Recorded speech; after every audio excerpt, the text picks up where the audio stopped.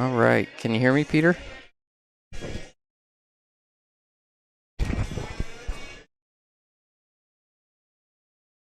Did you catch that?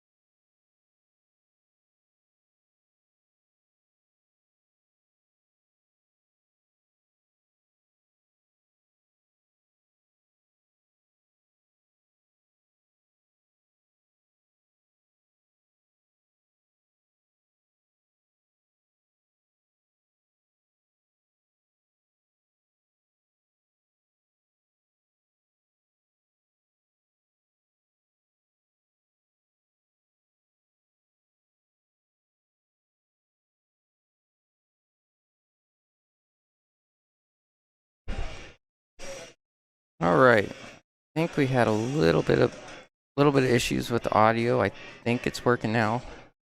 I'm waiting on confirmation from Peter.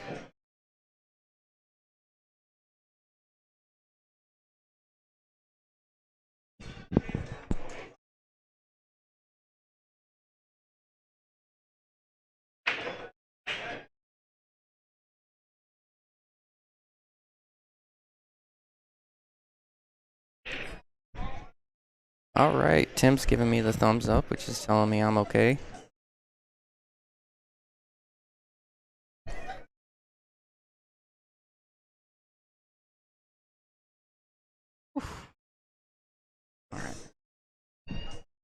All right, I missed a little bit. Tim was just telling me that Perfecto scratched on the last 9 ball to put Philip up 2-0. Got to see Perfecto play a little bit yesterday. He was pocketing balls just as good as anybody as I've seen in this tournament. I know he's very comfortable on this table.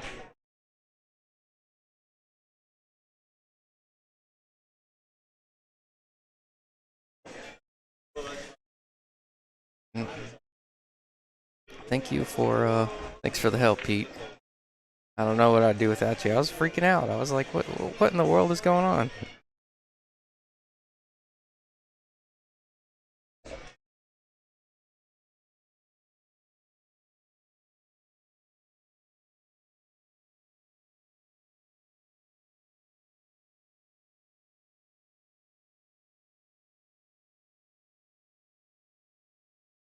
For those that don't know, Peter left town and color coded all the wires for us and set everything up so even a caveman could do it, and we still ran into trouble.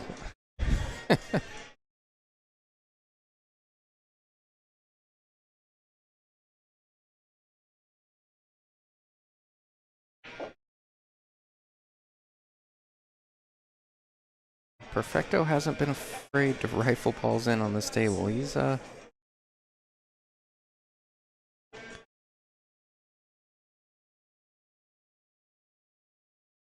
is he gonna get a roll or is this 5 gonna leak out? Philip can see an edge of it.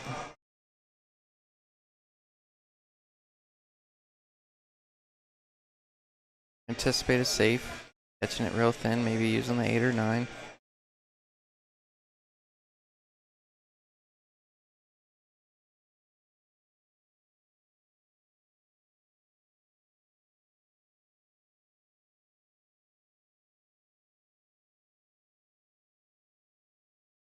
Looks like he's considering a few different options here. Going with the Masse, going for a fuller hit, maybe even trying to make it. Oh, he's playing safe like that all day. That was a good shot. Really good shot.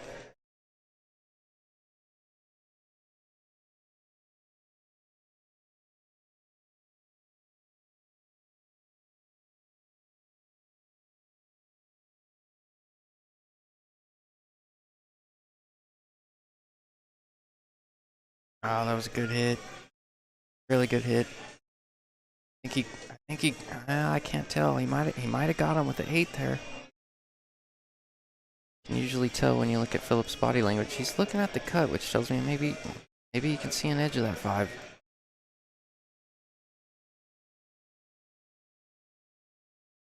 Like he's playing some right. I don't know if he's going rail first.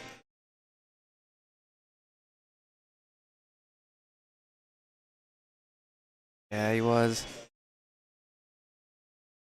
It's a bit easier of a it's a bit easier of a hit when you're on a bar box, but when you're spinning the cue ball the length of a 9-foot table, sometimes that tends to happen.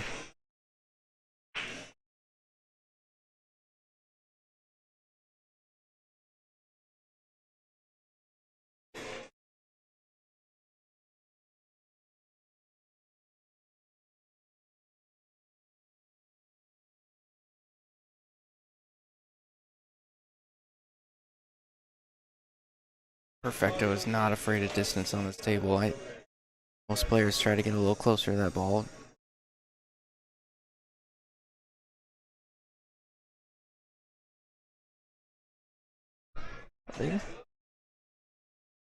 Oh no, he did it again. Oh, Philip's smiling. He knows he just got a gift.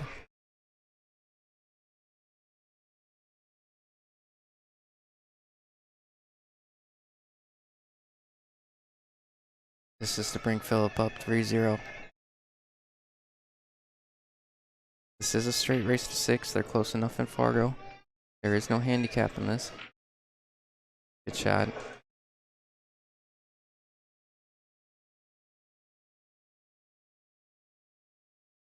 Oh, that's brutal. Perfecto's kicking himself right now.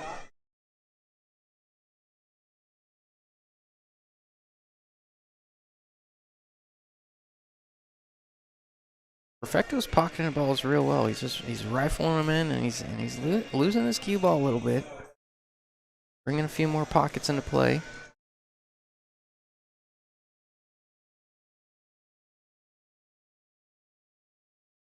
Talked to Philip a little bit before this. He's fired up about this match. He's looking forward to it all morning.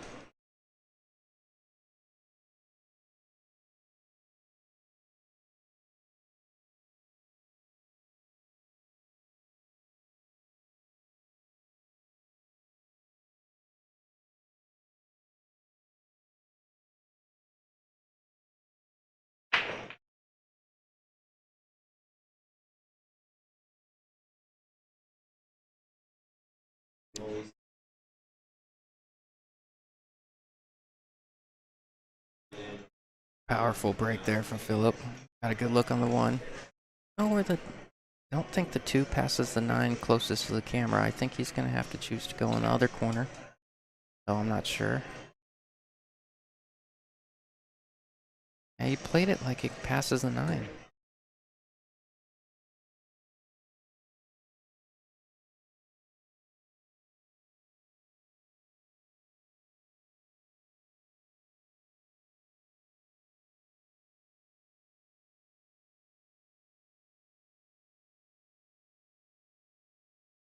Yeah, maybe you had to do your footwork on that one a little bit.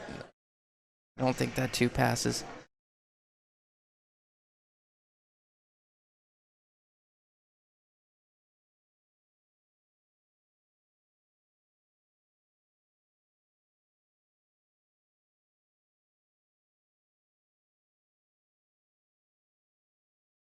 Played with Philip for 3 or 4 hours on, I think it was Friday night, and he was hitting the ball really well. He's put in a lot of practice before this event. Oh, he's looking at running into the 9, making something happen.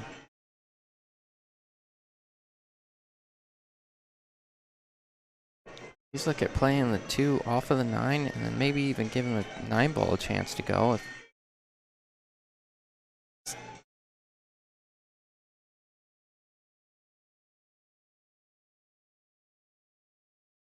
Oh, that's a really good shot.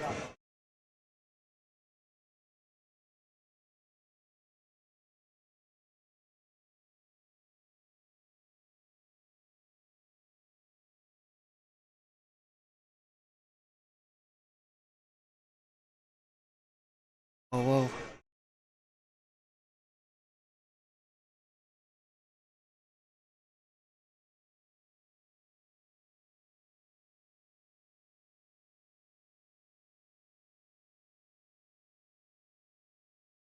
Oh, he doesn't want the 8 in his life. Yeah, I think he's right behind that ball. I think now he's going to have to... He didn't reach for the jump cue. Looks like he's going to kick at it. I don't think he sees an edge of this ball. I'm curious to see if he jumps at this. I know he can jump.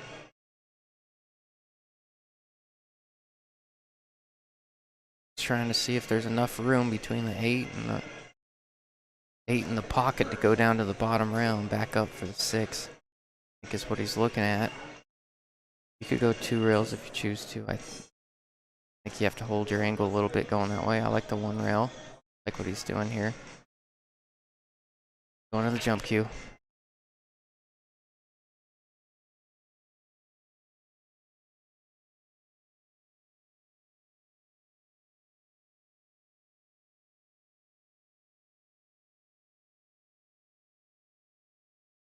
A little bit of a risk of a scratch on this one. I maybe opt for a fuller hit just to guarantee the hit.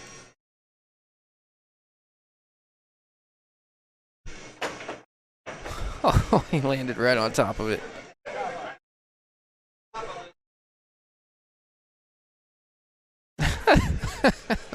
The cue ball bounced right off the top of that 6.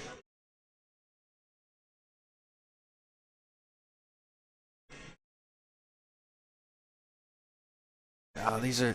I don't want to jinx anything, but I really think, yeah, that's what Perfecto does well. That's his. No, don't get too close to it. His ball pocketing on this table is absolutely his strength. He rifles those in like never a doubt.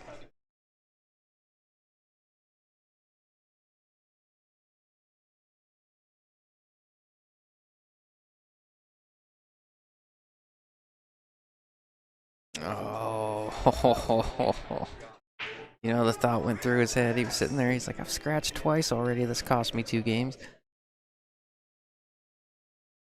I don't expect him to duck here. He's chosen to be aggressive this set. Great shot. Really pocketing balls well. Just a couple late mistakes cost him early on, but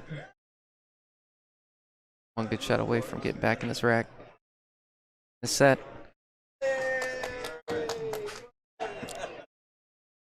No goose egg for Perfecto.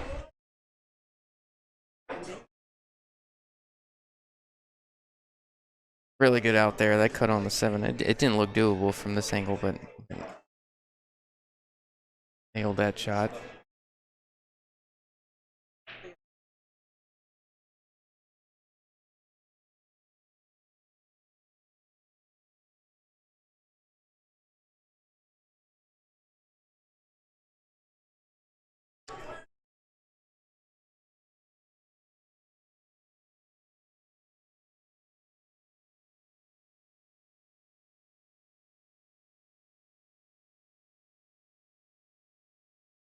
Yeah, I think he pushed the button twice there. It's 3-1. I think he accidentally moved it to 2. Over on the far table, so this is the winner side on both tables. So you got on the far table, you got John Driver against Ralph Craig. Ralph going to 4, John going to 6, and then on the main table you got Philip and Perfecto. I believe this is the top 4 on the winner side. So if I'm correct, the winner of these 2 tables play each other.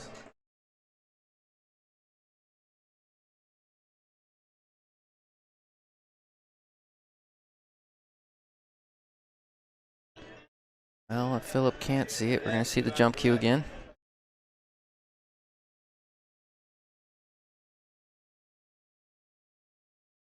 To see another Philip jump.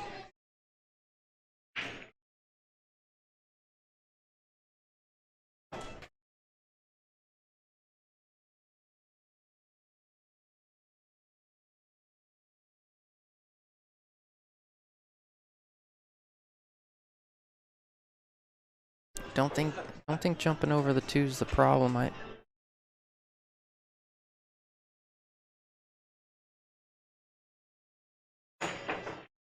Oh, that's a really good shot.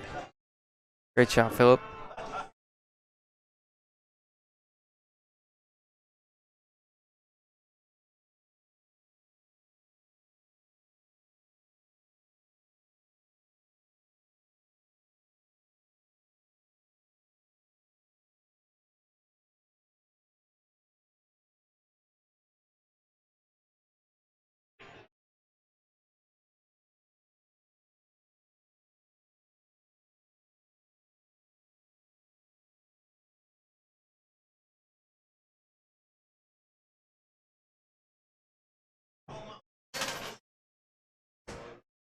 It's a good save.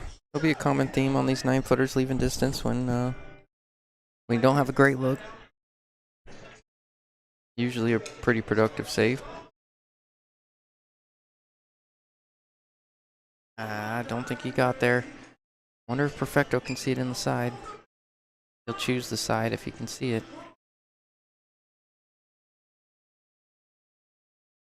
It went all the way down.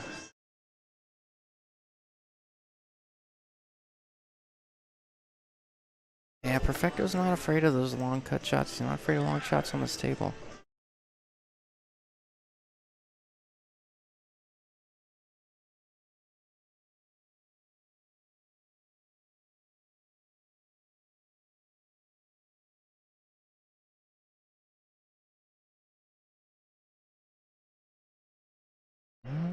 Don't think that 5 got in his life. He's getting down on it pretty quick.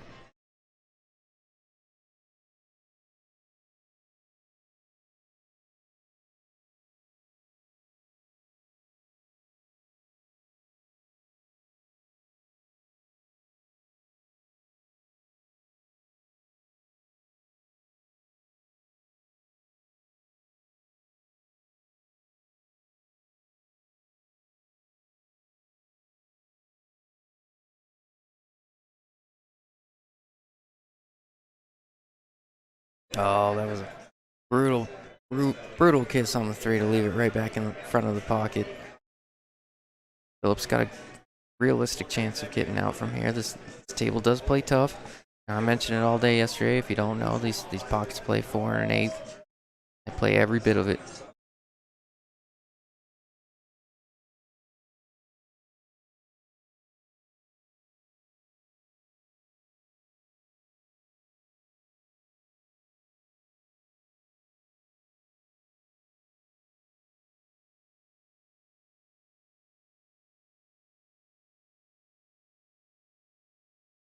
Great shot there. I think the 7 will be his last tough pocket. He's a little flat on the 6. He might have to force an angle or he changed his mind. He was playing a high ball and then he went to a low ball. I think whenever you have to adjust English, I think standing back up, resetting, and getting a better visual from the table while you're up and you can see the table better may benefit him a little bit. He knows that.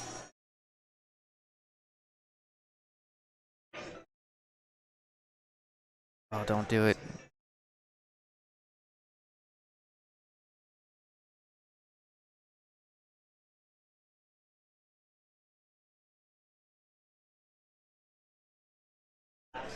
Most of the good players are, even when they slop in a ball, they don't feel good about it, believe it or not.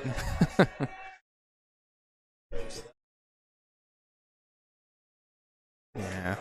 Philip didn't want to see it go in just as much as Perfecto didn't.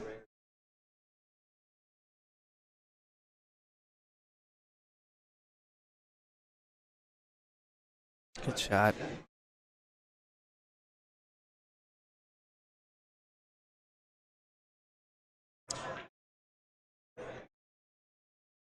Don't lose your cue ball. Don't lose your cue ball. Left himself another tough 9. He's made a couple late mistakes. Let's see if he can polish this one off. Great shot. Perfecto's got a lot of firepower behind him. He's just very intuitive, more natural shooter. You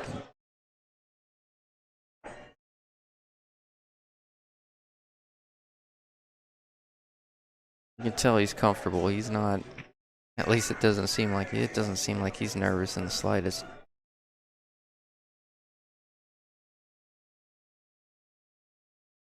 Well, Phillips up 3-2, but all the momentum on Perfecto's side right now.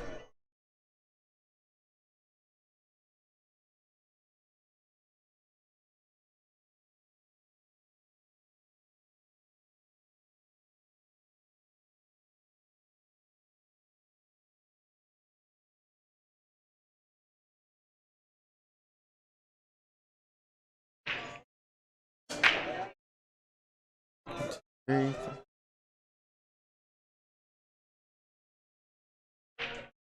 You know, I really like these turtle racks. They're having no problem pocketing that wing ball. It seems to just go flying in like it has eyes. We've experimented with different template racks on this tour, I believe, and these seem to be the most consistent. Really not having any trouble making that wing ball off the break. They are breaking with a bit more pace. Both of them are. They are breaking with a bit more pace than like yesterday. I got to watch John Driver break. He was more about control with this cue ball than really amping up and powering the break. Similar results though. They're still making that wing ball.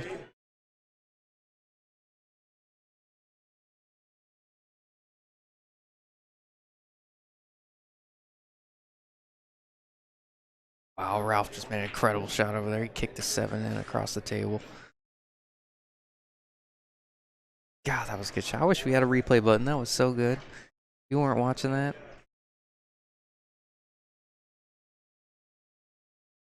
All right, safe coming. Well, you know, like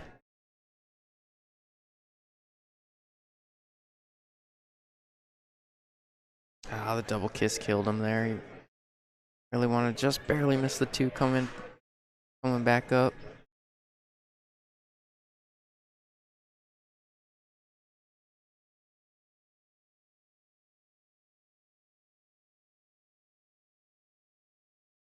Be a big confidence boost for Philip. He just gave up 2. Clean up this. He's real steep on the 3. Not going to be easy. Both of them are relatively, well, I was about to say they're both aggressive shooters. Let's see if he takes this 3 on. Both relatively aggressive. They like to see balls go in pockets. And switch to the left hand there. Not generally. No. Seems to be pretty well practiced with it, but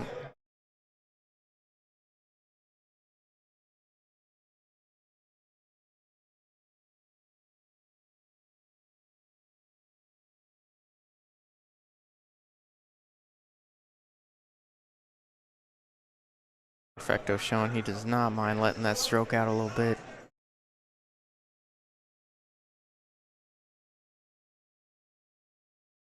And generally people shy away. You know, I've mentioned it before, and I don't mean to sound like a broken record, but generally people shy away from really rifling balls in on this table because the pockets aren't too receptive. But Perfecto has, I guess, if you're just pocketing a dead heart,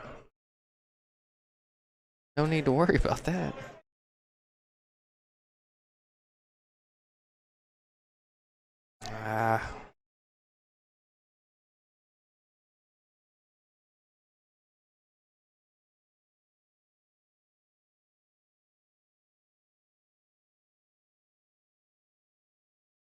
Really good bank shot there.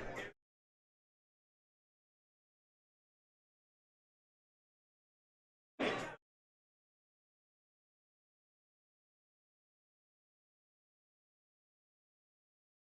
really enjoy these matches. It's so much more fun to watch when you got 2 aggressive players just firing balls in left and right. Combos, banks, not shying away from 9-foot shots. Just rifling them in. You can tell both of these guys are very well prepared coming into this tournament. Shooting with a lot of confidence. A little bit of movement there from Philip. Little head movement on that backstroke. He tends to do that a little bit more when he has a risky shot. When he has a riskier shot, sometimes he tends to move a little bit more in his stroke with anticipation that he might miss. I think it's something he mentioned to me. He's trying to clean up a little bit. It pays to watch yourself on camera too. I mean, not even on the stream table, but it pays to watch yourself, even if you're just in your practice session. Just put yourself on camera and look at your stroke. I think if you've never done that before, I think you can immediately point out a few things that, wow, that does not look right. That's ugly. The pros don't look like that. I think you can make subtle adjustments. Shooting into a tight side pocket here. Great shot. Really good shot. This one should go to Philip here. Perfecto made a... He's looking at it a while. I say just take your angle. He might draw it back. I say just take your angle and cut the 9 in. Only reason you try to get perfect is if you're nervous. Yeah, when you're cueing the ball really well, I find you don't mind taking a little bit of an angle on the 9, but when you're second guessing yourself, it means you're a little bit nervous coming into the match. And you're trying to get perfect on the 9. You're trying to find the best way to get perfect on it. At least for me, anyways. But took his medicine. Good shot. That was the right shot. Philip goes up 4-2. Perfecto's kicking himself a little bit. He gave Philip a couple early on. I think this match could have very easily been 4-2 the other way or 3-3, but we're all human. We all make mistakes.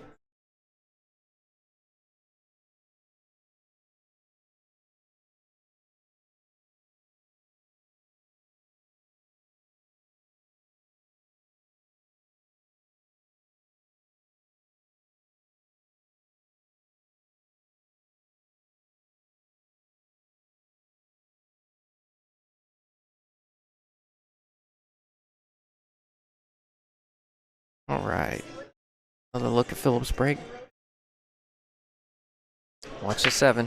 Oh, he didn't get the 7 to go. I don't know if he put a little bit too much in that or didn't put as much time into the rack as maybe he should have. I've said it before, just because they're template racks doesn't mean everything's sitting in the rack well. Sometimes you got to go back and make sure everything's touching. If they're not, that wing ball's not going. Of course, he hit that really hard. That's something that I don't think you're going to see from John Driver much. He takes a little bit off of it. He takes a little bit off of his break, and he's making that wing ball consistently. I think as soon as you start experimenting with higher speeds or maybe popping the cue ball a little bit more, sometimes you tend to lose that wing ball a little bit, one way or the other.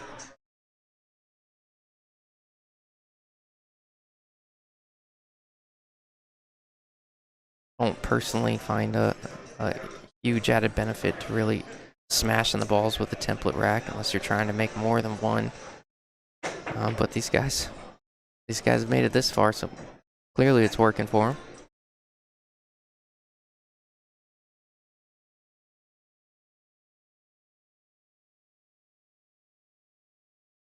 Yeah, Perfecto knew getting on the 2 was tough, so he was running that 9, letting the 9 go for a ride a little bit. Just didn't quite hit as full as he'd like.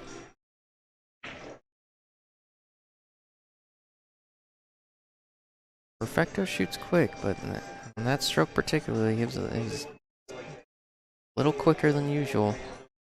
Maybe trying to force or establish a rhythm after losing the last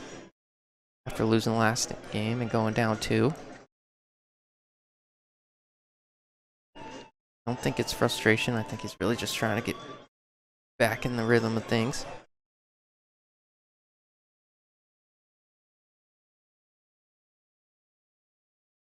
Oh, I appreciate the compliment.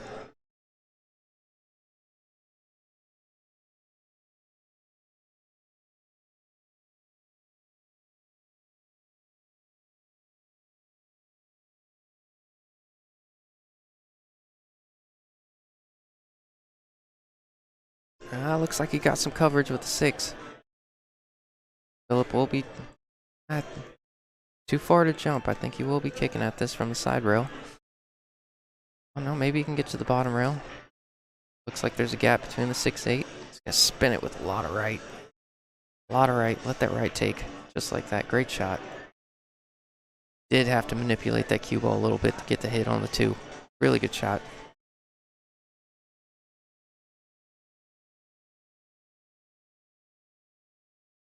You know, anything's better than ball in hand with Perfecto as well as he's shooting. Okay.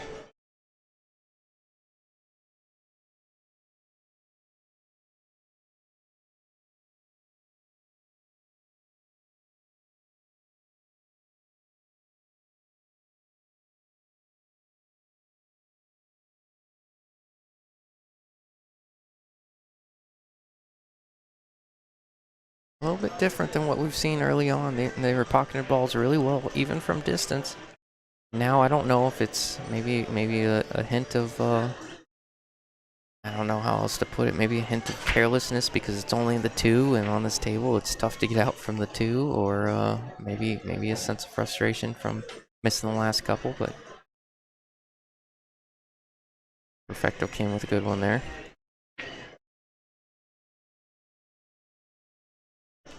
Really good shot there to get on the 4.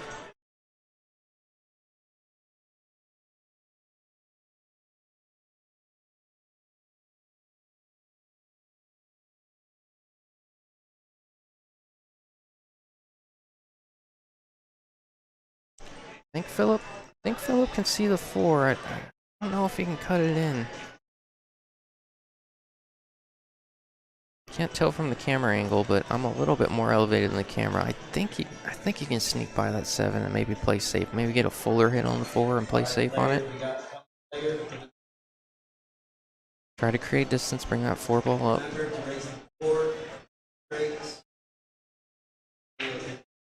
Oh, that was a really good shot. Didn't know there was room between the pocket and that ball. He hit that well.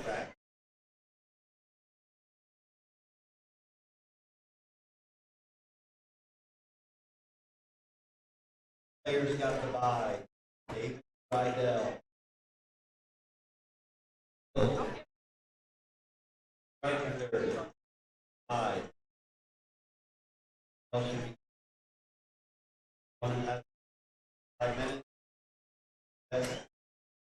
Also, all players are responsible for calling the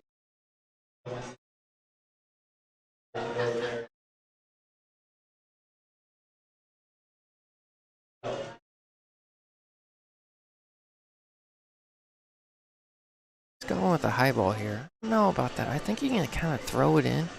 Throw it in with some left. Like with some bottom left, you throw it in and get over that side rail and shoot the 5 over there where the 6 is. Kind of a drag draw. Looks like he's lining up with a high ball though.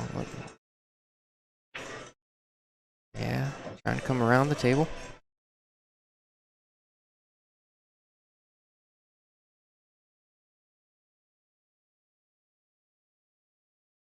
All right. All right. You joining me, Y'all Tim? hear me? Can everyone hear me? Sounds good to me. All right, I'm able to jump in now. All right. So you're running the second chance over there? Second chance is going on. We got 20 players, so that'll be $100 added. That's just a little $10 entrance fee, or $15 entrance fee, and $5 side pot. That's a pretty good showing for a second chance. Yep, 516 under. Of course, we got the main event. We're down to 8 players, actually 7. As Timber just got knocked out by John Sanchez and just jumped in the second chance. Just in time. Yep. So, what's the score over here? 4-2? 4-2. Looks like. Yeah, we kind of been watching from afar, and Phillips been making some really good shots. Yeah. Of course, Perfecto's Thanks so much. Scratched a couple early games, you know. Yeah, gave up a couple early. Well, Philip, credit to Philip. He's played well enough to put himself in the spot. And it's 3-2 over there with John and Ralph, looking like a matchup. Pretty good one over there. Ralph's playing really good this weekend. Beat some pretty good players. He beat Mike Keto, Hill with a combo on the 9. Oh, I think it was a 3-9 combo. Oh man. Yeah, he's made himself, even on the 650 and under tour, he's made himself. Ooh, that tight pocket almost got him. Yep. For those that don't know out there, this is 4 1/8-inch pockets. Yeah, and they play like it. It's a humbling experience.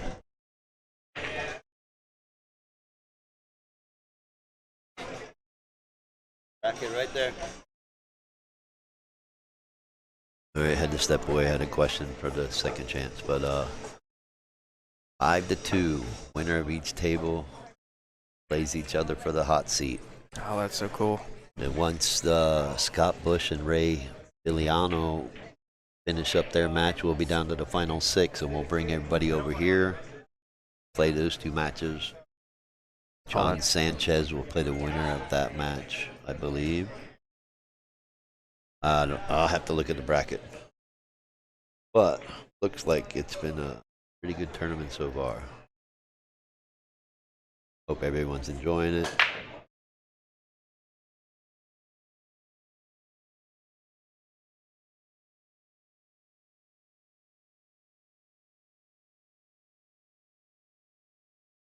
Yeah, I was saying it a little bit earlier. I don't know if you noticed, these guys aren't afraid to rifle balls in these pockets. No, they play here a lot. You know that. Yeah, And it's yeah. like their home room, so they're loving it right now. Oh, I I'm know. sure, being on the stream.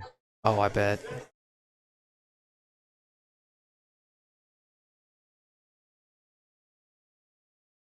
And I appreciate you, Justin, for coming out and doing this while Peter's away. Oh, no.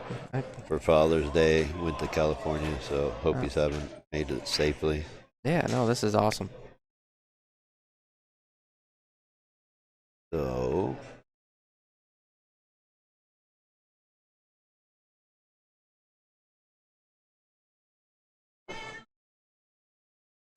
Selfish Peter so going John Sanchez will play the loser of John Driver and Ralph Craig. So, okay, say that again? John Sanchez Okay. is at 5th, 6th place. He's playing the Put it loser of that match over there? He's playing the loser of John Driver and Ralph Craig, which Okay. is 3-2 John in a 6-4 race. And then you got the winner of Scott Bush and Ray Filiano will play the loser of Perfecto and Phillip here, which Phillip's up on the hill at 5-2. Looking to see where Scott, and I think Scott, yeah, it's 5-4 Scott Bush. We got some really good matches, and I want to give a shout out to Ralph Craig for being the only 500 and under player to make it to day 2 and on the winner side. Yeah, that's crazy. You know, the way that I said it on day 1, the way that you structure your handicaps, it really gives everyone an opportunity. So I'm kind of surprised that not more 400s get there, but generally, the higher rated players are almost always there on Sunday. Yeah. Well, it's kind of to be expected. Yeah. One game's fought every 40 points. It still gives everybody a competitive edge. You know, the good players still got to play good. Yep, that's true. But yeah, these 4 players right here are all guaranteed 5th or 3rd. This is 3 foul and wild 9, correct? Yes. Okay. Headphones are allowed. The next event is July 29th and 30th. That's going to be 9-ball again, but on the 7-footers at Grits in Las Vegas. So anybody that's out there watching, looking forward to the next event. Next event will be stop number 3. We do have 8 events scheduled for the year. Phillip's hitting the ball really good, isn't he? Yeah, he is. He looks really confident. Neither of them are drinking. That is true. If at all, which is good. Yeah. You know, tell them all the time, if they really want to stay focused and win, gotta treat it like a job. Yep. Be able to focus for long hours. You know, one or two is okay to take the edge off, but Oh yeah. for the most part, you Yeah, gotta stay dialed in. And Phillip's looking dialed in. Oh, he looks really good, and he did He put in wants the this work. more than anything. Yeah, last season, I think it was, or the 650 where he got 2nd place. Yep. But it's kind of a win-win here. Perfecto has a chance to take over the point lead. Oh, I really? believe. Yeah, I'd have to look at the points. I don't have that on me right now, but Yeah, I believe if Philip wins, he can't take over the points. Mike Keto got 30 points on this tour, this stop event, so he's got 230. Because you get 200 points for winning. Philip only got 10 points at the last event. 10 or 20. Well, shoot. I was looking at it earlier, so it makes a difference. Wow. Oh, Yeah, you got to hit that ball good, and Yeah. it just slightly touched the rail, and that's what kept it from going in. On these Yeah. now on these 4 1/8 inch pockets, I think on the 4.5 inch pockets it would have gone in. Oh, that would have gone in all day. Yeah, if you didn't know what we're Maybe talking about. a little bit more speed, but yeah, Yeah. it's tough when you shoot that ball like that and it hangs up. Yep. See what Perfecto can do here. It's easy to miss this ball if you go real first. Well, see, that's a problem. Yeah, Ah. ball in hand. Too deep, you have that. You Something- have to draw out of that pocket. Yeah, that's brutal. If you can get underneath the cue ball and draw the cue ball, you have to draw out of the pocket. It's amazing how many people can't get out of the pocket when a ball is hung up. Yeah, well, the shells. That was a really good opportunity for Perfecto to get back into the game and keep Philip from winning. But Yeah. now giving Philip ball in hand with the way he's shooting, I mean, statistically he's supposed to get out. Yep. Yeah, that ball is really deep. Yeah. Don't want to hit the. All right. Gave himself an opportunity.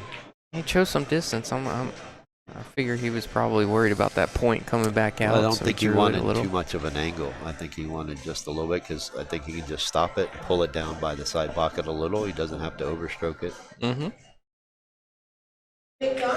All right, he went to come across. Couldn't see the angle from here, but still he hit that really well.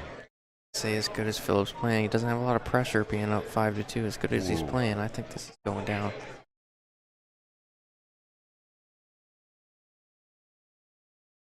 All right. Great shot. We Wow. got Philip Salas winning 6-2 All right. against Perfecto. He'll be playing for the hot seat, but he'll take a little break. And now we got John and Ralph to follow a little bit. We'll keep you updated on that. Yeah, Looks Philip. like it's going to be 4-2 after they score it because John is racking. Yeah. Oh, great job by Philip, man. Or I'm sorry, Flip Salsa. He's wearing his shirt today. He told me he had to whip out the flip salsa today. That's funny. Hey, good job, buddy. Yeah, he shot good, man. Yeah, he wants it. So again, we'll be down to the final 6.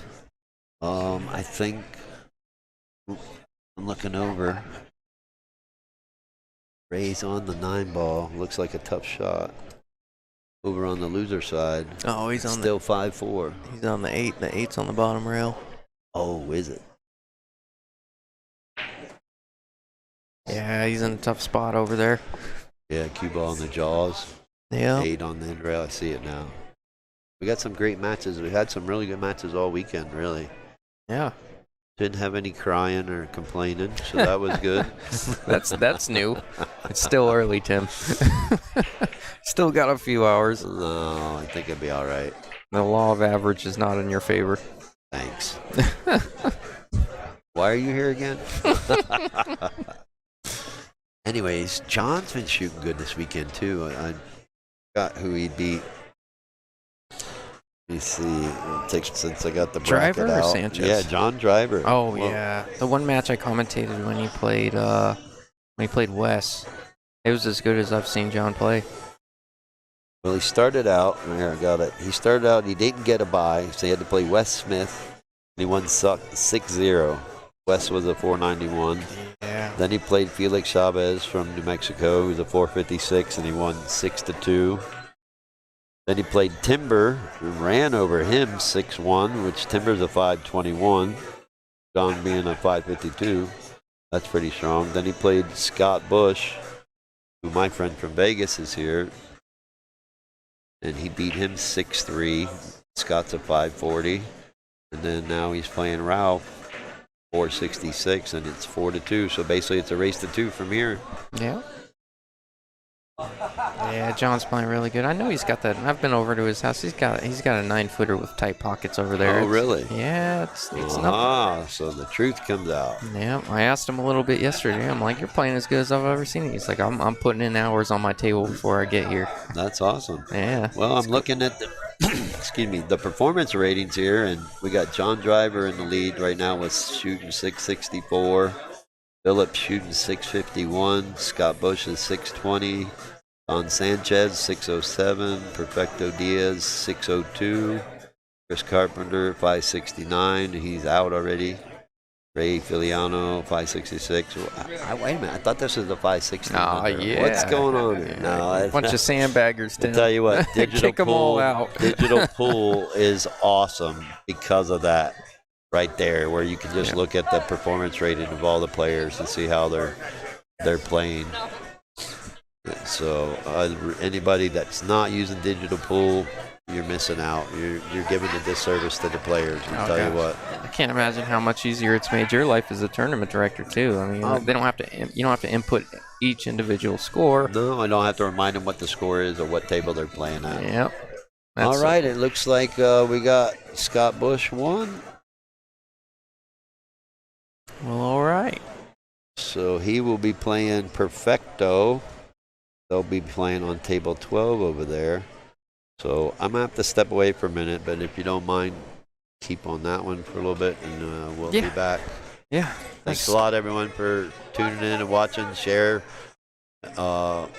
this, and go to Donkey Pool Productions YouTube page and subscribe to watch there, too. Thank you, everyone.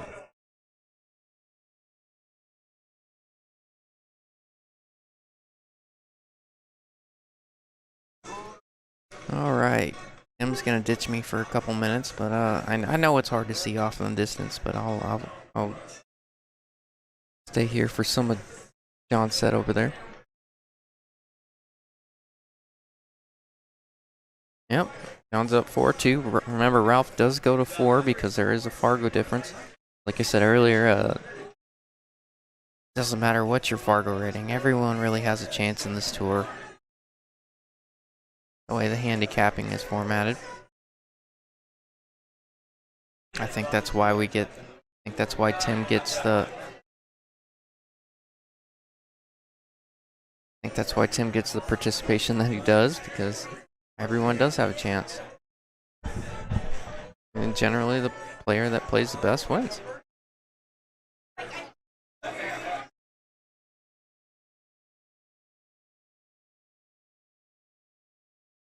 Oh. Ralph lost his cue ball a little bit there.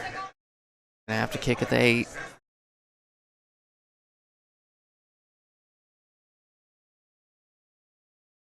Needs a little. Oh no, he could see the ball. I don't think he can make it.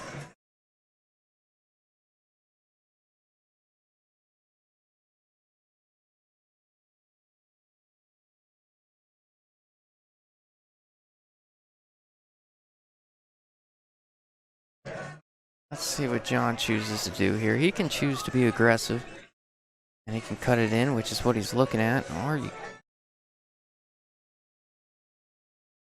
could just play a bit of a containing safe and leave it somewhere on the bottom rail and force Ralph to come with a shot. Generally, when you do that, you're not going to like your next shot.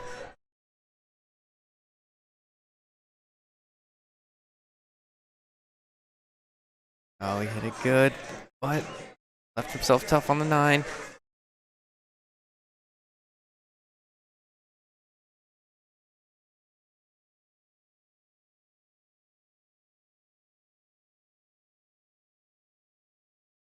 John's very focused right now.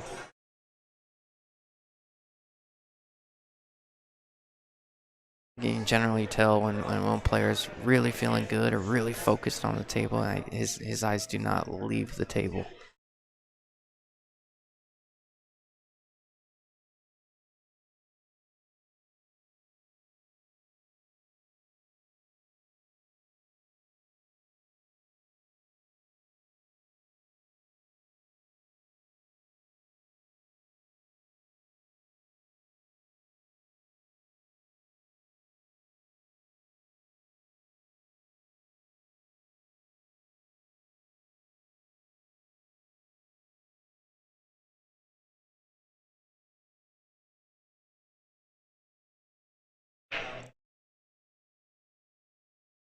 Did he do it? Oh, what a shot. What a shot, John. My goodness. Got that 9 ball backwards, and it didn't have one more roll in it. It just fell into the pocket. What a really good shot. So we are waiting on this main table, I think, at least for this.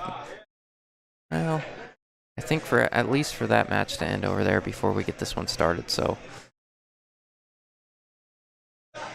I am gonna get up and stretch my legs.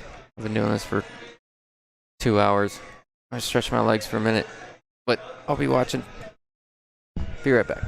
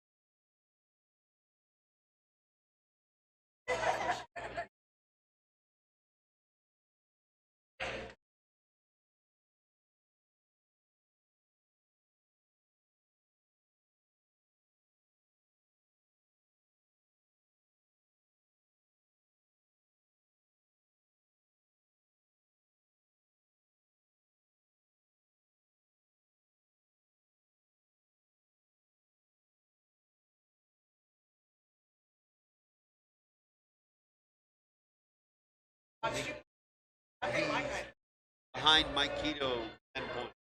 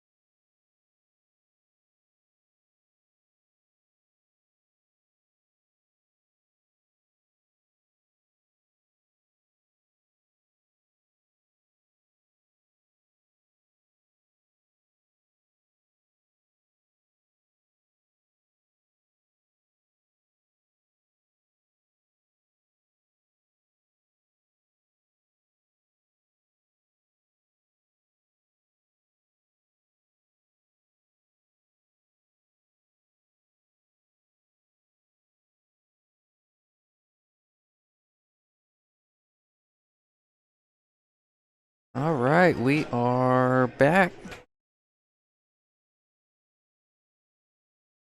So this is a loser side match, or B side match, as I like to call it. Let me peek at this bracket real quick. So we got John Sanchez playing Ralph Craig. Ralph's going to 5. John's going to 6. The winner of this will play the winner of Scott Bush and Perfecto. Perfecto's playing really well over there. I just paid him a compliment a little early on. That will be a really good match over there. But I'll tell you what, Ralph Craig is no slouch. He's made his way onto Sunday in a few of these bigger events. Spotting him games proves to be a pretty difficult task as of recently, for sure.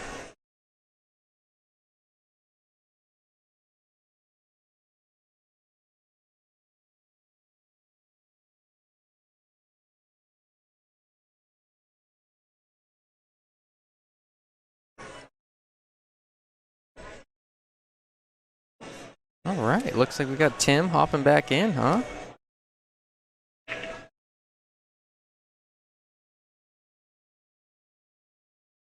All right, everyone, I'm back.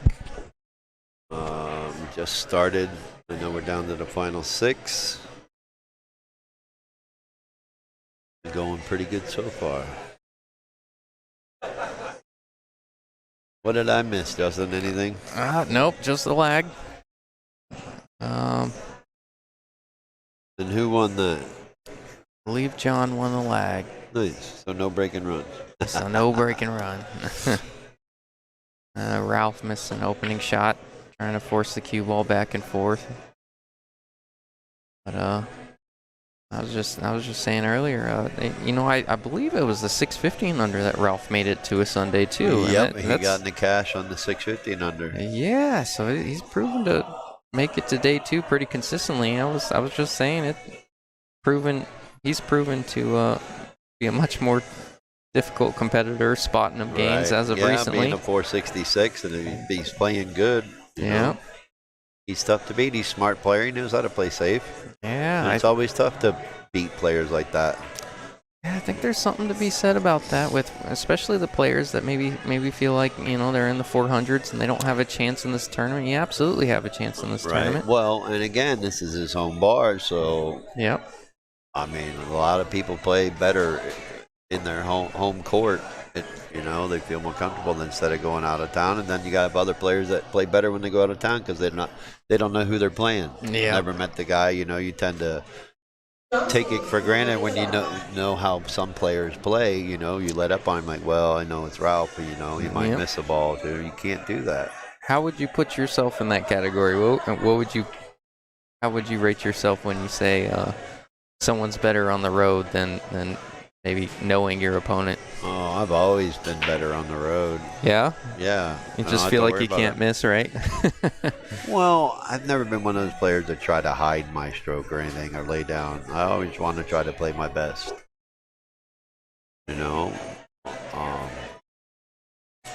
Tournament play anymore, though, for me, I'm not a tournament player. I'd rather gamble. Yeah? I know that's sad to say, but I just don't have a desire to win a tournament. Won enough in my lifetime that it's just not there anymore. Funny how the game changes. Yep. Changes you and how you look at it and what you want to do with it. You know what I mean? But now I get to have fun with it. I don't have to win a tournament. It's fun. And I get to play guys like you, and make you kick and everything. Stop it. I'm kidding. No, you and your brother, I enjoy playing you and your brother because you guys take it to heart. You're students of the game, and we love it. It's great to see you all keep coming up. Yeah, we love watching guys like you. Love watching guys like you. You get lucky. Ralph just made a really nice shot there. Yeah, he did. Especially on these tight pockets. And he got a good shot on the 8. See if he can pull it through.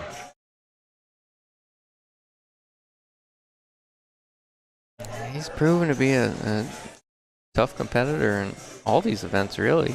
Yeah, I mean, That's the nature of a pool player. We're all competitive. You know, everyone hates losing. Some show it better than others. Some hide it better than others, and some can't hold it in. Yeah. I've been there. I'm Oh, we've all been culprit. there. I'm culprit of that too. We've all been there. But nonetheless, it's been a great event. Again, I hope everybody's enjoying the stream. Now we got it up and running. A We lot got a of, nice 8-hour window to really, do all this. a lot of really cool and fun guys that made it to day 2. It seems like everyone's having a lot of Oh fun. yeah, you got the West Side Wow. crew, you know, for top 4. Yeah. And now you got West Side playing West Side for the hot seat. John Driver against Philip Salas, which is going to be a great match. Yep. That'll be really fun. That'll be up next here, and then the winner of these 2 tables will play each other, and we'll be down to the final 4. I think we'll be done by about 8 o'clock. John just hit a really good shot there, and it ended up hanging up. Really? Well, how good was it then if he hung it up? Oh, look out! No! Don't nobody breathe, right? Yep. Well, again, we ended up with 20 players in the second chance. So it's going to be a pretty good day for them over there. Is that generally, when you have the second chance, is it generally like 90% the players from the day before, or do you usually get a lot of new guys in there? A couple new guys, but yeah, today was mostly the players from yesterday. We call it second chance, but it's actually third chance because second chance is a loser bracket here, right here. Oh, wow. Ralph had an opportunity there to make the 9 and win the first game, and they just want to get their money's worth, I guess. Yeah. I think you said it earlier. They're just trying to get their table time in. Well, here's the difference, too, right now. You got Ralph coming off of table 12, which is a 4 1/8 inch pocket, and John's coming off a table, I think it was 18, where a 4 1/2 inch pocket. So that's going to make a little bit of difference, too, plus the claw speed. The players are saying it's a little slow over here, even though the felt has got changed about a month and a half ago now, maybe 2 months. Do you think that's a stretch issue when they come and install the claw? It could be. I don't know when it comes down to that, because I don't know. I don't think this is HR. I think this is just 860, but I'm not one to say that it is or isn't. So, like I always say, the good players learn to adjust. Yeah. You know, the good players can adjust to any table speed. That's one of my mentors told me, because don't get used to playing in the same place all the time. Yeah. Even though you feel comfortable in home court, you want to get out and play different tables, different places, different speeds, so you can adjust quicker. Those that can adjust quicker are the ones that end up coming out winning. Now, that was a great shot right there. Yeah, I didn't see Took that. a risk. Yeah, he took a risk at scratching if he hits it too thick. Yeah, those points generally play pretty big when you try to find that. Generally want to hit those a little thinner, too, so it doesn't leak out as far as it is, because Ralph has a shot, and he's going for it. No, don't do it to him. Whoa, no. Somebody took the magnet out of the pocket. At least for Perfecto, someone didn't. Scratch his first 3 games against Philip, and then gave Philip all the confidence in the world to take over and take the lead, and that's what happens sometimes with players is you make a couple key mistakes and give them a couple of games that they shouldn't have won, and now their confidence is up, and oh, wow. Uh-oh. Yeah, they're both struggling on this table. Could be the stream too. Some players don't play good under the stream. Yeah, that's true. Something about a camera. Yeah. Well, looks like the first one. Yep. First one's going to go to Ralph. Now this is a 6-5 race, and Ralph missed getting an extra game by 1 point. Oh. It's 79-point spread, and the handicap is 1 game every 40 points. So, yeah, Ralph missed getting a game, or you could say John missed getting up a game, an extra game by 1 point. Yeah, So now, Ralph taking the first game. It's a 6-4 race.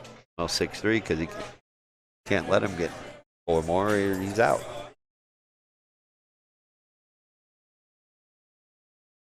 I think they're still playing the first game. No? Who won the first game over there? Perfecto and Scott? Yeah, it looks like Perfecto won. I haven't seen a ton of. You're friends with Scott, right? Yeah, he's my friend Scott and Connie from Vegas. Okay. Yeah, They're staying at the Airbnb at the house right now Oh, that's cool. for the weekend. Seen a little bit from Scott. I know as far as what I've seen from Perfecto, he's rifling everything in. Yeah, again, it goes to confidence. Don't be scared, even if it's a tighter pocket. Yeah. Because when you start making them shots, your confidence goes up and you start firing at everything and start making everything. Yeah, I'd say despite that set with Phillip, he's pocketing balls as well as anyone in this tournament for sure. He put the time in. I tell you what, I think he's been up here twice this week practicing. Yeah, he was up here. I saw him here.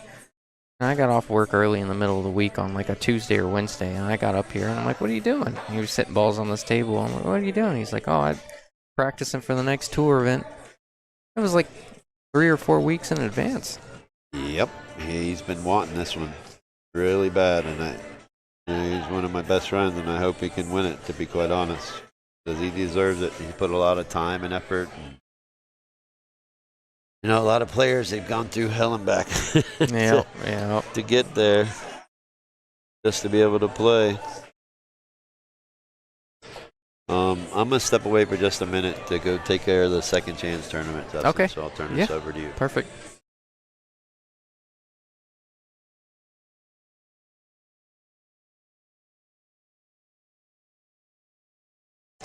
I think Ralph is pretty flat on this one. He's got a little bit of an angle that he can try to manipulate, but he's got to get all the way over the side rail to get on the 2. Let's see if he can create enough angle to do it. Really good shot there.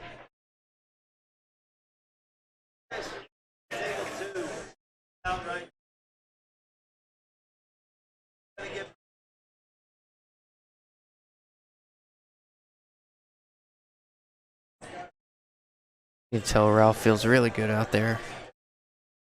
I haven't seen a ton of his game. I do know he's been playing a bit more consistent as of recent.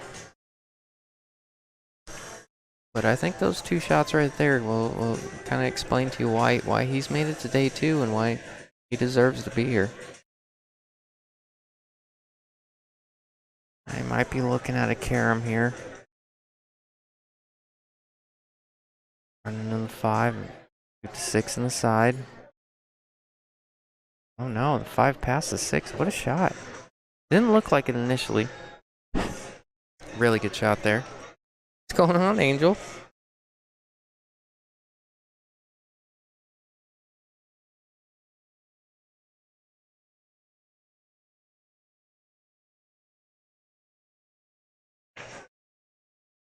Wow.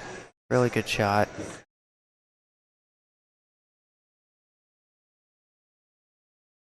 Just don't want that 9 ball to get in your life coming around for the 8. See how he plays it.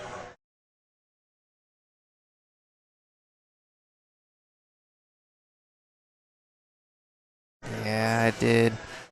That was the risk there. He can still cut this 8 in, but a lot of distance and a thinner cut. I like playing this with a confident stroke here. Don't allow that ball to roll off on you. Play it with a confident stroke. Up and down. Looks like Ralph got away with one there. Left a bank. And John will take this bank. John is a relatively aggressive player, I guess you could say. Bank lines up pretty well. I'm looking down the barrel of it here. The bank lines up pretty well. He's the kind to go for this. Like to stop your cue ball right there.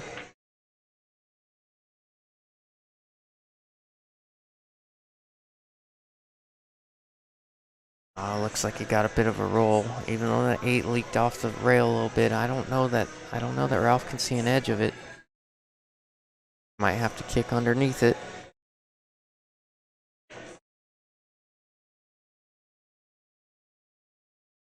Really looking for a good hit here. Ideally, you don't want to leave the 8 in front of a pocket. It looks like he's going for 2 rails here.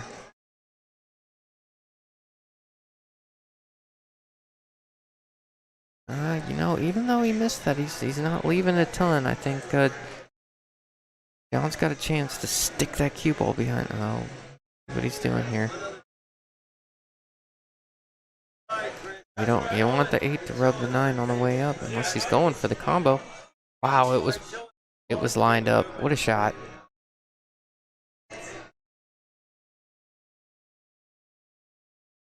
It looks so much more offset from here, right? Really good. I mean, even when those balls are wired, you still have a little bit of self-doubt that some kind of throw could get in the way and throw that ball offline. It's a long stretch for that ball to go dead hard in the pocket.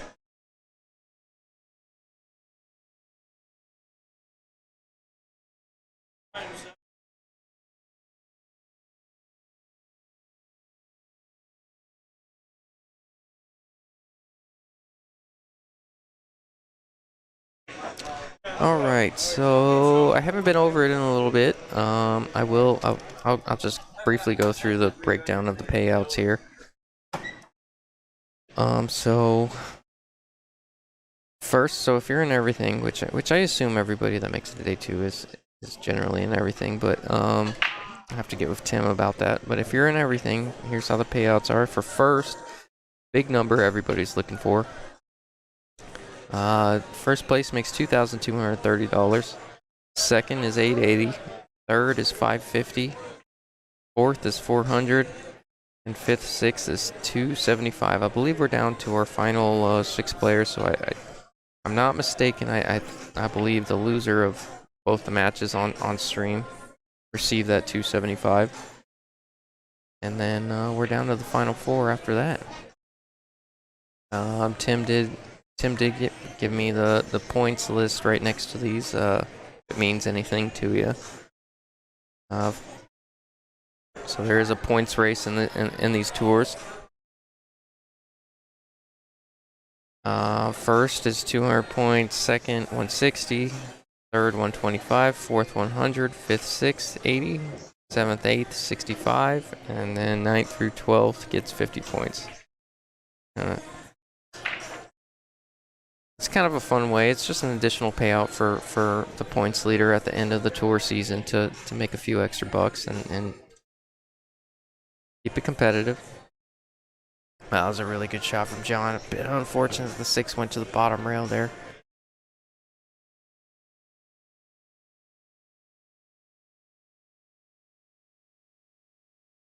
I'm buying. I'm sorry, dude. You didn't look that low. Of course, you're all ice.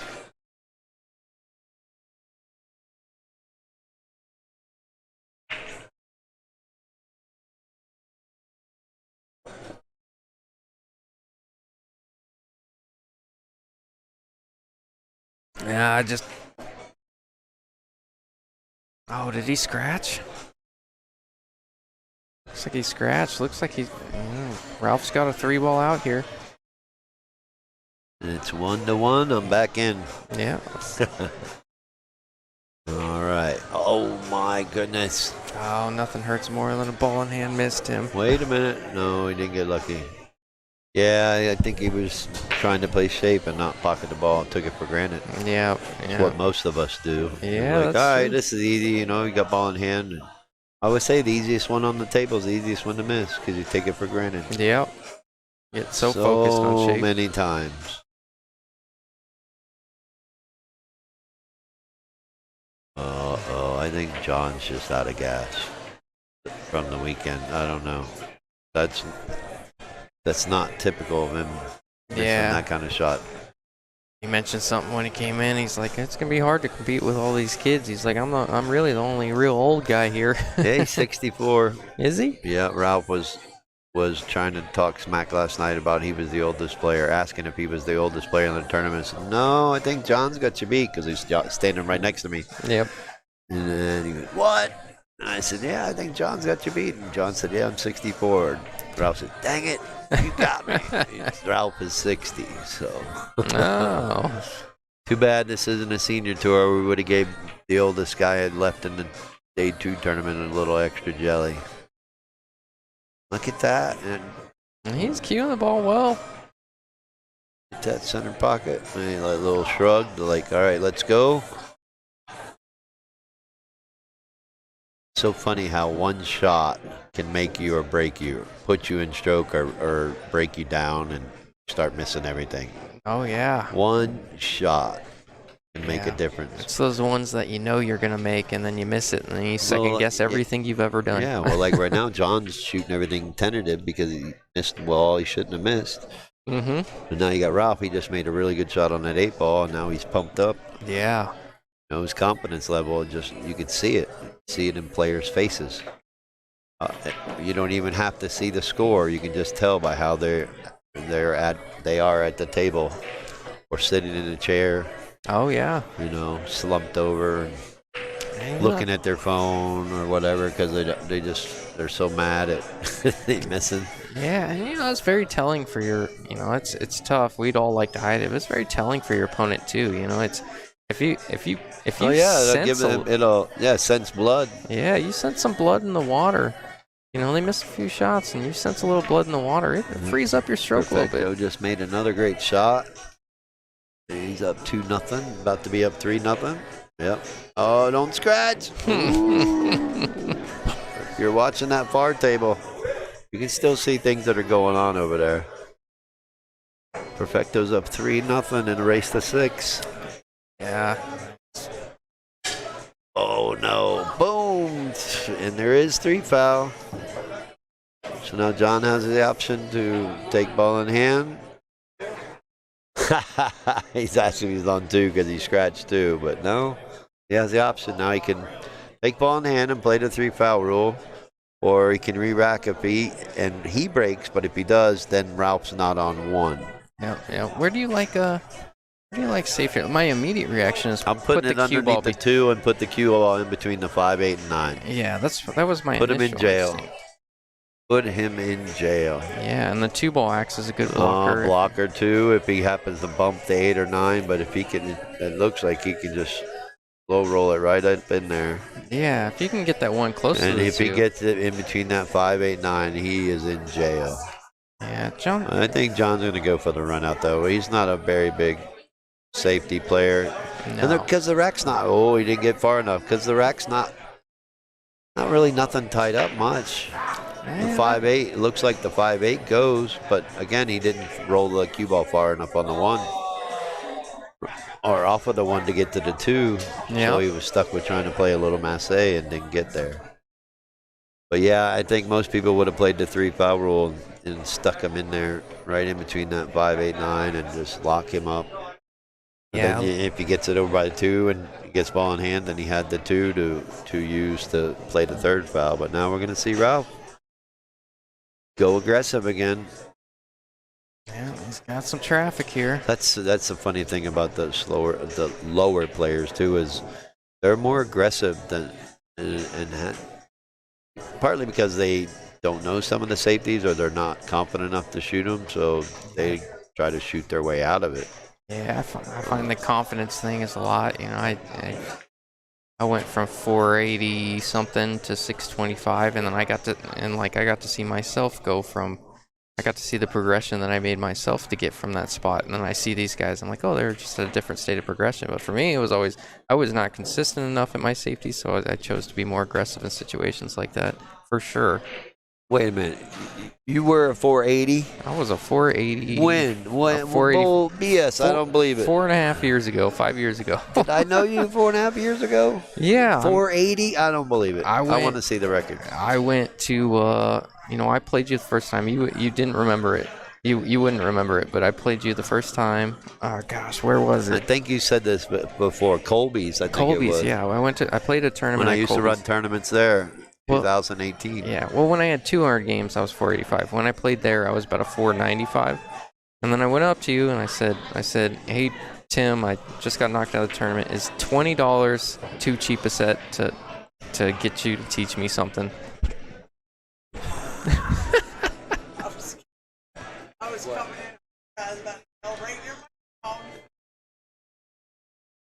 Oh, got Mandy almost trying to get in trouble.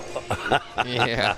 Trying to get on the microphone, but go ahead. Sorry, Oh, you said no. $20. Yeah, I went up to you and I said, hey Tim, I'm trying to get better at the game. I was like, is $20 too cheap for a player? I had no idea, I hadn't played players of your caliber. I was still pretty new. I was like, is $20 too cheap for a guy like you to play some sets, contingent on the idea that you tell me what I'm doing wrong?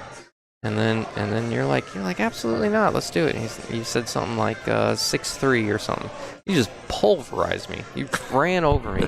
And then I ended up, and what I was doing back then was I was going 3-4 rails for shape, and I was sending the cue ball all over the Trying place. to be fancy. Yep. And I lost. Yeah, you didn't I think need I lost. to do that. Yeah, I lost like $60 to you, and you came over to me and you were like, or no, you messaged me after I left, and you said, watching your game, the biggest thing is you're trying to do too much with the cue ball, and you're trying to do too much in general.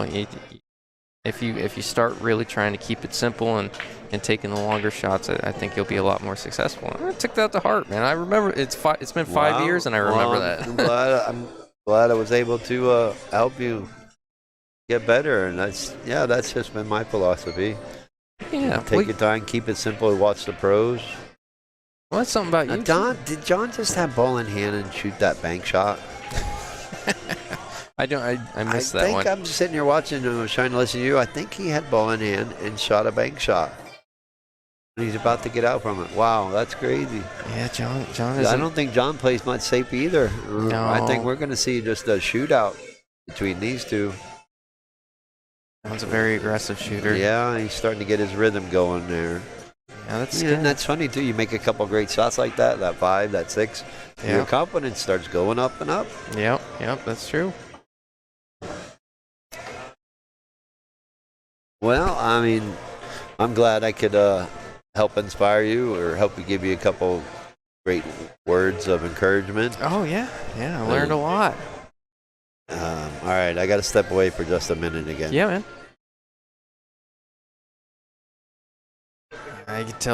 You can tell John's back arm is a little bit looser after that rack. Bit of a rhythm player, you can tell.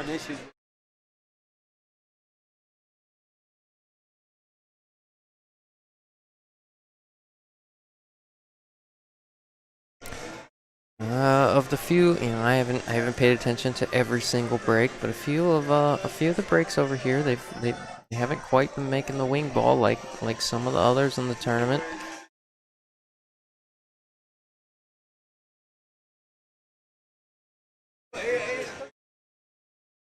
Now watch that 3 ball. Just taking that extra time in the rack and taking that extra time over the rack, making sure everything's touching. It doesn't overamp it. The 3's going. Nope. Still struggling to make that wing ball.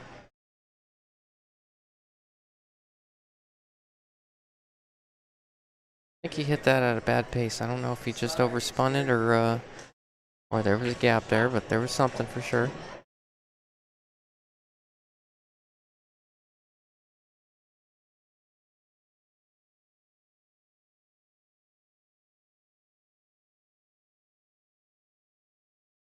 Oh, good shot. Ralph's playing really good.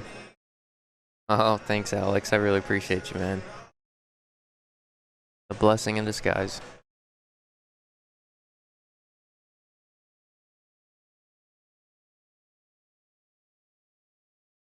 I think he's got enough angle. Come around 3 rails for this 4. I don't think you want to get straight on this 4. I think you need a little bit of angle.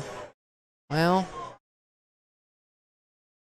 we'll see what he does. We'll see how he lands on this 4. There's a few different ways to go about it.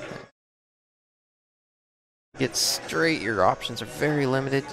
Really don't want to be straight. He might have enough angle to scoot over a little bit for it. Tough shot when you're with a high right ball, which is what he's. Oh, he just went a high ball there. I like the right to avoid that 9, but.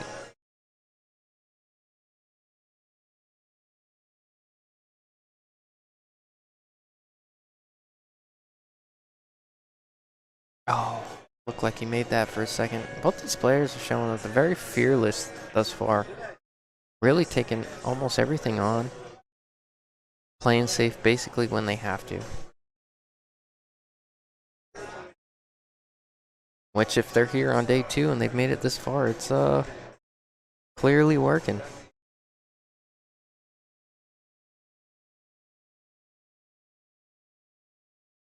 Oh, John tried to play a bit of a spinner and come out a few rails, and didn't. That 9-foot distance just got him there. A bit easier on a bar box to shoot that shot, like I said a little bit earlier.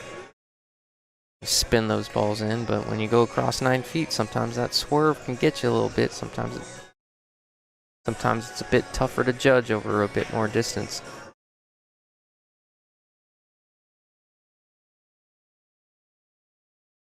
Now Ralph's still choosing to be aggressive. Looks like he got a roll here.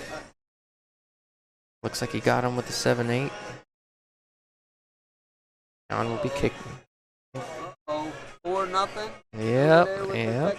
Perfecto's up 4-0. He rifled a 9-ball in just now across the table. Or is it going to be 5-0? I think it's 4-0. I think they just changed it.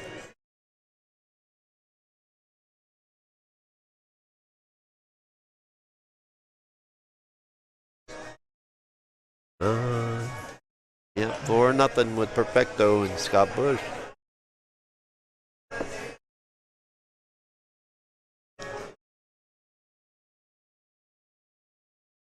What we got here? 2-2 with Ralph and John. Yeah. With Ralph shooting at the combo here. Yep. Might be one good combo away from winning this. Oh. What were you saying? Yeah. No, I'm done saying. Never fails. Start talking about a player doing well, and they miss the easy shot. Oh, I said it yesterday when John Driver was playing. He basically ran out the last 4, 5, 6 balls of 3 racks, and then on the 4th rack, I was like, well, just on how he's playing, he's heavy favorite to get out from these 3 hangers, and then he miscues. I was like, all right, I'm done. Now, John can get his 3rd, 4th, or 5th wind, whatever he's on. I think he can get past Ralph, but not tell you what. Seen a lot of heart from Ralph. Ralph's been giving it a lot of heart lately. Yeah, you almost got to come into day 2 with all these 520s, 30s, 40s, 50s, and knowing you're getting a game, hope you're getting 2. Yeah. Right?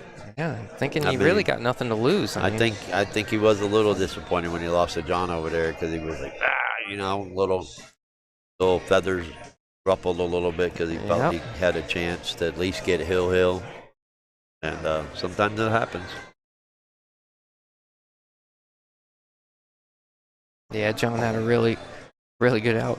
Touch more aggressive than I'm used to from John. He went right on for that bank shot. What was that, the 7 ball that he banked? Got the 8 in the side. Oh, I might have missed that. Ooh, look at that. Great shot. Great setup. Really good 9 shot. ball on the side.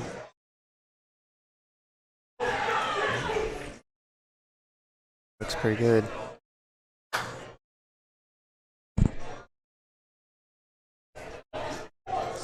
I think these are the ones that are going to make or break a tournament for Ralph. Got to make these. Mm-hmm. Most definitely. As easy as they look, I mean, under the camera and being on the rail like that, if you have any ounce of nerves, those can be a little stressful. Right. Like I said, I think his confidence is jumping up. John's making a couple of key mistakes, that uncharacteristic mistakes, really. Yeah. Oh, Perfecto's putting it on him over there, Philip. Philip just came up to see what the score is, and it's 4-0 Perfecto against Scott. And it looks like Perfecto's got ball in hand on the 4 ball. Doesn't look too tough of an out over there. Yeah, 6 of the 7, I guess. Yeah, getting to this from the 6 to the 7 might be a little tough, but we're about to find out. He underhit that one. Gonna come up a little short. Yeah. An extended rack over there. Ralph is breaking, trying to get on the hill, but if he can win this game, he could see it over there. Oh, wow. Left him a bank shot on the 7. Pretty sure he's going to go for it. And why not? You're up 4-0, right? Yeah. And he made it. Center pocket. I mean, his raw firepower right now. He's always had it. Yep. But specifically lately, of course, I say that. Oh. And he dogs eat. Yep. A good job, Justin. Yeah, it's what I do best. Oh, man. You should just Too comment funny. between racks. We commentate between racks, okay? One here. Ralph's going to get a chance again. Scott left the door open for Perfecto. Perfecto's going up 5-0. Yeah, I think Scott's done. Stick a fork in him. Unfortunately, he's my friend and all, but down 5-0. He's got to dig deep here. The last match he was down 4-1 and won 6-4. Oh, really? So, and sometimes that'll take a lot out of you. Yeah. Grinding and just to stay in it, and then that match takes so much out of you that you're trying, stressful. but he's just not getting there, not operating on all cylinders. Yeah, there's a lot of truth to that. Ralph tried to play a safety here, and I think John's got a kick underneath. I don't think he can slice this in. Well, he tried. He hit it just good enough. Man. He's got it covered up. Ralph's got to kick at this either from the side pocket or from the side rail. Bit touchy. Yeah, it is touchy. Do you come to the side rail just above the 3 with some Yeah, left? with some spin, yeah. So Yeah. you can try to kick it in the corner, or if you hit it good enough, you don't make it and you get stuck behind the 9 ball. It looks pretty steep here, doesn't it? It looks like he's running on a 6. Oh, Yeah. that was a foul falling in. Yeah, he knows it. Yeah, he's a bit too That's steep. good to see. Obviously it was a blatant foul, but Yeah. to see players, own up to fouling is always good. No. Oh, John's going to go for the combo. He says, I don't like the out. Yeah. Well, Too tough to get on the 3 from the 2. Yeah, and on this table specifically. Why not? Wow. Center pocket. What a shot. Stay in the game. We got 3-3, but it's a 3-2 race from here, right? Is Yep. that what I'm seeing? Yep. That's what you're seeing. That'll make it 3-3. Yep. Ralph needs 2, John needs 3, and then, of course, Perfecto's on the hill. Scott's trying to stay above water. Yeah, I've had tournaments like that where you end up losing your first 2 or 3 games in every single match, and then by the end of the day, you're like, God, just Yeah, you're wore out from Yeah. from It's from stressful. trying to focus so much and try to maintain the focus and stay level-headed and try to weather the storm, because it's tough. Oh, look at that. Scott missed the whole ball again. Yeah, I think Perfecto's got him rattled a little too, being up 5-0, shooting pretty good. Wow, look at this break from John. Look at this. Cue ball spins out of the way, got a perfect shot on a 3. That's been the best break thus far. Yeah, well, we got a chance at a break and run, huh? Has anybody broken ran yesterday? Do you notice? Not that I noticed. Or not when off the you were top of my head. commentating? Nope. No. Well, we kind of shouldn't, right? It's 560 and under. Yeah, hey. Now we see a break and run on this table. That means they're shooting good. 'Cause Yeah. again, this is it's 4 not and an easy. 1/8 inch pockets here. Both tables we're watching are 4 and an 1/8 inch pockets. Nice shot. Come down smooth on the 4. He's got a chance. Yeah, but I think might be a he's little- got the wrong angle. I think he's going into the rail, and if he yep. He didn't even try to force it out the rail. He knew he was going to lay up on the rail and just come across for the 5. But again, our dreams are crushed. Yep. All right, I got a question. I got to answer. All right.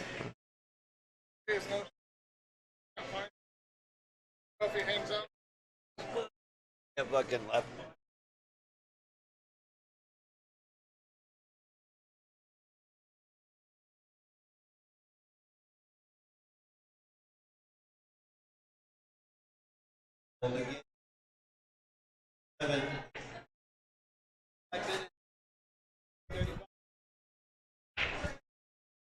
Oh, good shot there from John.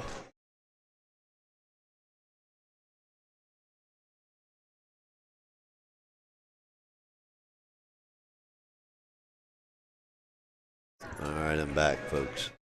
What did I miss now? It's like John's at the table. Yeah, John had a real good shot to get to where he was at. A little steep on the 6. I came up short on that. Yeah. Sometimes all it takes is just a little bit more follow through on your shot to get that ball to turn over a couple more times to get the right shape. Yeah. And we all do it because, again, like you and I were talking earlier, that you're worried about over hitting the ball and you end up under hitting the ball. Yep. Instead of just go ahead and let out your stroke. It was a bit close to that 5-2. Might have just short stroked it a little bit in fear that there's a double hit, even though there was an angle. I think it's always in the back of your mind. Wow, he tried for that. I probably would have went in the side pocket for that 7 ball. Yeah. And just gone off table and come back down. That's what I was Took a looking risk at. with that. Shot a little too firm because I do not want to shoot the 9 from there. Yeah, that's a tough spot. But he's giving Ralph an opportunity. Knock this down and come down table. Win this game and put him on the hill. I'm not saying nothing, Tim. Oh boy, Scott's missing him big time over there. Yeah, he's a bit rattled. Being down 5-0 has got to be discouraging, for sure. Yeah, for sure. John's got. This isn't a hard shot, but it's a tester. You got to come across and not scratch. You know, maybe hit a little bit of English on this shot so you come across the table. That's a Nice. good shot. You hit that nice and smooth. Now you're on the rail. Yep. John Brutal. doesn't seem to be afraid of anything, really. No. I mean, even when he misses, it doesn't seem to rattle him too much. Well, he's been playing the game for how long? Uh, No, John's a great guy. He's actually one of our sponsors for the Southwest Championship Tour. Qualtech air conditioning and heating. Yeah, I think he did Peter's AC, didn't he? I believe so. Great guy. Loves pool. Can't do it as much because he's got a family, grandchildren, and loves his grandchildren. I think he still has a house in Oceanside, Yeah. where he's from, but just all around great guy. Never really hear any issues, you know. He never really complains. Yeah, this is really up his alley, too. I know. Well, he loves 9-footers. Yeah. He relishes anytime I have put an event on the 9-footers, he's trying to get in it. He'll come up to me if I come up for a league or something. I'm like, man, I really wanted to play that, but I just couldn't do it. Yeah. And it's great to see, you know. That's what I love about pool. You can be 64 years old and still be competitive. Even Yeah. if this is a amateur tour, I mean, you still, like he said, he's competing against the younger guys that can play for longer hours. Yeah, it's not much of a game of fitness, really, either. I mean, the long days, for sure, but not so much a strength advantage, either. No.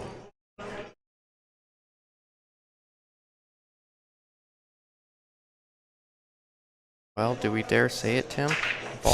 No, I'm not saying it this time. You can say it. He's got a great. I tell you what, he's got a great break right now using the magic racks, the turtle racks. Yeah, it wasn't quite like that earlier. They were struggling to make the wing ball. I think I don't know. I think they figured it out or something. he did for sure. I haven't seen Ralph. Now he's a little as off consistent. angle. Got to force this ball. Plus he's jacked up. That's not good. See? Oh, yeah. What do you say? Love that 9 ball. All right.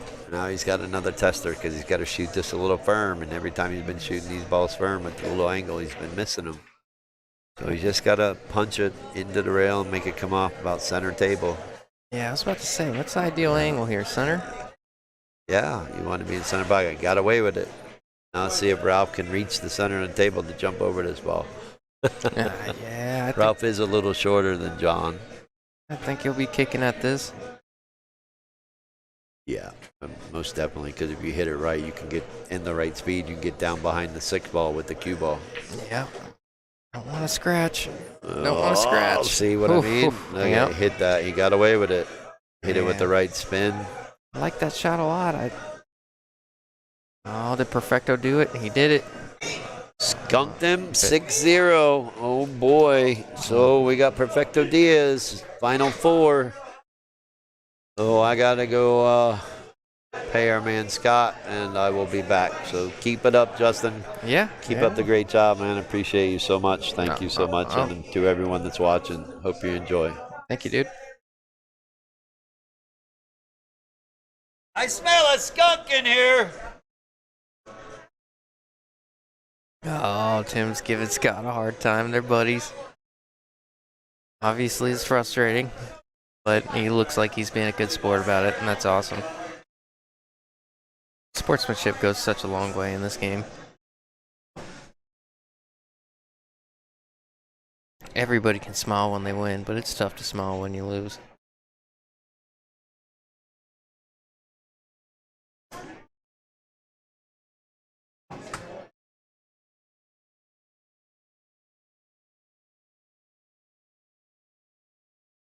The 6 isn't ideal for John. Yeah, he's almost got to get down all the way to where the spot is to get a good look at the 6. So he's got a little angle on this 4. I think he can go forward with it, but that's asking a lot. I think it calls for a touch of inside.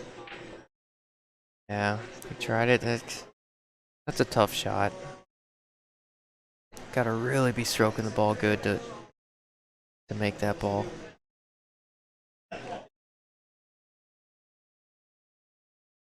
See what Ralph's got here. Prioritize the hit. Coming short is the absolute worst thing you can do. Even if you go a little long, you can play safe on it.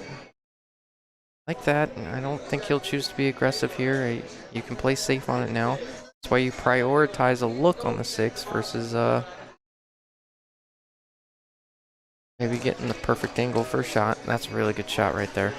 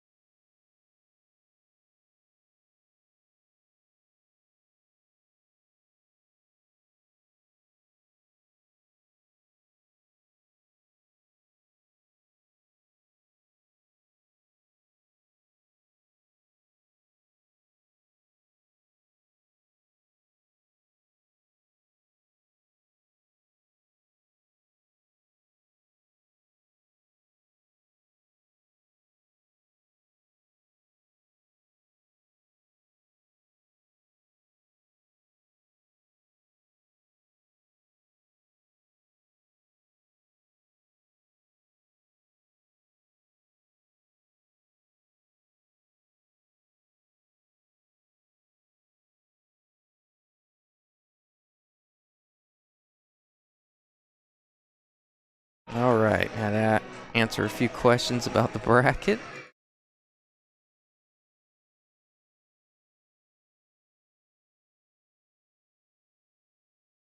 Roger, this is Justin Ray. I don't believe I've met you before, but I'm just a local rail beater out here. Love Tim does run good tournaments, Randy. Oh, Ralph had a really good chance to get up, put himself on the hill there. What's up, baby? He had a really good chance to put himself on the hill there. He is only going to 5, and John's going to 6. Don't know if the moment got to him there. He was heavy favored to make that ball. John put a little bit too much on that one. He can't go on the side anymore. He would have liked to come up and down. Maybe he caught that ball a little heavy. Would have really liked to be able to take the 9 on the side. Oh, what a great shot. Didn't think about it twice. Great shot from John. That gonna put John on the hill. That one's something that's gonna be difficult for Craig, or from Ralph. Is gonna, he's gotta have a short memory. He's gotta forget that happened if he wants to put himself back on the hill.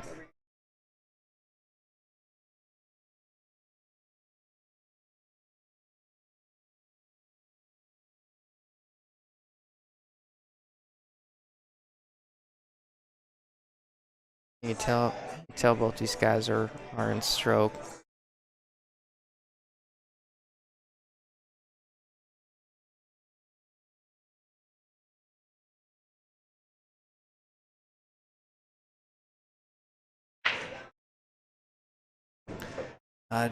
John's break has improved drastically. He really wasn't having a lot of success making a ball on the break, and in the last few, he's probably making 2 on average and getting a look on the 1.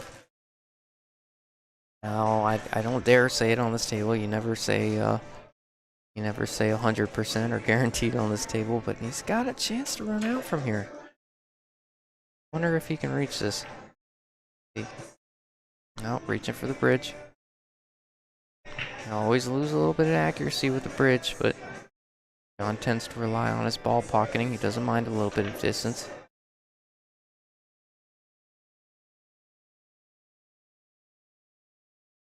Got a good chance here. If he gets on the 6, the whole rack will come down to the 6 from the 6 to the 8. Really keeping up a good pace around the table. He's feeling good. I think he can see the finish line. Oh, ho, ho, ho, ho, ho. Point actually really helped him there. It looks like the first break and run is going to be when John's on the hill. What a timely break and run. Oh, man. Oh, Ralph will be upset about that one. He had a really good chance, and that one miss cost him 2 games. He could absolutely turn that around. Anyways, good shooting, John. He's really rifling, man. We got a lot of firepower left in this tournament. John Sanchez is making pocketing balls really well. You got Perfecto pocketing balls really well. They have similar styles. Philip is a touch more deliberate on the top side, playing with John Driver, who is also on the top side. I would say John Driver is the most deliberate of the bunch. Contrasting styles on playing for the hot seat. Don't know if that's next or if I'll have to ask Tim, but we will be back shortly, probably about 5 minutes or so. So, see you soon.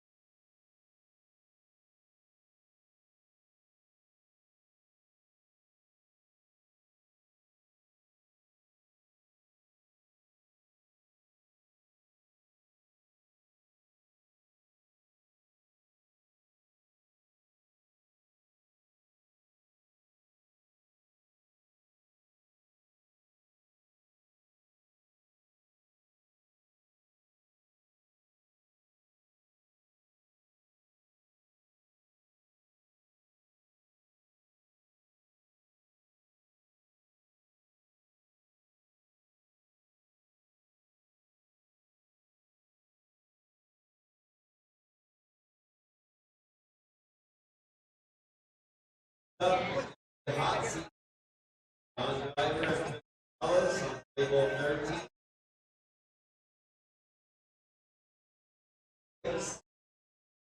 And on table 12 is Perfecto, John Sanchez.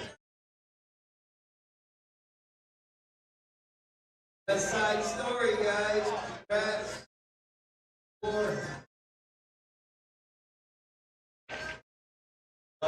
Well.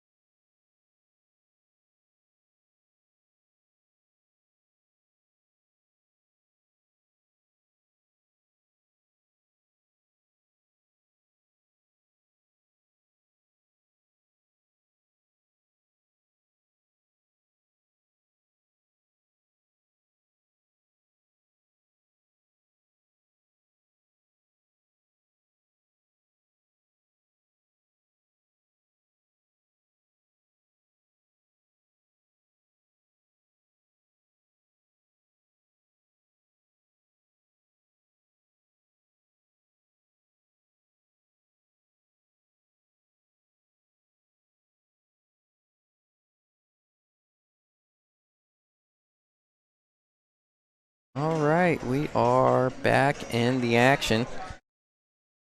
So we are down to the final four. So what you're seeing play on the main table here is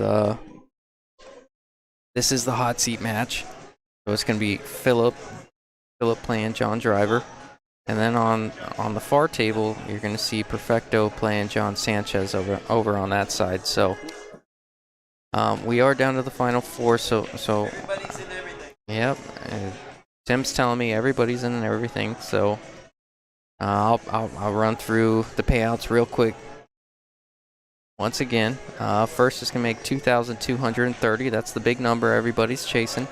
Second, $880. Third is $550, and fourth, so fourth would be the loser of the far table, is gonna take home $400. So that's pretty cool. So the loser of this is gonna play. The loser of the main table is gonna play the winner of the far table over there for second, third. Yes, sir, buddy. I'm back. Things right. are going pretty good. So we're going to see some really good shooting right here. These guys have been on fire all weekend. That's why they're playing for the hot seat. Yep. And someone is going to take home $2,230 out of one of these four players. Yeah. And we still got... Oh, no, Ralph just lost. Sorry. Yeah, I got fifth, sixth, but still, 466 getting fifth, sixth. That's pretty good. Did you get him to force a smile out for the picture? Oh, no, I got to go pay him, too. Oh, well, he can wait. Yeah. He's got money to spend. Yeah, He'll hang around for a little bit. Yeah. That's cool. I'm sure, despite him losing, I'm sure he's pretty excited about his happy. performance. I'm guaranteed he's happy. Yeah. So Philip broke. Did he break dry, or he just didn't get a good shot? Philip broke. I believe he made the wing ball. Looked away for a second. He broke, made the wing ball, and missed an opening shot trying to force an angle on the John's two. running out. So I believe John's been running out from there. John. Yeah, I've said it before. John's playing just as well as anyone. The most deliberate of the players left. You got a lot of firepower out there, and Perfecto and John Sanchez. They like the rifle balls in, but Oh yeah, it's going to be exciting over there too. yeah, Especially after what they just both did. John breaking and running to win his match, and Perfecto winning 6-0 to win his match and firing balls in. yeah. What do they say? What happens when an unstoppable force meets an immovable object? I think that's what's going on over there. That's a fun one. I suggest you. Oh, well, the beauty of it, all four of these guys are great competitors, and they're actually friends. Yeah. You know, they played against each other on Champions League on Wednesday night for so many years, and it's just a good group of guys that are in the winner's circle. Oh, yeah. Or Final Four, I should say. But, yeah, it's good. Good to see when the hard work and effort pays off. Yeah. You know, Perfecto's been in here practicing too. You know, John, he doesn't get to practice much, but I believe he still has his table at home. And it's just nice to see some good pool. Played by good people, you know. Pool is played by ugly people, they say. But not these Final Four. Yep. No, they're all good guys. I like these guys a lot. So John takes down the first game. Takes a little thunder away from Flip Salsa. Yeah, did he? He got out from there, didn't he? Yeah, he did. That's what I was saying. Philip broke. I didn't know if he broke dry or made a ball. I kind of looked over and saw him, but I'm gonna step away for just a minute. I'm gonna go pay Ralph. Yep. I think Tim said it really well earlier, but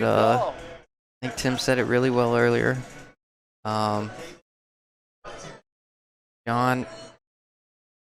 Contrasting styles here for sure. Now, don't get me wrong. The players over there on the far table, playing for third, fourth, those guys, bit more gung ho. Don't mind rifling balls in. Phillips a touch more deliberate, and then you got John Driver, who is the most deliberate probably in the field. I mean, he's really focusing on shape. He's got a great break behind him. I was just about to say that as he broke and made two balls. Made the wing ball. Looks like he made the one in the side as well. But contrasting styles for sure. I love these matches when you got two different styles, but Fargo says you're rated the same player. So sometimes you get to see where those numbers mesh.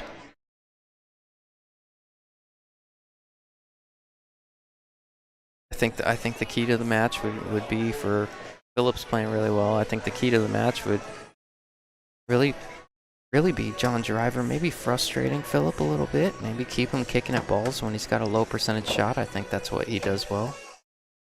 And Philip, I think, really just relying on his stroke and his ability to get out of those 4, 5, 6 ball outs, which he's extremely capable of. That's why he's here. But I know both these guys really want it. Tough competitors here. 3 of the 4 guys left, I know, because I've golfed with all of them. 3 of the 4 guys left, they're at least, they're all friends. I mean, all 4 of them are friends, but 3 of the 4, they go out golfing pretty consistently together, and they're a fun group of guys, for sure.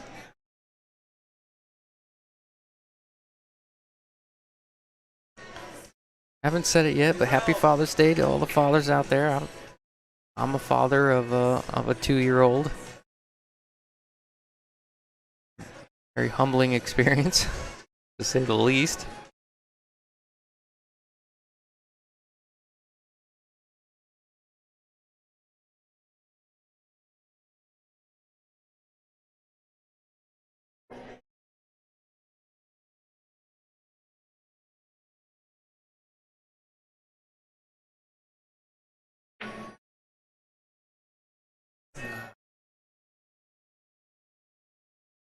Oh, that's a good shot there from Philip.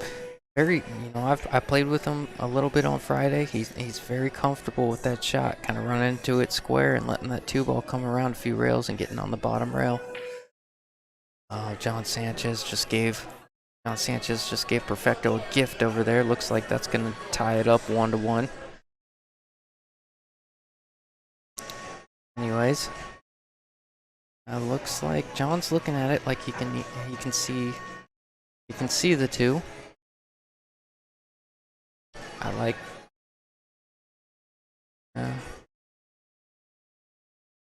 Oh, that's a good shot there. I think he got him with the 6. Relatively easy hit in the jump. Philip might be able to make it. He's looking at it like he can cut it in the side. Yeah, that's what he's gonna do. Yeah, you can see this ball. Looks from here that he's hooked, but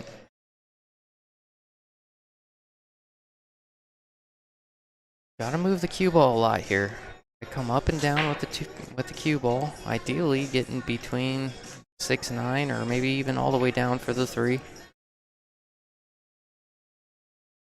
Prioritize yourself a look on the 3. Nothing worse than having to kick at the 3.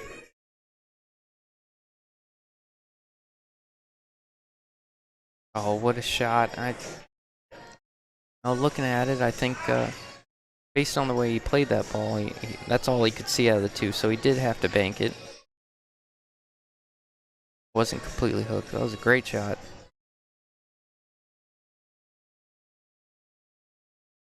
Yeah, he probably did.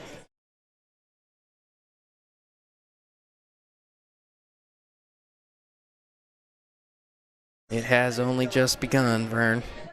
Hey, I really appreciate I really appreciate you. You're always so nice, and you have so many compliments for us.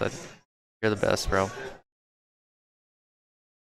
The whole Zelle department, that would be Peter's department. I don't. Shoot, you're lucky I learned how to turn on the laptop when I got here. But I appreciate you. Who you appreciate? Vern. Vern Jones? He's always coming with the compliments. Yeah, buddy. I hope you're doing well.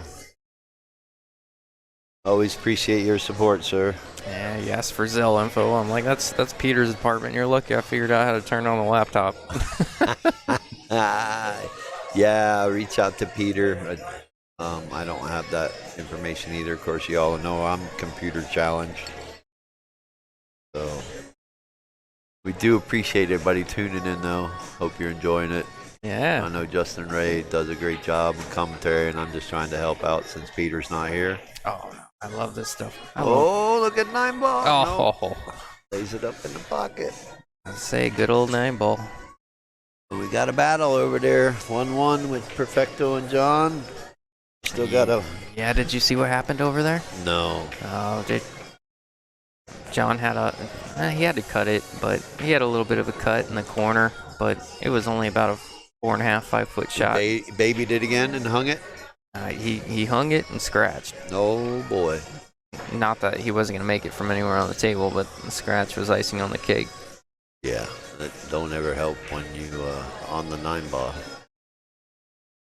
Oh, Rector's not making them so much now. Right now, he was rifling them in earlier.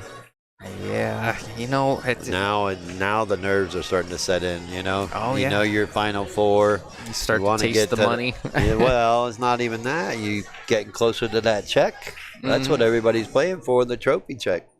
They don't care about the money. I'll tell you what though. I think Vern, I'll go through that in a second, but no, I will say I really respect what you do with the 650. Well, I mean you've done it with this tour too, but what you strategically as a tournament director, what you generally end up doing is putting the big check right next to the stream table, and then every time they're shooting, they can see it in their peripherals, and it messes with them a little bit. Because as much as the money means something to them, I promise you, yes, the money's great, it's awesome, but that They want that check. That man. check they want is that everything. trophy. That mean you're right. It means everything. That check is everything.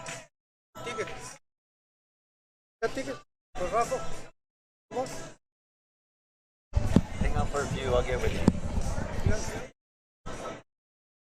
Vern says, you and Peter are great. Tim, I'm working on it. Oh, great. Thanks, Vern. Uh, All right, I got to step away again. all right. What? Oh, Ernest, what's going on, man? I appreciate you, bro. Yeah, being a dad is a blessing in disguise for sure.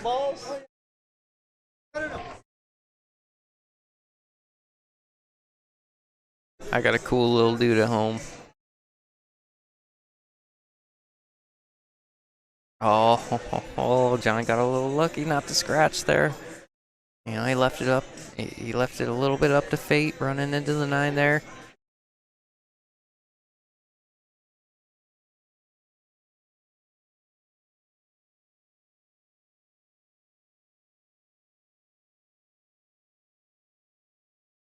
Oh, good shot, good out. That's gonna put John up 2-0.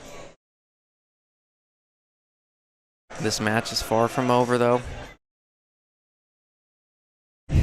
Tim sharking you. Yes, that's what Tim does best. We love you too, Vern.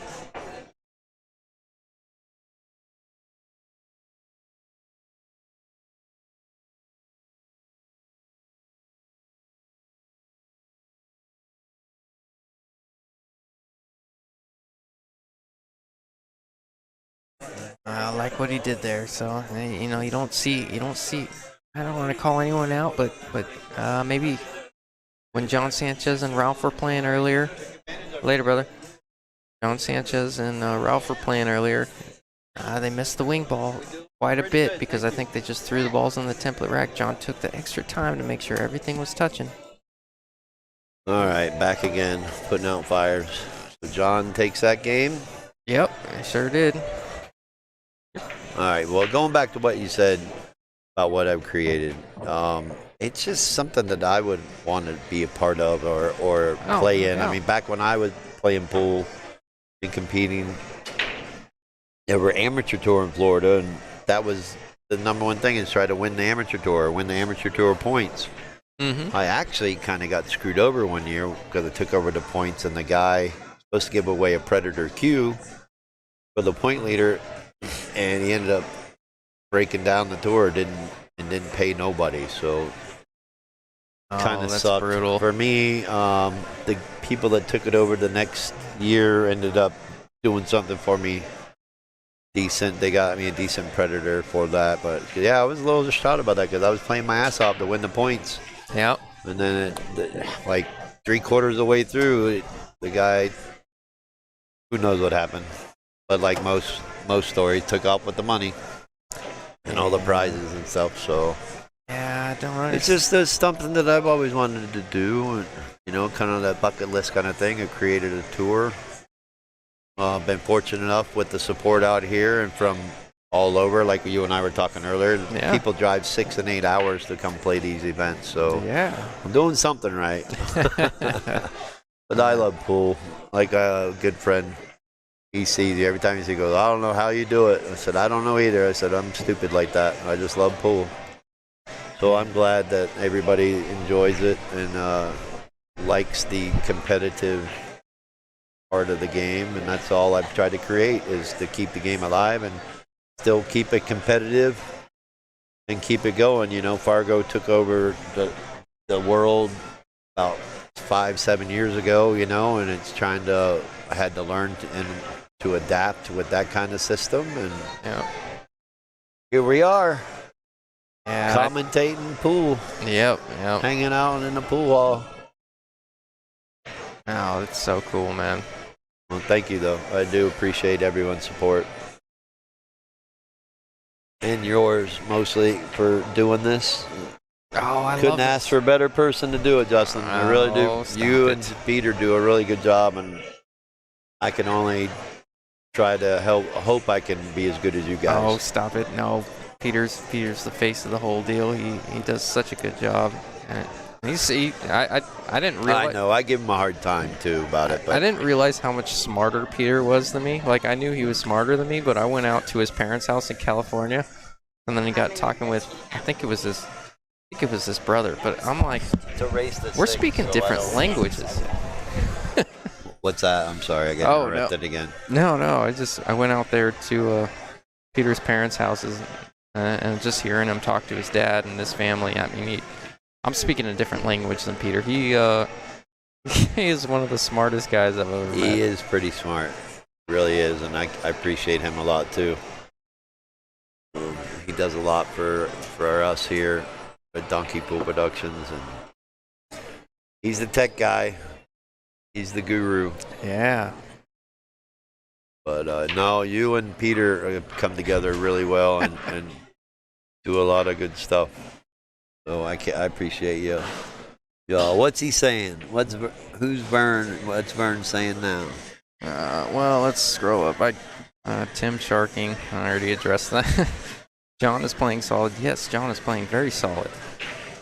John's playing as good as anyone in the tournament. Sorry that happened to you, Tim. Yeah. Well.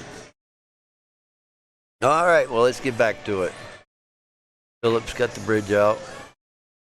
Justin does a great job. Have you ever noticed no one ever practices with a bridge, and they need it at the most critical times in the game? I know. And they end up miscuing or doing something like that. And we got Miss Sullivan in the house. Snap. Back from their trip, her and Mandy. So it looks like the party just got started. Yeah.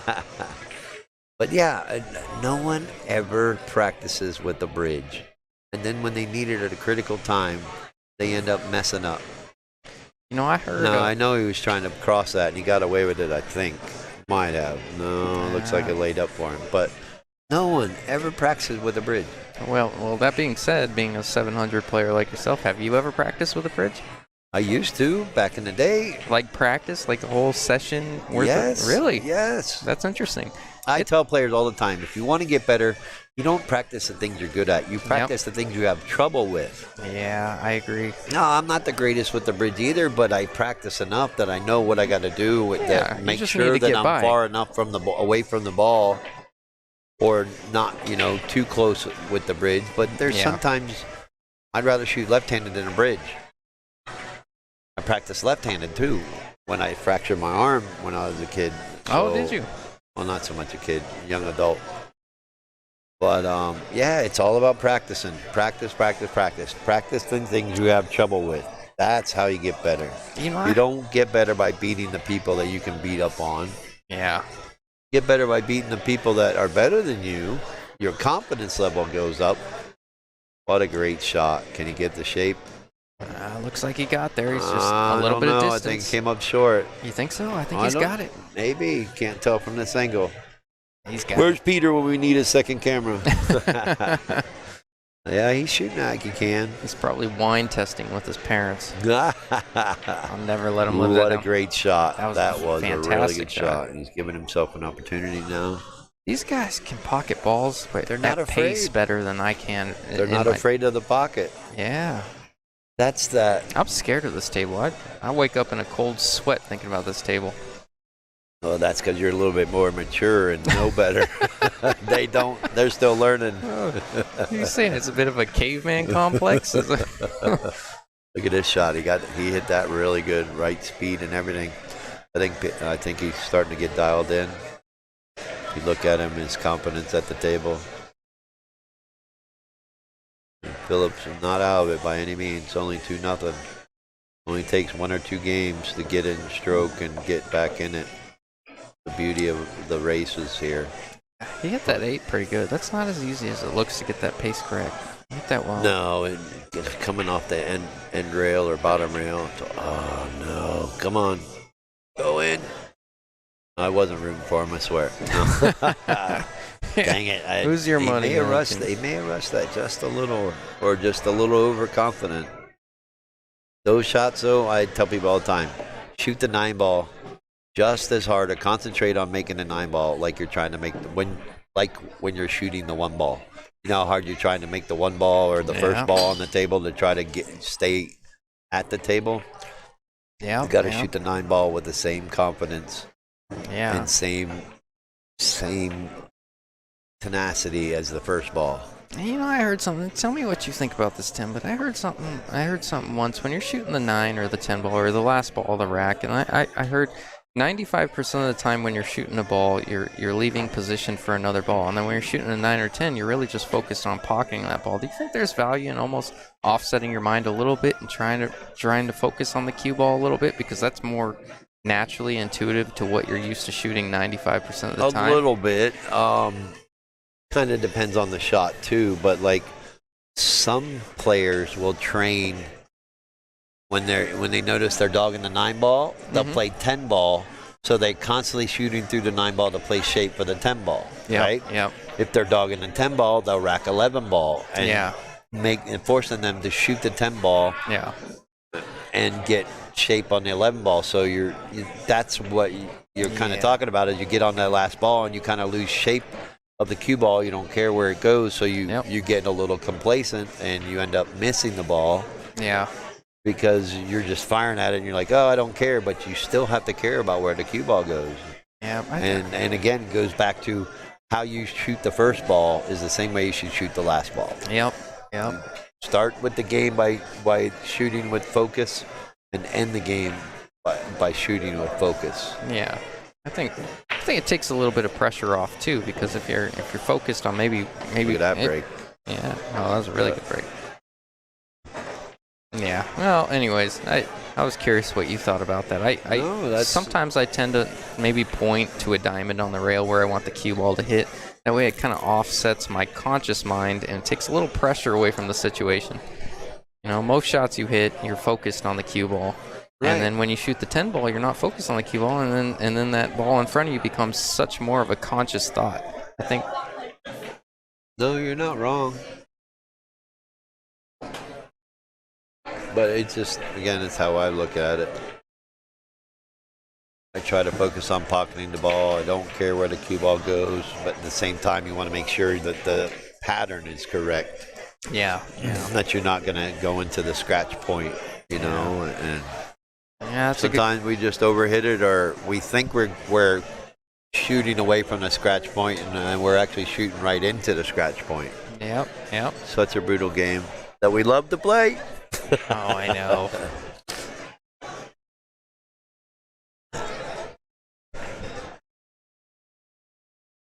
Well, hello, Casey.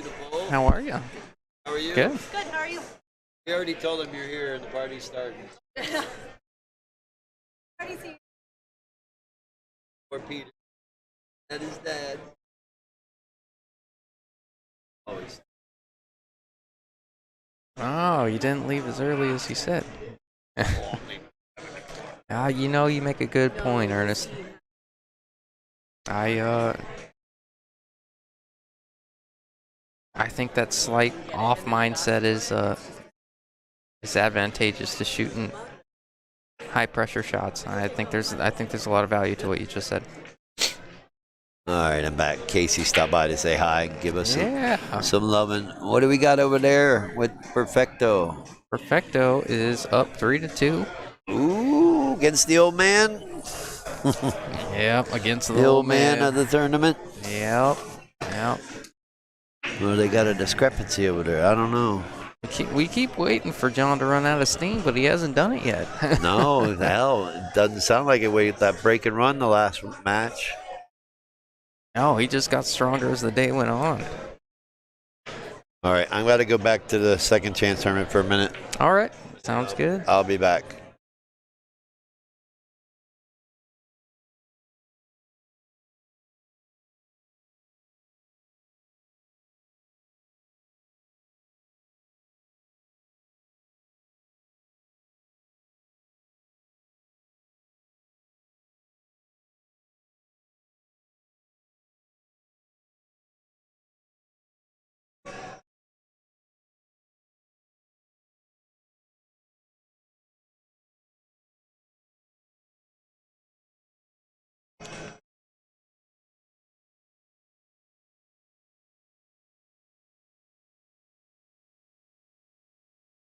Oh, that's really nice. I'm going through the comments. That's an MJ toy. I just asked Tim about it. He said that's Marcus. I'm like, oh shoot.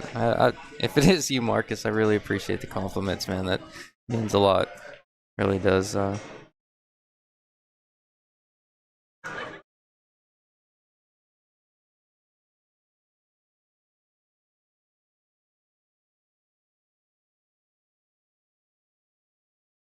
Philip really has to do something to get himself back in this match here. That missed 9 ball was critical. That's the difference between 3-0 and 2-1. We talk about it all the time. We sound like a broken record. I know, but you got to think of almost every game as a 2-game swing. 3-0 to 2-1 is a completely game-changing score. But I will say John's playing really well right now.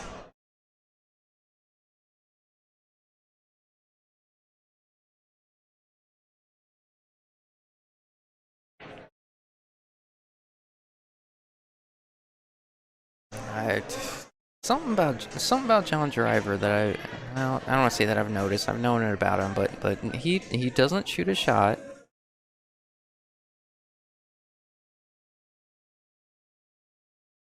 He doesn't shoot a shot until he's 100% certain of the pattern that he's going to play. And I love that about him. That's something I've personally worked hard on in my game.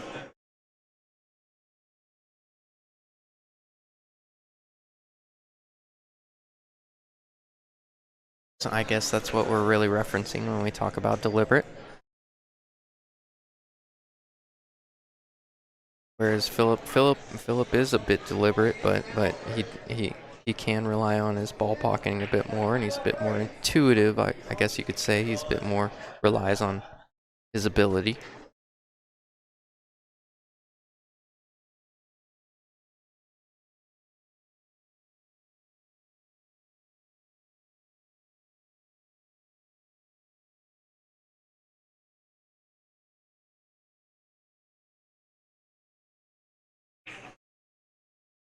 John is definitely capitalizing on Philip's misses. I agree 100%.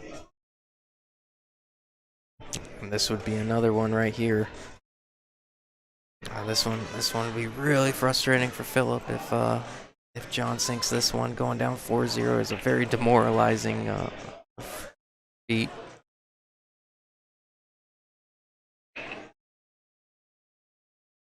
Hit it good. Oh, Perfect. boy. I'll tell you. I think we're seeing a guy that's going to take the hot seat Yeah. right now. As much as I want my boy Philip to win, he's going to have to earn it. He's not going to get it given to him like he did the last one. Have you seen a lot of John Driver's game, Tim? Because this is the best. I play on Monday nights against him sometimes for the Monday Night League at Metro on the 9-footers. Hey, would you argue this is as good as you've seen him play since you've known him? I really do believe he's always been a good player, but he's been most consistent this weekend, for sure. He's got a good break too. He controls his that's rock. Everything in this tournament right now, especially from here on out. It's all about the break. Yeah. Hey, watch this break. That 3 ball's going right in the heart. He's not hitting it too hard. It's almost a controlled break. Yep. He's making 1-2 balls. Yep, 3 balls going right in the heart of the corner pocket. And he doesn't overamp it. He doesn't lose his cue ball. You'll never see him scratch on the break. He's hitting the 1 square. 3's going right in the corner. And then more often than not, he's getting a look on the 1 and taking control of the table. Yep. 3, dead heart. Nope. Well, he's practicing up with the magic rack. I mean, look at that. 8 ball. Yeah. Got a shot on the 1. I mean, that's what you're supposed to do. Guys gave me all that flack for when I broke and ran a bunch of racks with 8 ball with the magic rack, but I practiced for 6 hours a day to get that break. Well, Tim, you know, what was it, a 7-pack? Let's be honest, man. You have to make all those balls for 7 racks. You're downplaying it, man. No, look, it's all about the break. But for us, my point is, if you put the time and effort into the break just as much as you're playing, you'll get these kind of results. Yep. And this is why he's at where he's at. Probably most of it because of his break all weekend. You know, it's been magic rack. I did that for a reason, to help speed up the game by making balls on the break. Give these guys an opportunity to feel what it feels like to break and run. Yep. You know what I mean? Yes, this is an amateur tour, but nothing says that they can't break and run. Yeah, these tables specifically. You know what I mean? And do a break and run on this table, 4 in an 8-inch pocket, that's a great accomplishment. Even if he doesn't win the tournament, he can say, yeah, great. I broke and ran on the tight table, on the pit table. You know, that feeling alone is just a great feeling. What keeps us playing this stupid game. Oh, it's so stupid. So stupid. No, it's a great game, but my new philosophy, it's a stupid game we try to have fun at, because the stupid stuff that happens, especially in 9 ball, the crazy rolls that happen is just when you think you've seen it all, something new happens, and you're just like, what? Yeah. Well, how did he miss the ball over there? Yeah. You know what I mean? Perfecto just had a nice shot.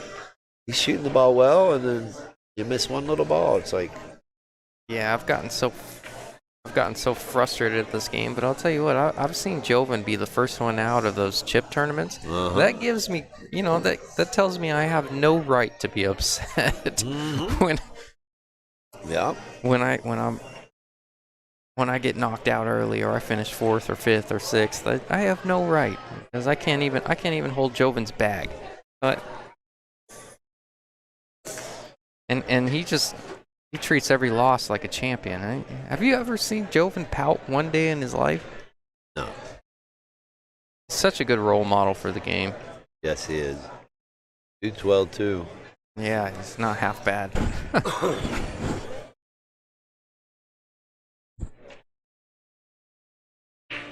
think Philip played safe here, didn't he?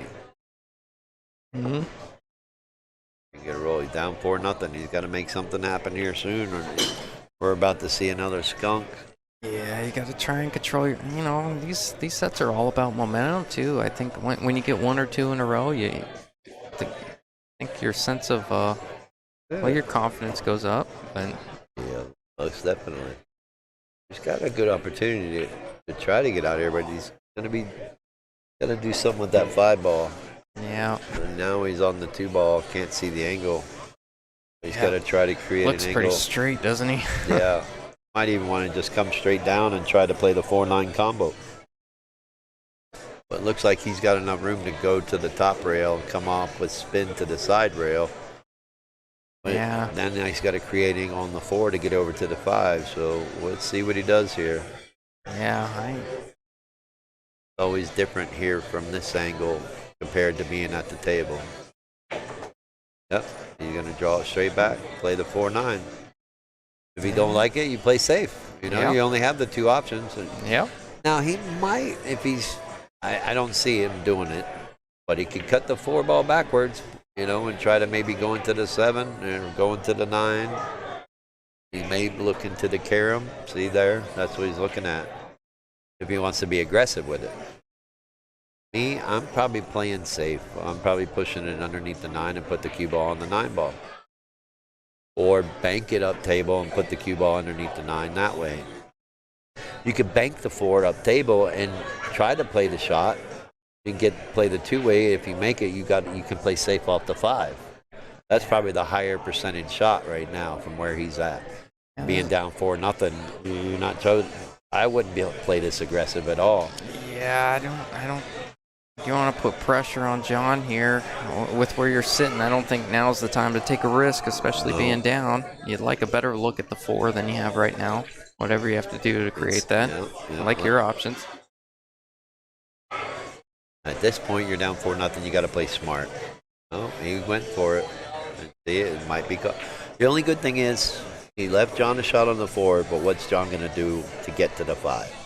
Yeah, there might not be a ton If of he value do it, even I don't think making he the can. 4. I don't think he can put extreme English on this inside English and cut the 4 enough and come back over and bump the 7 out of the way. Yeah, I think he's got to hit the 4 too full for that.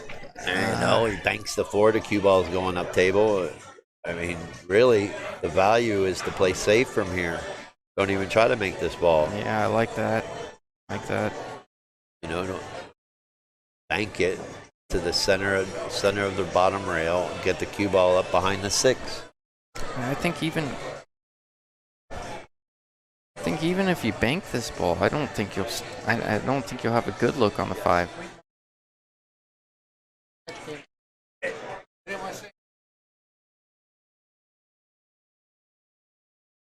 Looks like Tim's gonna leave me for a minute. Let's see what he does. That's a great shot. If he gets beyond the 6, that's an incredible shot. There was no value in making that 4. You weren't going to get a good look on the 5, and even if you could see a sliver of the 5, you really couldn't play safe on it, I don't believe.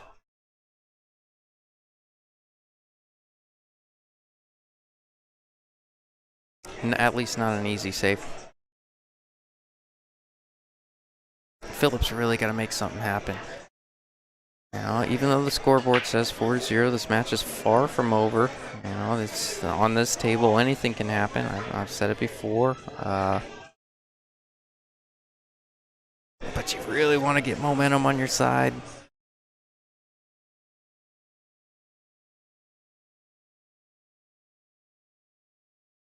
Now the 5 is still in a pretty tough spot. In a very tough spot, put lightly.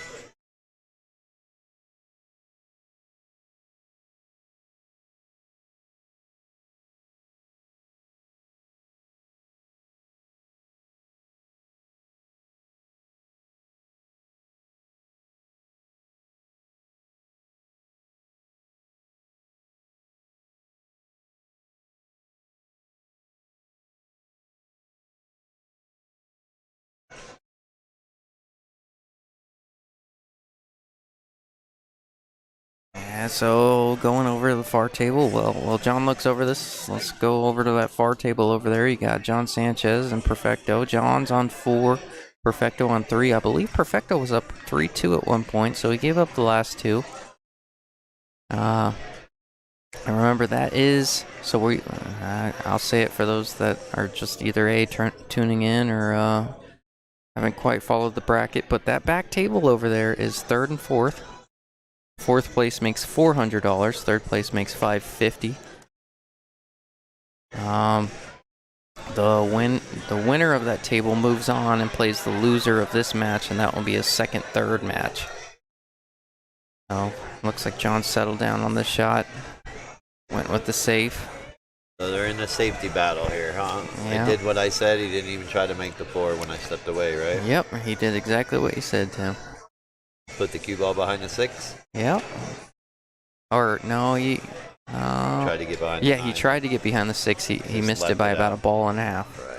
But it was a good shot. He left it right on the middle diamond. Battle because neither of them want to make this 4 because you got nothing to do with the 5. And I hope neither of them messes up like this. We'll make it in the side and get shape on the 5. Yeah. I mean, neither of them are gonna until they get ball in hand. But I think might even see a 3 foul in this game because of where the 5's at. Yeah, I almost think if you can find a way to get that cue ball under, you can play a pretty good safe on the 5, right? Well, right now, I would push the 4 up to the middle of the end rail and try to get the cue ball to come down and bust those balls up. Not bust them up, but lay up on the 5-7 and nudge it apart a little. Yeah. You know what I mean? Looks like John's taking on I would the even combo bank it. here. I would even bank it and send it down to the middle above the side rail there, above the side pocket, and use the 6'9" as a blocker Yeah. and still try to break out those balls. There's no value in this. Look what he just did. He just punished himself for making that combo. Yeah. If you're going to attack that combo like that, you got to hit it firm so the 4 ball rolls out. Now he's forced to get a hit here. Yeah, now he's hoping that he can get a good lay and not break up the 5-7. How many times you kick at a ball and you don't want to break something up and it breaks it open and leaves the guy dead out? Yep. Yeah, he's in tough territory right now. Most guys probably just kick at this really hard and try to shoot the 4 into the 9 and make the 4-9 combo down in the corner. I know you would. Oh, I would for sure. My natural instinct is to hit it hard and create separation between that 4 Look and at 9. this. Look at this. What did I say? Oh, you said it. Call it. That's the difference between 700 and 625. I would have powered that ball though. He called it. That's the problem of what he stuck himself with that 4 ball behind the 9. Mm-hmm. And then the way he kicked it to 4, he's giving Philip this opportunity, which is what Philip needs. Oh, Perfecto's got a good chance over there. The score. He's down 3-4, but Perfecto's got a good chance to tie it up. Oh, he moved that 6. Yeah. You really want to leave that 6 there. Yeah. Philip's got to be aggressive here. He's got to make this combo if he wants to stay in this match. Yeah, it's going to take a few of these shots to get himself back in it. He knows he's at a disadvantage, and being at a disadvantage, you got to come with it. Well, not about harder. Well, Like safe behind the 7? Yep, just bank it up table, put the cue ball, make sure you put the cue ball behind the 7. Don't care where the 4 goes. Yep. Other than in the pocket or hang up in the pocket. Play it smart. It doesn't look like it on the screen, but Philip does have a full 4 here. He can hit and stop it on the 7. Oh, yeah. I think he's going to he's thinning it. Yeah, try to put the 4 behind the 7. That's okay. If he gets there, I think it's a touch It's more not bad, productive. but here's the problem. Now he's giving John an opportunity to be able to play a better safe. I don't know, better safe, but he can play it safe. Where if he puts the cue ball underneath the 7, doesn't matter where the 4 goes, but forces him to kick at the 4 ball. Yep. Now he's got a better chance to get ball in hand. Here, John could come with a good shot and force Philip to kick at the ball. Yep. So he was a little wrong with that. But that's what he felt comfortable with. When we do that, I even do that sometimes. I'll shoot the wrong shot because I feel more comfortable shooting it that way because I think I can play the right speed. But then again, this is why we're sitting over here. Oh, right. Us amateurs. Yeah, right. So it keeps us amateur status. All right, we got a ball game over there. It looks like 4-4 now. Race to 2 for a whole lot of dough. I think $150 more, right? Yeah, well. So fourth's getting 400, third's getting 550, second's getting 880. So that's a $150 race to 2 right now. Yeah. That's the other thing that these tours create is once you start getting up at the top, you get down to where it's one game for it all, $1,400 match, What is this one? This is $1,450 between first and second? No, $1,350 between first and second. Yeah, I'd say the difference, and that keeps them from splitting. Yep. Make them play for it. They want the check anyway, so that's the other reason why I created that. So it kind of stops that splitting aspect. Little weekly tournaments. It gets late, 1 o'clock, 2 o'clock in the morning. Yeah, go ahead and split. That's not life-changing money. Not that this is life-changing money either, but $1,000, that's someone's rent, right? Yeah. Oh, look at this. Well, he tried to be aggressive too because he didn't know what to do. Well, Philip's on to slow roll it, so Philip's got a chance. This is one of the best chances he's had since he dogged that 9 ball. Yeah. But again, you make it so where these guys play for it. Get your heart pumping. I love that. That's the pressure we all play for. That's the cool thing about these events. What do you mean? Giving us amateurs a chance to feel the pressure of what the pros feel like sometimes, man. It's amazing. Getting to play for a little bit of cash. Yeah. You wouldn't normally get to play for. Mm-hmm. That's what it's all about, really. That's why the amateur scene is so big out here. I mean, it's just. Oh boy. Oh, Stick a fork in him. yeah, Philip seems a bit discouraged from how things have went so far. I think what Philip's going to have to do is lick his wounds from this match, get a little rest up or something, maybe get a little food. Yeah, look at him. He's kind of over there like, what are you doing?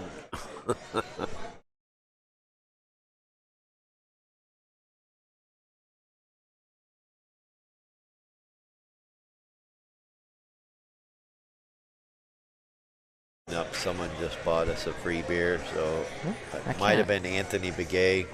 Came and picked up his case that he won. So that was you, Anthony. Thank you very much. Do appreciate it. John's got a chance to get on the hill. Yeah, looks like he's going to do it, Tim. He's going to get on the hill, and we might see a 6-0 skunk. I think that would be the first time on this table too all weekend. Yep. John wants it. You can. Well, John did it. John did it to what's his name? Wes. What's his name? Wes. Wes Smith. Oh, the first match. The first match yesterday. Yeah. Okay. Well, John's not. Nothing wrong with that. All right. Are we going to see the greatest comeback on the stream table here, or is it going to be over in the next game? Or the biggest sweep. Yeah. Oh, Philip's looking at his phone. Yeah. I think he did the score. Yeah, Going to the bathroom. Yeah. There he goes. Watch his That's face. what you know what? Honestly, there's been times where I've been down like this too. I'll go in the bathroom. I'll throw water on my face. Yeah. You know, to kind of cool my body temperature, inner core temperature down, and I'll just look myself in the face and say, "What are you doing? Yep. Why are you even here if you're just gonna play like crap? If you're gonna dog it, then just go home." Yep. You know, you basically got to pump yourself up sometimes. You know, you have to do it. Yeah. Yourself. Go in the bathroom, look yourself in the mirror, and say, "I came here to win. Yep. Not do this." Wouldn't be surprised if there's a broken mirror in there when we come back out. No, No, we've not all like that. But no, honestly, no. when you're dogging it and you're digging deep and trying to figure out what's going on or what's going wrong. You just take that little 5-minute break to go in the bathroom, throw some water in your face. Yep. Look yourself in the face and tell yourself what you need to hear, whatever it is. Me, I like to say over and over and over, I came to win. I came to win. Yep. I just start thinking that. And that helps me get that confidence to start making balls again. And oh my goodness. What happened there? Well, he didn't want to be there for the 9 anyways, so it looked like it's a team effort over there right now. Yeah. Perfecto just gave away to get on the hill. Oh, now right John's back at you. Uh-oh. The pressure, man. The pressure's starting to set in. Yep. Getting closer. Don't worry. We're talking mad shit about you. It's gonna be the greatest comeback or the fucking quickest skunk. I'd yell at Philip, I'm like, hey, we're talking shit about you. It's going to be the greatest comeback on the stream or the quickest skunk? He's just laughing. He's having a great time, though. That's the great thing about Philip. Yeah, he's always having a good time. They are battling it out over there for that hill. They want to get on the hill, and they just can't make that 8-ball. I don't think that 8-ball's any easier either.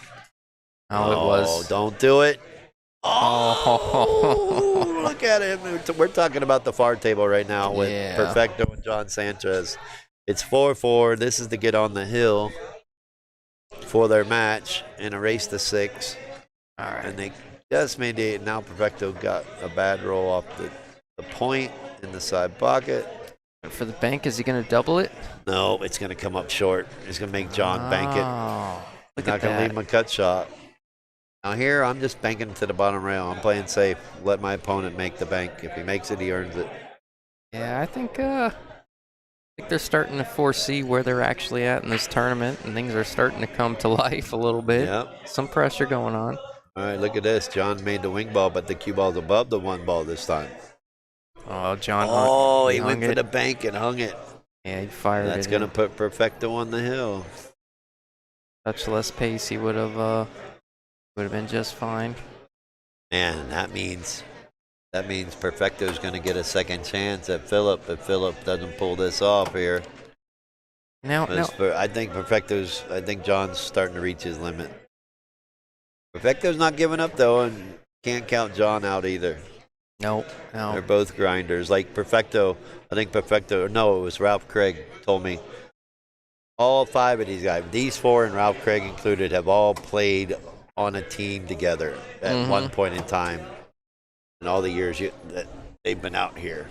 And that's just great to hear, actually. And that's what I love about the Arizona pool.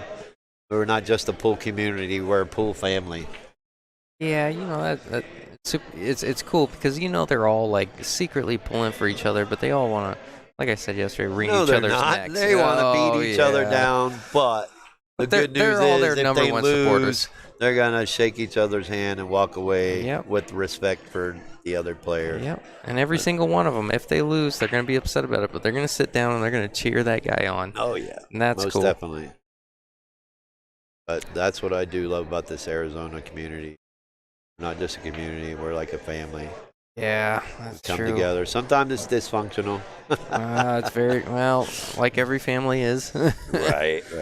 But it's great to see when someone's in need, we come together, we pump each other up, help each other out. That's what it's all about, kind of. Now, do you have a similar mentality to me, Tim, when it comes to this? So Philip's down 5-0, and when I get in a situation like this, I recognize that I'm at a pretty extreme disadvantage. I'm one bad roll or one bad shot away from losing the set.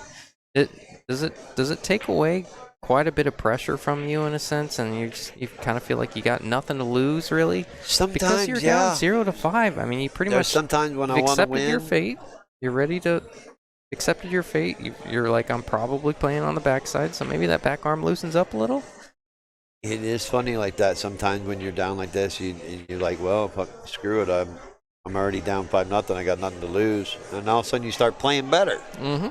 Because you get in that situation, you start getting loose. You don't put that pressure on yourself that you got to play perfect. Because like you just said, if you miss one bad shot, one bad roll could cost you the set. You're like, Yeah. And you don't start thinking about that. Yeah. Most of the time, even early in the match, you're thinking about trying to play perfect, trying to get that first game win. Oh, yeah. Get that second game win. Competing head-to-head, thinking that it's going to be a tight match, and now you're down 0-5. I kind of think that his back arm's got to be a little bit looser now, thinking, I got nothing to lose. I've always gotten a situation like this to where it doesn't really matter anymore, but at the same time, you still got to focus. So I just go back to just pocket the ball. Pocket each ball. If I can't pocket it, I play safe. And just take it from hope you can get another chance, at the table. Like Philip has right now. Yeah, a lot of times. He's got to come with shot, and that's the hard part too. Is you get in a situation you're down 5-0, and you're making ball, but you're not getting perfect shape or more, the comfortable shape that you're most comfortable with, and you got to make some shots. You got to come with it. But each time you do, that builds up that confidence. Don't do it. Oh no! I think that's going to seal it for Philip right there. Yeah, I can't do anything else He but laugh. hit that ball a little soft. I think he should have hit that ball a little bit firmer to get all the way down to the bottom rail or top rail and get underneath the 8 to come down like John's getting ready to do right now. Yeah, if he would have done that, he wouldn't have scratched in that side pocket. Yeah, I think you're right. Maybe a touch tentative, just the way things have gone. Yeah. Yeah, again, he's kind of taken himself out of it already. Yeah, I think. As much as he wants to win, I think he just kind of said, well, when I'm chalk it up or loss. I'm still not out and move forward. Oh, look at that. Oh, my goodness. Yeah, when I'm in the... I think we're starting to see it again, a little bit of pressure, knowing that you're about to win the hot seat, and mind starts racing. Yep, sure did. You can't chalk that off to anything else. That was a bit of lack of focus from either adrenaline or something else. But we got the Mr. Jack Circa can't bank a ball straight back in the house, watching over our shoulder. Yeah. Come on, Philip. Yeah, when Don't go down 6-0. Yeah. You know, when I'm in Philip's situation too, I like even if I feel like I'm gonna lose or I feel like there's a good chance I'm gonna lose, I do like to try and put a few racks together so I can come into my next match with some momentum. I make that point quite a bit, but that's something that I think it's good for your confidence. All righty. Fired it in. The comeback is alive. Yep. Philip's smiling a little bit. He's like, all right, I got one. I'm All alive. Yeah, you'd really like John, he stole that one because John should have sealed the deal on that one. I'm going to step away for just a minute. All right. Yeah, Philip would really like to put up a crooked number right now. 5-1. Sweet. Let's go. Jack Circus step in with you for a little bit. Oh, that's cool. What's going on, kid? How you doing, man? You know, I gotta tell you what, I gotta make my way up north one day and maybe do a little camping and come see you. It's been too long. I mean, you're really the reason that I'm into this game. I'm not gonna give too much of a background about myself. I don't like talking about myself that much, but I was a golfer before I was a pool player. And oh yeah, I was a golfer before I was a pool player, and then after a rounds of golf, me and my buddy would go down to the bar and have a few beers and shoot some pool. And then Kit was so nice to meet me and teach me a few things and introduce me to League. And it was never a passion of mine. It wasn't something that I wanted to do, and I fell in love with it. And I got decent at it. Not good. Decent. All right, Perfecto got an extension out. Looking like John hung up the 8-ball. Perfecto has a chance to put him away.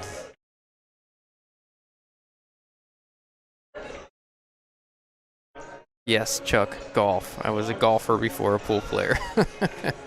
I heard you're a better golfer than pool player, too. I was. Haven't been playing as much recently. Well, I'm sure you got to play every day. All right, there we go. Perfecto takes it down. All right. So we could potentially see a rematch between Peter and Philip on the stream table. Yeah. Yeah, and I'm going to step away. We're going to let Jack Circus step in here and commentate awesome. with you for a little bit. This is your sound button. Oh, everything else works. I appreciate it, Jack. Hook you out a little bit. This is on, or that's off right now. Yes. Oh, what's going on, Jack? We got Jack Circa in the booth. How you doing, brother? Good, brother. How are you? I'm real good, man. Real good. So It looks like John's got a big jump on Philip. Yeah, John was up 5-1. He had a ball in hand with a 2-ball out and missed a ball about a foot away from the pocket. I think the pressure of a $2,230 prize maybe got in his head a little bit. He's still got this far.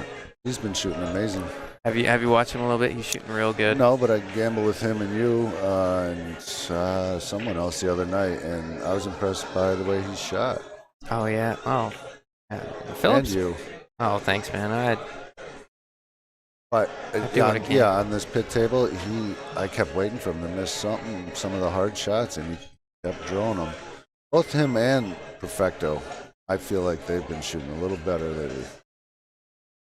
Both their games come up a little bit lately.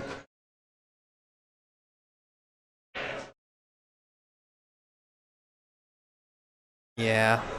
John seems to be taking it just. If you don't know, this is the hot seat match. So the winner of this is sitting in the hot seat. Gotcha.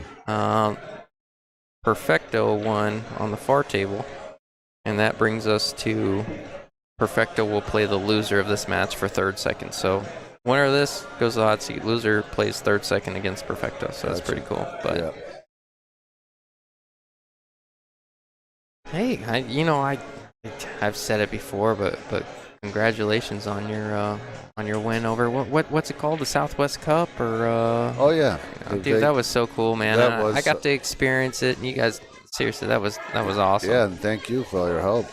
Oh in the no, booth. But I that just was, talked about it. I didn't do nothing. that was one of those experiences where you only have. I've played pool a long time, and only a handful of those.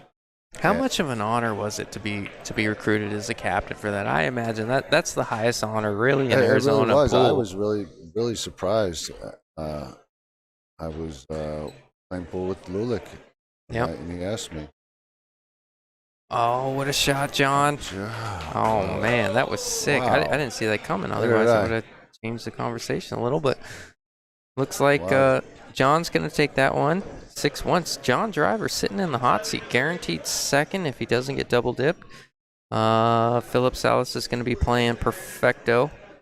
And all I think races to 6, right? The same Yeah. race and losers? Yep. You got some energy to do another match? Sure. All right, cool. Well, we got to get everything set up. So Tim's got to take his picture. So it'll be a good 5 minutes. We'll continue where we left off. I'm sorry that we got cut off there, Jack. No problem. But Sounds good. but we'll get back into it. I'll talk to you guys about 5 minutes.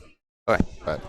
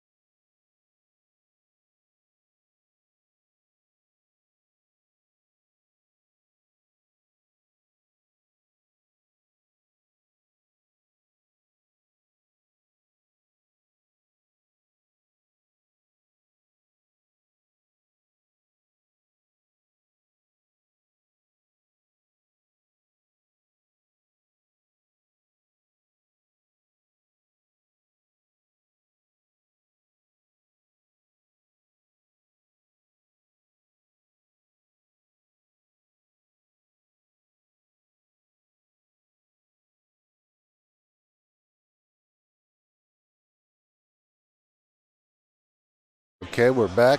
It just broke. And he scratched. All right, back in the booth with Jack Circa. What happened? You scratching on the break here? Yeah, he did. All right.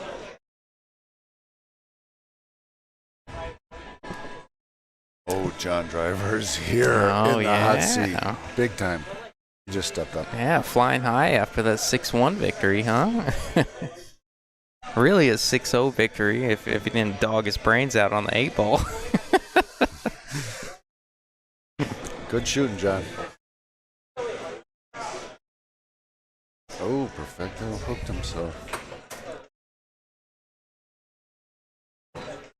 Have you seen Perfecto? Is it wild? It's wild 9. Right? Yeah, it's wild 9. See, if you kick 3 foul. If you kick to that side of the 3, the cue ball's coming right back at the 9.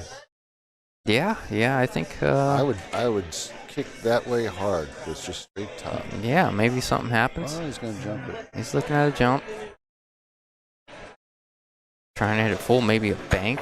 Oh no, he's coming over the top of it, trying to create distance. Yeah. I think that goes through. Yeah, Tough shot. you got a better look than I do. I think it does though.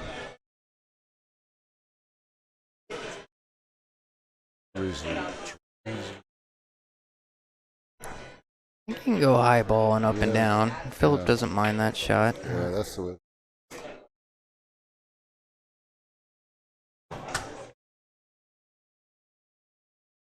So what are you doing up here? Were you just coming to hang out? with Tony, these my Bullshooters? brother's playing in a tournament over there, and I just freed up, and he's come by.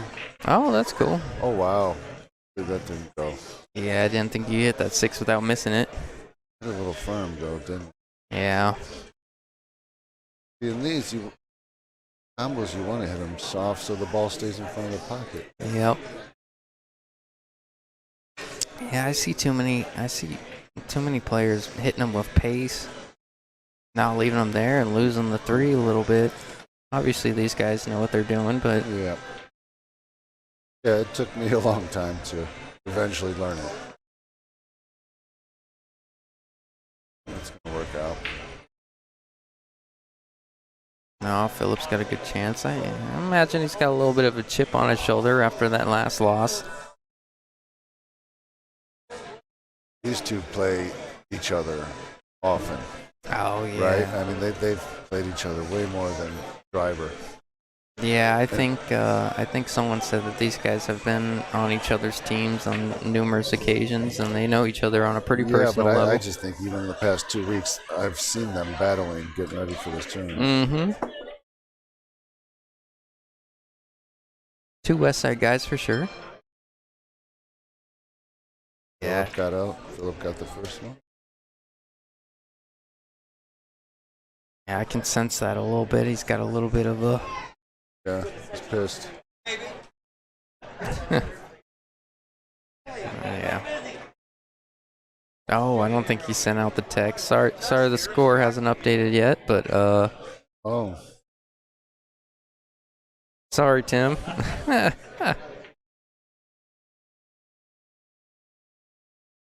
I wasn't even looking at the computer. All right, guys. Look at the chat.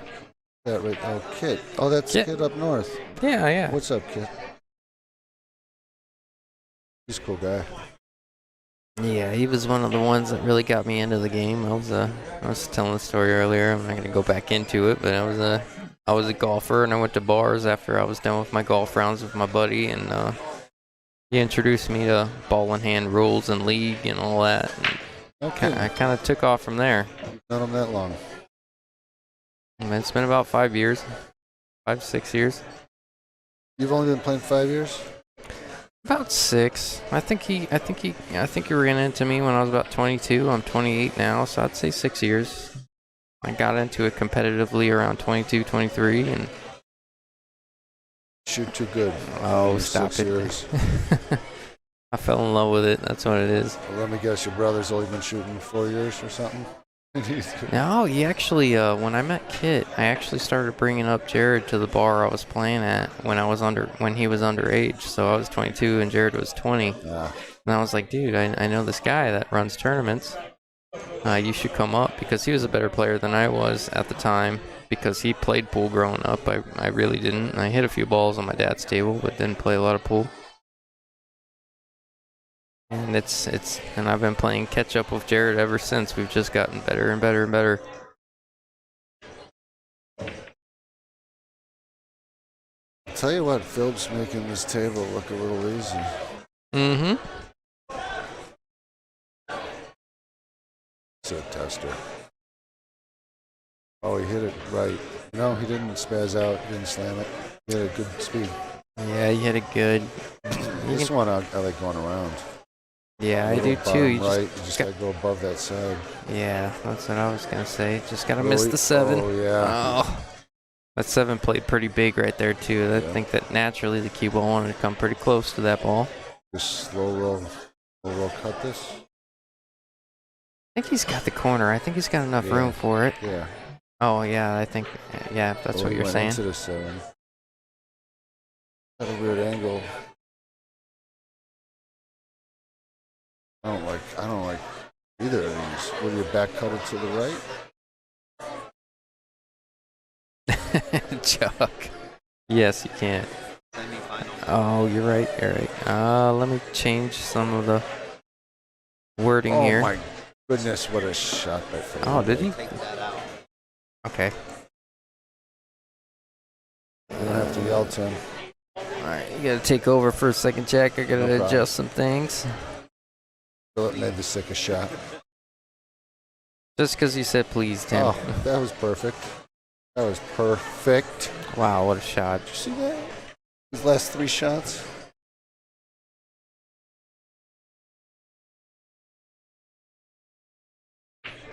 What an awesome. He's pissed. He is. He took. I'll tell you what, Jack. I think he took that last loss personal. That's, what was it, 7 ball? Is semifinals one word or 2? Tim, don't tell us how to live our Oh life. Okay? man. You know what?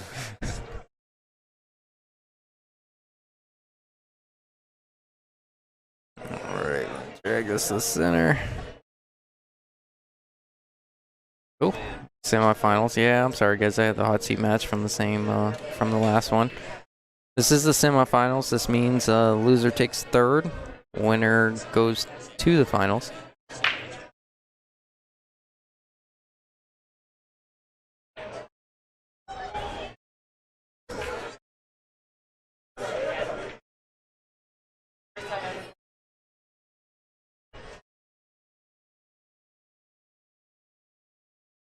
I tell you what, Jack, you're one of the guys that that I really tried to model my, when I was in the low 500s and mid 500s.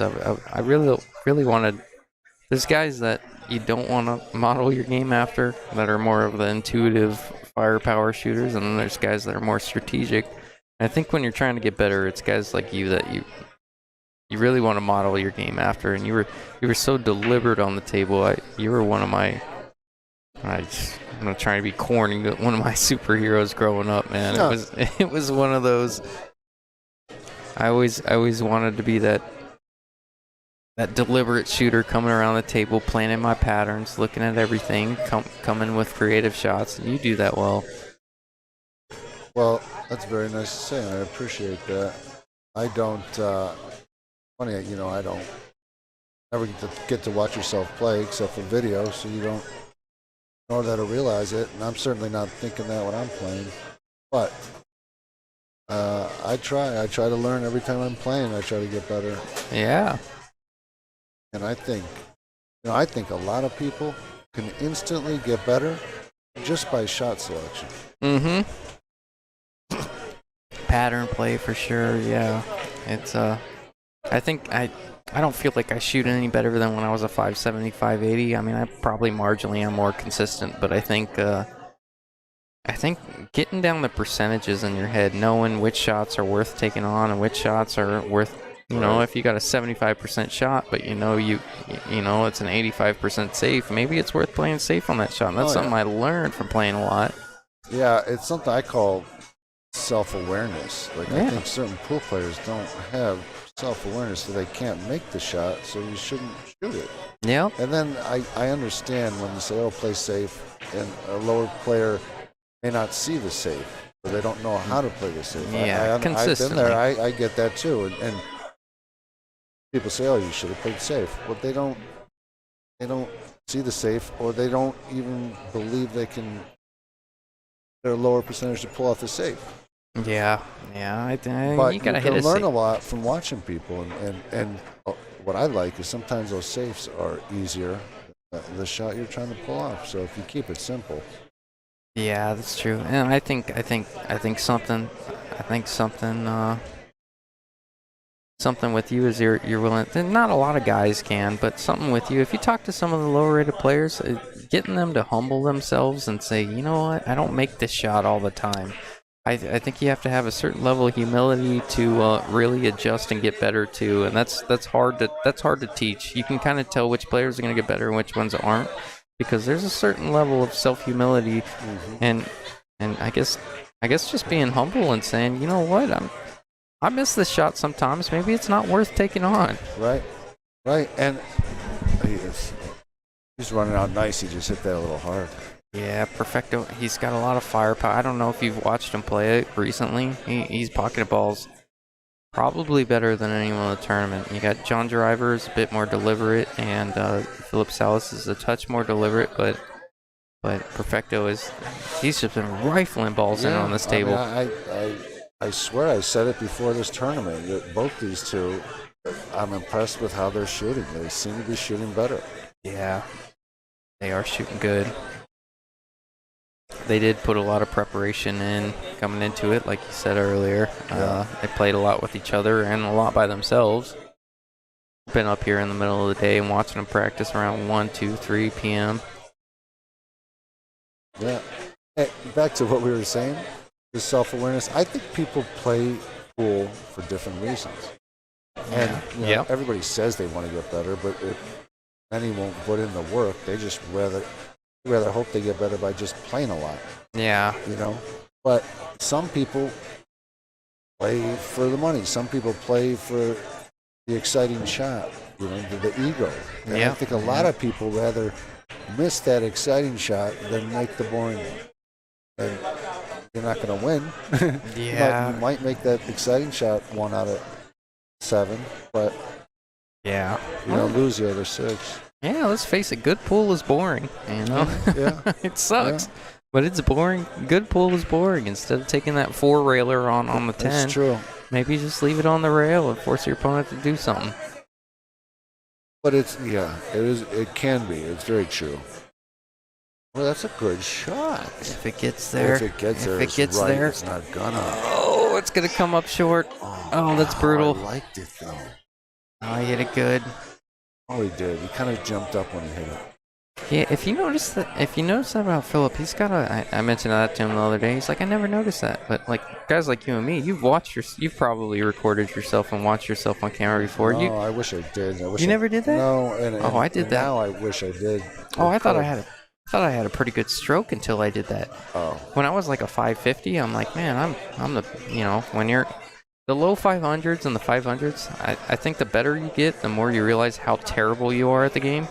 Like when I was 525, 550, I thought I was God. I thought I was the best player in the world. And now I'm a 624. I recognize that I am absolutely the most mediocre pool player on the face of the planet. It just, you realize there's a whole other world out there, dude. I know what you mean, and it's endless. Like I feel like there is no end. There's never ending what you can learn and how you can improve. And I analyze my game more now than I ever have. Mm-hmm. And my stroke, I know what you're talking about. I never thought about it. And now I'm blown away how bad it is. Yep. And you think to relearn 20, 30 years. Oh, yeah. You've been playing so long, making that adjustment would... It's not 30. It's been a minute, but I think small little adjustments because what I notice is a lot of people. There's a lot of good shooters with weird ass Yep. strokes, and but what happens is when you get to the higher level, in those key moments, those pressure moments, that little chicken wing or hitch in the stroke bites Oh, you. it means something for sure. And I think I've heard Nick DeLeon say it a little bit, and he says, when it comes down to it, pressure situations and everything becomes conscious. When you're playing real good pool, I like to think it's subconscious. You're just kind of running around the table. You're thinking 2, 3, 4 shots ahead on a pretty consistent basis. But when the pressure still starts mounting and it's hill, those fundamental, I guess. I don't want to say mistakes, but what a shot! Oh. Wow, What a shot! great shot. Yeah, But those fundamental inconsistencies can tend to yield inconsistent results when the pressure is on, Yeah, because they bite you pool then. becomes conscious. very much agree, and that's why those basic fundamentals, and the stance and how you walk into a shot, and the arm and my grip, all those things. I never ever used to think about them, and now I think about them quite a bit. And and I feel like, if I took all the shots I miss, I think a big percentage is because I wasn't lined up right. I thought I was, but actually after I stroked the ball, I'm shooting across my body, and because I might have been lazy about how I walked into the shot. Yeah, sometimes. Yeah, I know exactly what you're saying.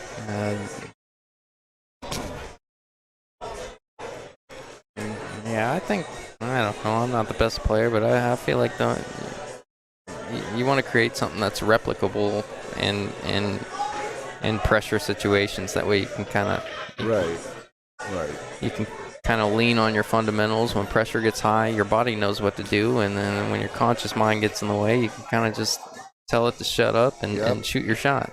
You push everything aside and just go to that basic and keep it simple. And that basic fundamental that you work on in practice or whatever. That's what I'm talking about. That shot right there, I think. That's because I said something. He missed it, but that last shot right there, I think kind of highlights why Perfecto's here. He's pocketing balls so well. Some people, he's shooting great. I think some people get a little ahead of themselves in their tempo. Oh, absolutely.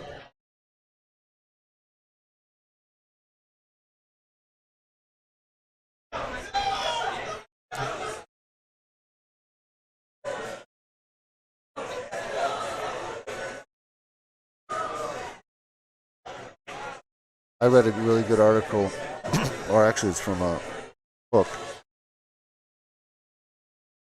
by Ralph Eckert, and he was talking about the shot after the shot. And what he's talking about is when you make that shot that is incredible, and you make a really incredible shot, that's the next easy shot. Oh, you know what? I'm going to ask you about that in a second, but I've referred to that a few times while commentating. I don't know what to call it, so I've just been calling it post-incredible shot syndrome. When you got all that adrenaline flooding your body because you just made that crazy cut shot or that 3-rail bank shot when you're playing a 2-way or something and it goes in, and then all of a sudden you come to your next shot and that adrenaline hasn't rushed through your body and you just yamp up and dog the straight one. Yep, and it's happened to every one of us and still does. But the cool thing is, this guy has a whole chapter about that. He calls it the shot after the shot. And that's important. And just reading that chapter changed my whole perspective on it.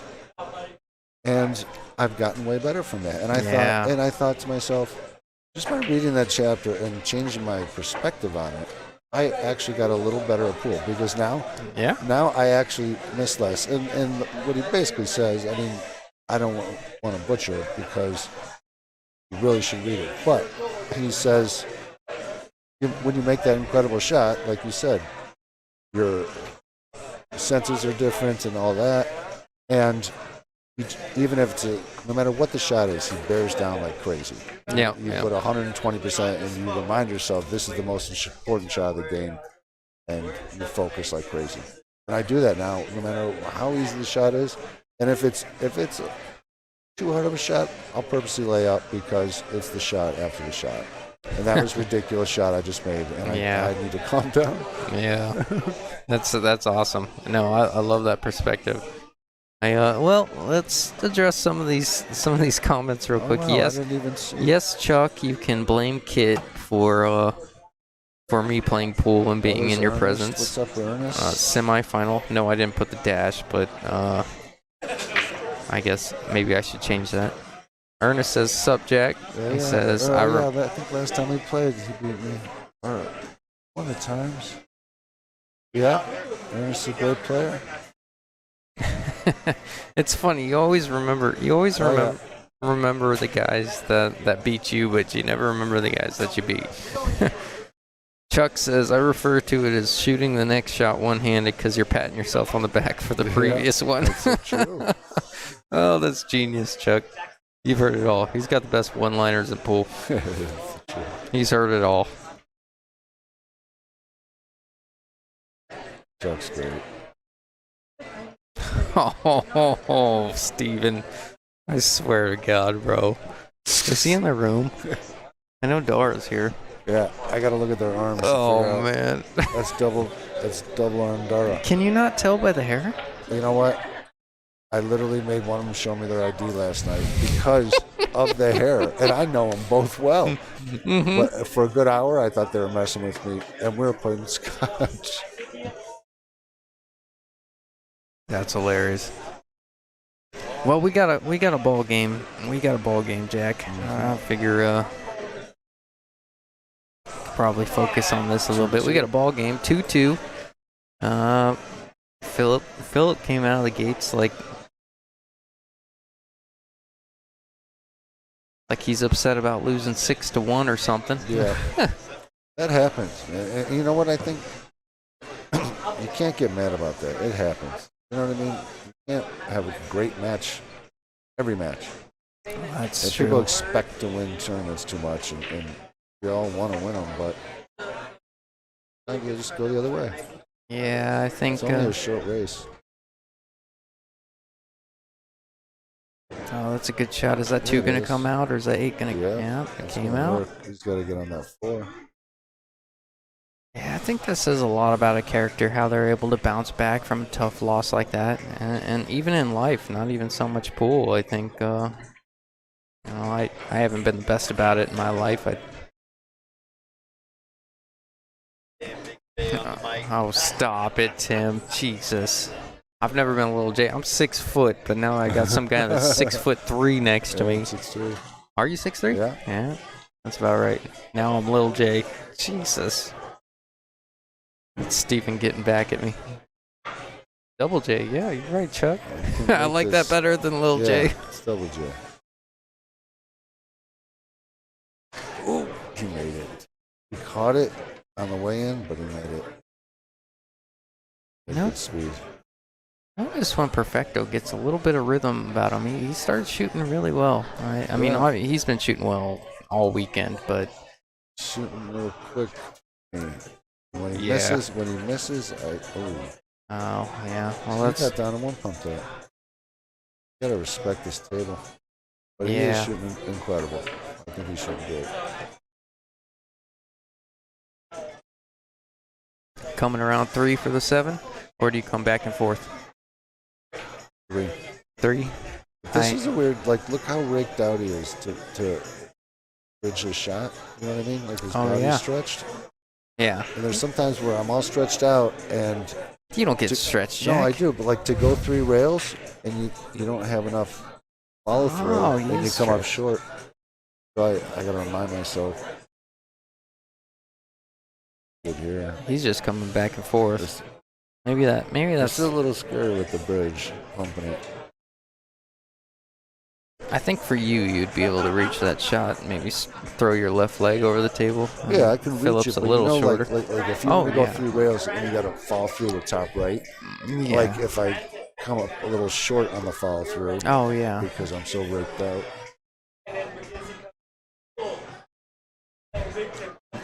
A bit of an abrupt follow through when you're really stretching and Yeah. pushing that last muscle to get that cue through. I know exactly what you're saying. And we're all guilty of it. Yeah.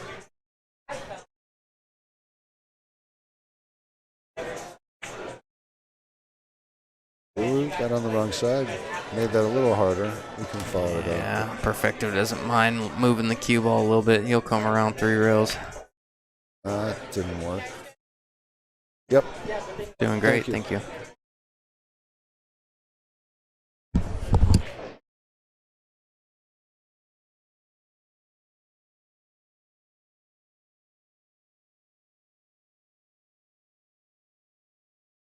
Oh, he missed it on the pro side.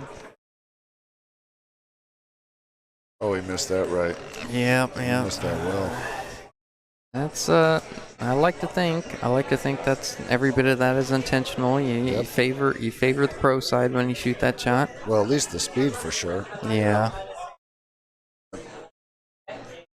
Obviously trying to make it, but he made sure he didn't hit it too thick. What are you doing here? Yeah, you know, this is the one. I probably play it different every single time I hit it. Yeah. I might go side rail to side rail. I don't know. Maybe hit it full and bring the 9 all the way up to the second diamond, but I miss hit that a lot. That might bounce in his favor. That might bounce. Oh, he needs a big bounce. Yeah, he does. Didn't get it. Oh, Wow. crazy how it's a game of inches. 4 more inches and it's a completely different ball game.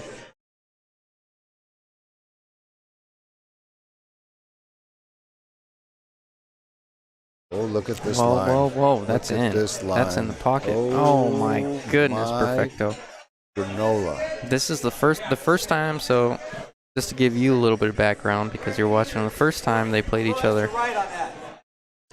Perfecto scratched on 2 of those in the first set, and then Philip ended up winning. I want to say 6-3, something like that. It's not a completely accurate score, give or take 1. Okay, would you admit that it took you a couple years to figure out how to stop doing that? Oh yeah. Well, Like, I I'm- started spinning it going to the side rail. Yep. I want to take out the table roll, so I hit it with a little pace, and I come out to the side rail with some Yep. English. What do you like there? I like that one too. Another option though is if the ball's farther out, bottom will pull the cue ball farther down the bottom rail. You know what I Yeah, mean? And make yeah. it so it can't get to that. Oh yeah, you So take if it. it's farther Take that up- out of the equation. If for some reason I can't put outside, bottom also. Of course, you know, top inside does it, but there's times where that won't work, or you don't want Yeah. to do it. You don't want to do a full length table slow roll top inside. kind of thing. Yeah, it's the 9-foot syndrome. But and there's also the far corner. Like if you miss that side and go into the corner, he's got to push here, right? Yep. I'd probably push down to the corner by where he's standing.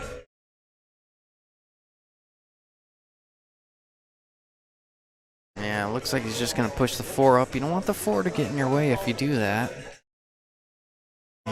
Maybe keep the 4 on the rail and push it up a little.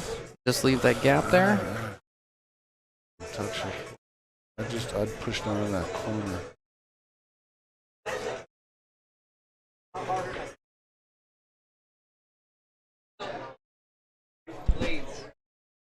What do you like here? If you can't cut it, I like top, left, and cue ball behind the 9, and bank the 1 down by the 4. I like that a lot because that 7-4 offers a lot of coverage. If you can hold the cue ball. I think he tried to make that ball, Yeah, didn't I he? did. Yeah, I like what you said. I didn't initially see it. I was looking for something. I knew I was going to hit the 1 full up there. But when you said behind the 9 and then the cue ball go up there, it made a bit more It's sense. kind of natural. You don't have to put any big crazy stroke on it. Just a little top left. Yeah, didn't have to manipulate Speed. the cue ball too much. This is tough to see. I'd probably play safe here because what are you going to make this and get on the 3? He got that. Yeah, I like safe here. I don't know where just yet. Oh, we went for a 9. Yeah. Lucky. Just he sent it with a little bit of pace and said, if something happens, it happens. I like safe here too. I'd roll it with top and try to make the cube out stick under the 8. Bank it straight up. Only because I can't make that shot full table and cut that in. That worked out. Not consistently, right? Yeah, that's like 1 out of that's the 10. thing about it.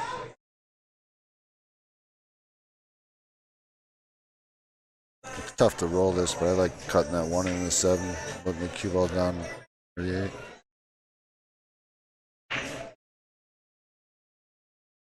That could be.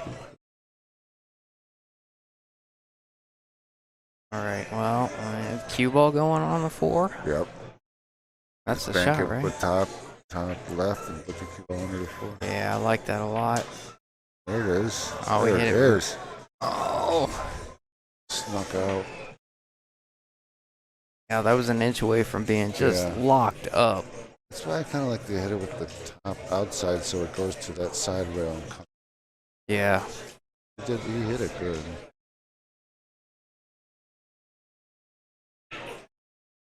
We tried to count him. And he put it at a 9. This is Whatever you want. I'm good. This is a race to 6. Both these guys are going to 6 because they're similar in Fargo. 3, 2, 1. Perfecto. Yeah. You knew the 9 ball was moving. You just didn't know which pocket he was going for there. He got a little lucky too. Now see, you think, okay, I'll shoot the 1 in the corner, and then nothing.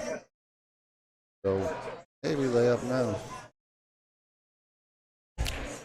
Kind of sense. Tell me what you think about that. Kind of sense a little bit less adrenaline. Like at first when Philip came up, he was coming up to his shots real quick, eager to make his shots. It's a little bit less anger from that last match. Now that he's kind of come out of the gates a little bit, 3-2. Yeah. Do you get that feeling too? Yeah, it seems like a certain shot, or when he hung up something for the win. Sometimes people they don't let go of it. You know what I mean? Oh yeah. It kind of does seem like he's pissed about it, but. All right, Chuck. Well, it was good to hear from you. Yeah, man. If we get out of here in time, I might pay you a visit down there. See you later, Chuck. Thank you. We made that. Ooh, maybe slow roll, straight right, cue ball behind the 5. Cue ball up in that far corner and use the 5 as a blocker.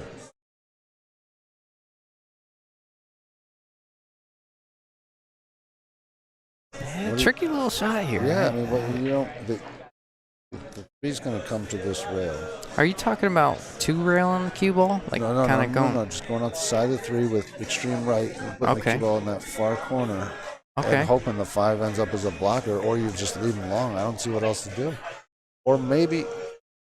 No, I don't see what else to do. Or I guess you could go straight at it with top and try to get the cue ball behind the 7. You know, like thin it, super thin, and then hope that the cue ball gets straight back across. I don't mind. I don't know what he's. Yeah, it looks like he's trying to create something by looking at it for a while, but obviously the safe's only option here. There is no carom there. I don't think. I don't think you could pump it into the rail and back into the 9.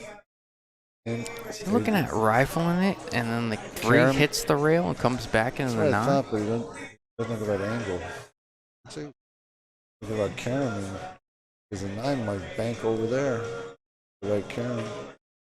Yeah, you know what? So the way he's lining that up, it looks like he's trying to play inside, hold the angle on the 3. If 3 hits the rail and comes back into the 9. I just figured out like hit it straight with bottom left, pull the cue ball right back to where the 4 is. He's gonna twist out that way. Might go in the hole. You have enough room for that? Ah, we got 9 doubled up. Tell by Perfecto's body language, it looks like he's got it. Yeah, back and forth. Yep. Even if you don't get there, you gotta save. A little fun.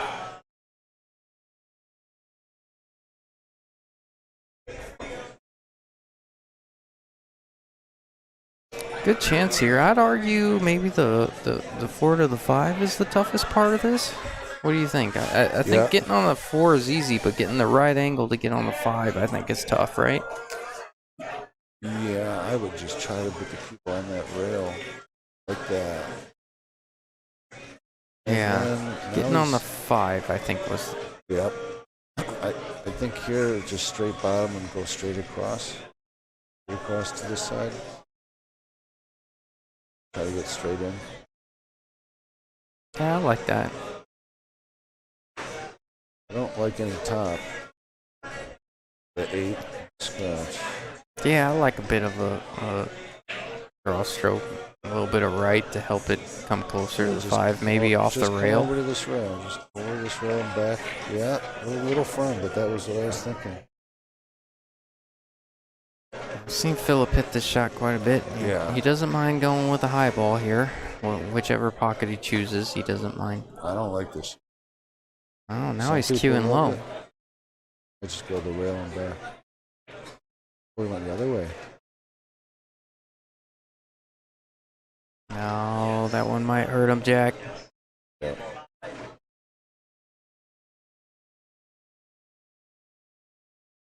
I agree, kid. I want an awesome match too. I'd love to see. I love to see a hill match and watch these guys squirm a little bit under the pressure.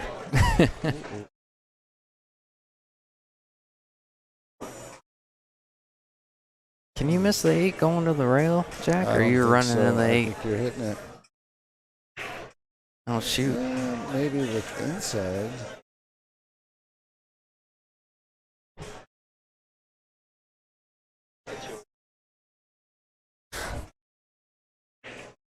We tried it with inside too. See that? Oh, I like what he did. He was Yeah. playing off that 8. He played a touch of inside to help it over there. Yeah. That was Yeah. pretty creative. Didn't quite get there because he missed a shot, but good idea.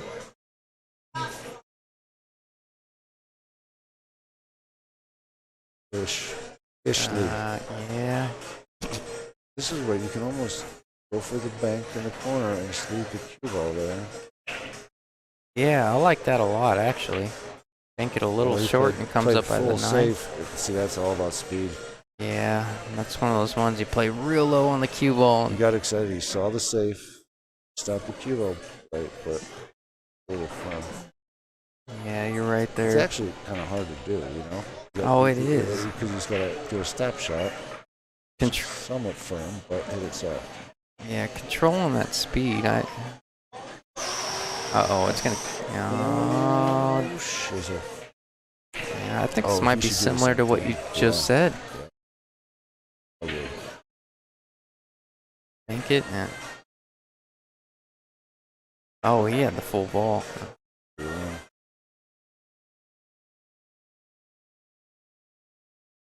Well, this is like a drill, Jack. This Yeah. is getting on the 8 and then moving the cue ball over for the 9. This would be something that if you're working on something, Yeah. What do you hit I this think with? this would be it. See, he's kind of at an angle. But yeah, I use center, like center right. Right there. We hit it pretty good. Yeah, he left it quite a bit of distance here. This Still a good angle. I mean, if Yeah, yeah. but a lot this of is a hard enough distance. shot where I might be just thinking, make it. Not Yeah. even worry about shape. Especially on these pockets specifically. Stay out of the It's gonna side. go above the side. That's tough. Yeah, he left it tough. If I know anything about Perfecto, he's gonna try and cross bank this on the side. Inside? Yeah, he's like that. He's a very aggressive shooter. Side though. Right. Oh, is he going corner? You know what? You might be No, right. you're right. It's side. Yeah, he's going side. Really aggressive shooter. Well, I respect that, but that's a tough one to get in the side. I mean, Yeah. Oh, I know. well, I'm just saying from what oh, I've yeah, seen. No, you're right. You called it. But you know what I'm saying? To come down here, you got to spin the ball the other way.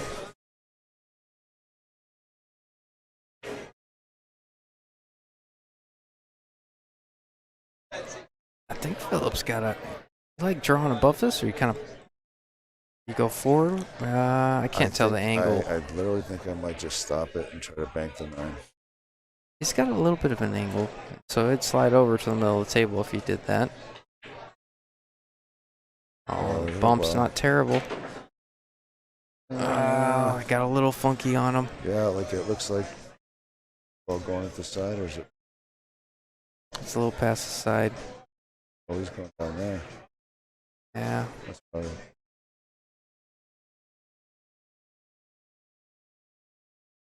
Not my favorite shot. Back cutting this 9 down. No, it's like a blind pocket. It's like shooting in. I miss it. I surprised myself how bad I missed it.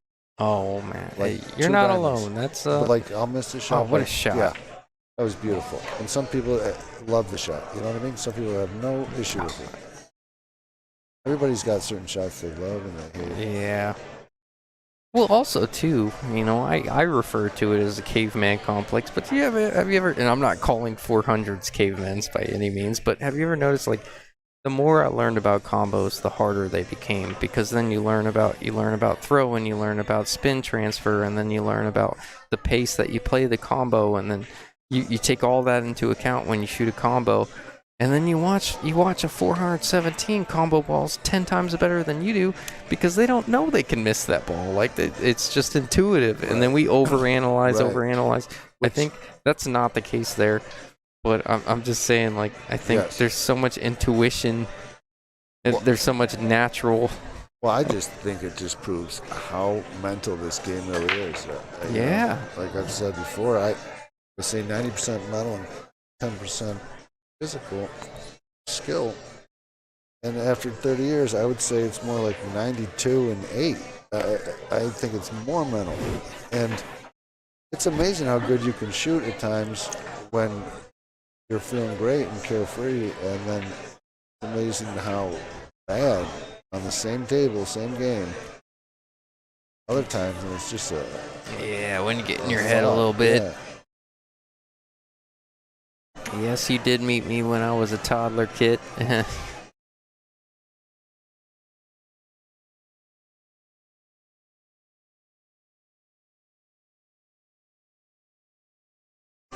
Well, Phillips up 4-2. That good. My God. Oh my goodness. Yeah, you know, referring to what you were saying, you know, Efren has been quoted, and I've actually literally seen him do it. He likes to watch amateurs play pool, and I've been at Derby and seen him in the stands watching two nobodies. Mm-hmm. Just sitting there watching their match, and you wonder why. But it's amazing how some people, they don't know how hard it is what they're doing. And it's because they don't that they make it. I think the value in that too. Wow, we hit that ball really good. Yeah, they did. But I think the value in that too is when Efren's playing professionals, he's constantly watching them take the orthodox shot, watching them take the right shot. And when you watch amateurs, sometimes they take an unorthodox shot and they open up your mind to a repertoire that you're not accustomed to seeing, and then all of a sudden, I'm not saying that shot becomes a part of your arsenal, but you know it's available. Right. I think that's part of it for sure. Oh, he hooked himself, baby. Yeah, he did. Let's see. I don't wonder if he can reach it. Let's see Philip reach it. Pull out the step stool. Tough to jump out in the middle of the table. Let's see He's this only got flexibility, half Philip. a ball to get over there, right? What was that? He's only got like half a ball. Yeah, well, most of it, I think. Ooh. Wow, hit it real good. What a shot, Philip. He's got to come with another shot like he did on the, what was it, the one ball? Yeah. I think this is something similar to that, if he chooses to take it on. Yeah, this is one you want to overcut. Come back down here. Mm-hmm.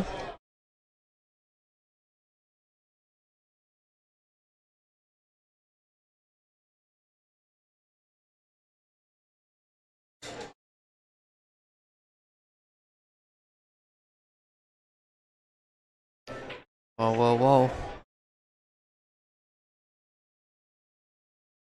Well, this is something.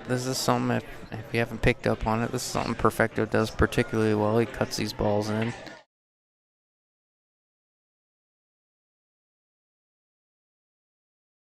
We got on the wrong side, didn't we?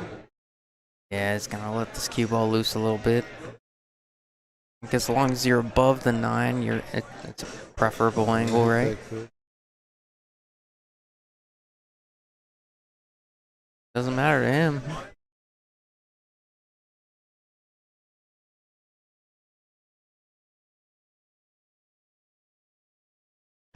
It's gonna line up for him the side.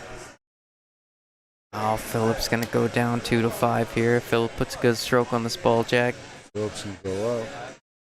Or yeah, Perfecto was gonna go down 2-5. Yeah. My bad.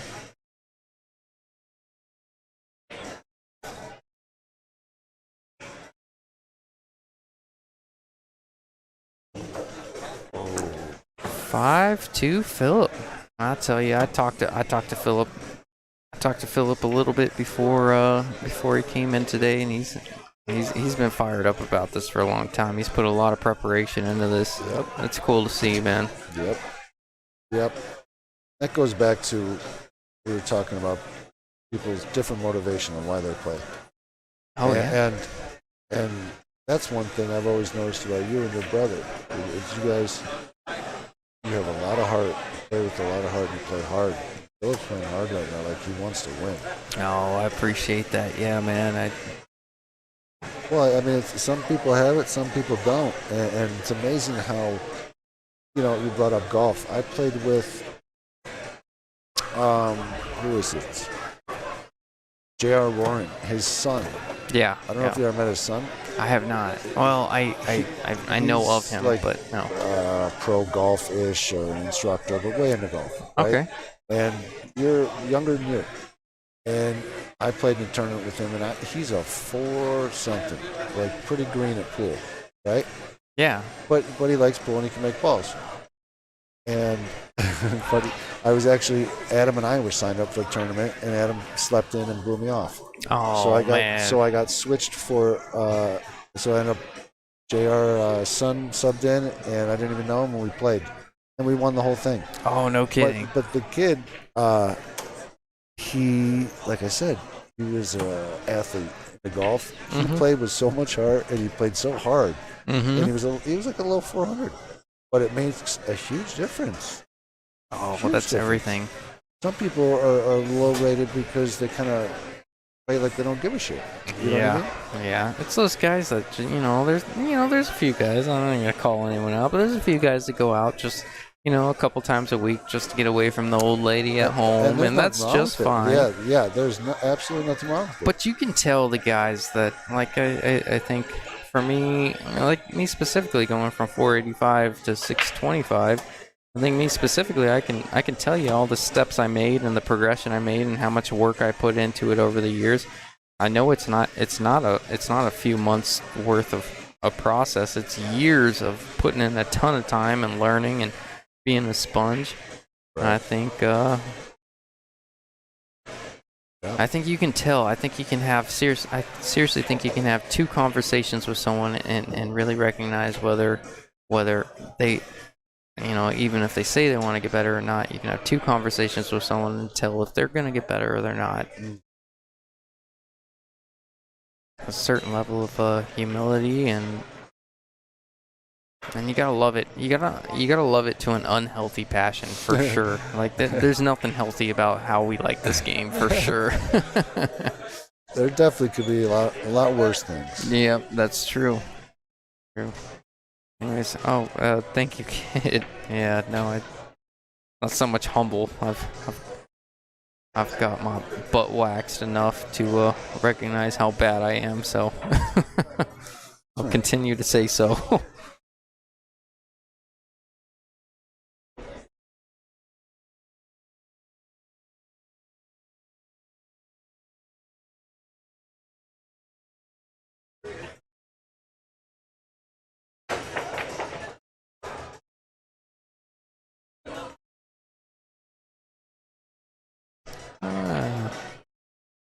You think he's opposed to firing this 9 and giving it a ride, or is safe coming? I probably do both. Yeah, he's firing at it.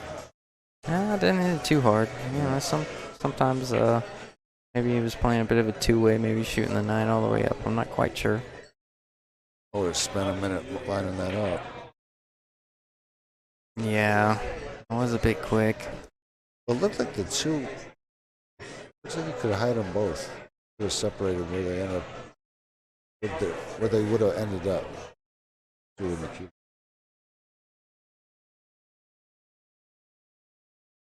Philip is on the hill. What do you like here? Go off the 2-ball and under the 4. Off the 2-ball into the rail and behind the 4. That's an option. I don't know. I would have to look at this for a minute. These guys don't mind taking 2 looks at it and just going at it. Have you noticed that? I think that's something that we do separately. Yeah. Yeah. They find an option and then they execute, which there might be value in because you don't second guess yourself, but also, you know, we look at what's the highest percentage. We look at this option, we look at this option, we look at this option, and we're like, what's the highest percentage to get safe or at least leave them tough even if we don't get there, you know? And there is a happy medium for everyone. And people, and no two people are the same. It's not like someone's too fast or too slow. But one thing that got me to slow down quite a bit is, hey, you can't ever get that shot back and do it over. So put all you got into it. But when you see the pros take their time, respect the shit out of it, a shot, even an easy shot, because they're not missing's not acceptable to them. Yeah, they're not trying to miss anything ever. Well, that's when you realize that. That's when you realize that you're not above any shot, even those pocket hangers that pros take 2 minutes over. You know, you're like you feel like. Right. I know exactly what you mean. It's a hanger and it's right in front of the pocket. And why are you taking so long? But because they're not trying. They're eliminating as much as they can. Yeah. Any chance of missing that shot.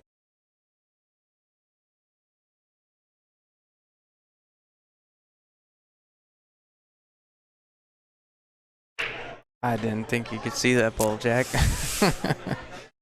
He's got to come with it here, though. He's on fire.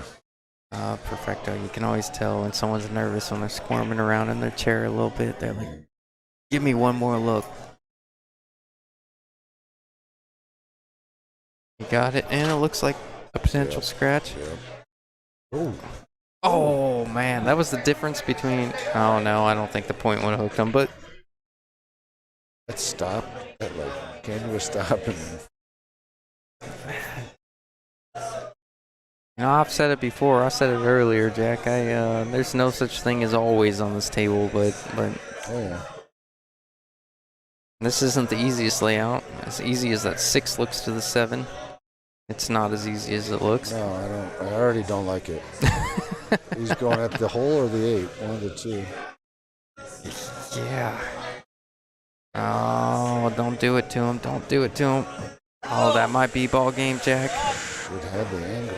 That might be ball game. Tangent lines.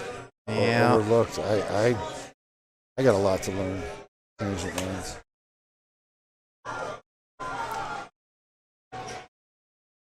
Yeah, there's a little bit of risk in that shot, and you try to manipulate it.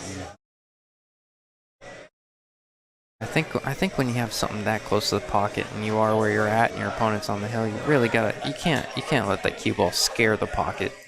Right. He's still alright. I think it looks like he's going up and down. I still think he can draw it with some. Yeah, I like the up and down.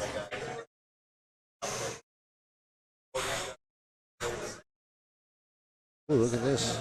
Yeah, he got up. I want to say he got away with it, but he did get lucky in that He's got to lead. go down the corner, jacked up. Oh, see that jacked up thing?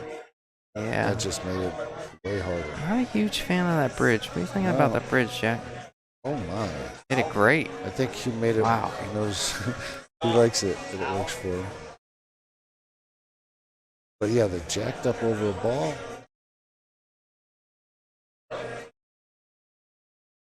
Still drama follows me. Wow. Tell you what. Oh, I was about to say, with him being jacked up over that ball, he had about a 10% chance. Oh, that is such a tough shot. You have to be so fundamentally sound over shots like that. Have you noticed, for me personally, like I'm curious, I like to pick your brain a little bit too, because you're of similar Fargo. I think you're a few points higher than me, but when you're jacked up over a ball, have you noticed if you're really fundamentally sound and you're just like a statue over the ball, and you just try to keep your stroke as true as possible and follow through and stay down on it, have you noticed it yields better results that way? Or how do you approach getting jacked up over a ball when you have to make it? You know, there's not really an this option. Is what I have to take a bunch of warm-up strokes next to the ball. Like I pretend like I'm jacked up, but I'm next to the ball. Yeah. But the thing I think about a lot, when you start getting up at that angle, you're looking at a different angle. Mm-hmm. And when you're jacked up and you do a quick, jerky like stroke, it always, like let's say you're jacked up right here and you're cutting the ball in that corner, you're always going to miss it the same way. Like I think you overcut it. Like I end up so you have a tendency to jerk one way or the other, is what you're saying. Because I'm actually like, my body's at an angle, but my head's at an angle the way I'm looking at the shot. Yep. But yeah, I'm coming across my body a different way. So I try to shorten up my stroke and just keep it clean and straight. No, that makes a lot of sense.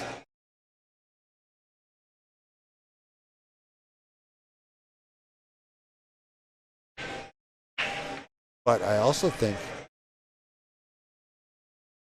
it's underestimated, meaning people don't put balls on top of balls enough as a safety. You know what I mean? Yeah.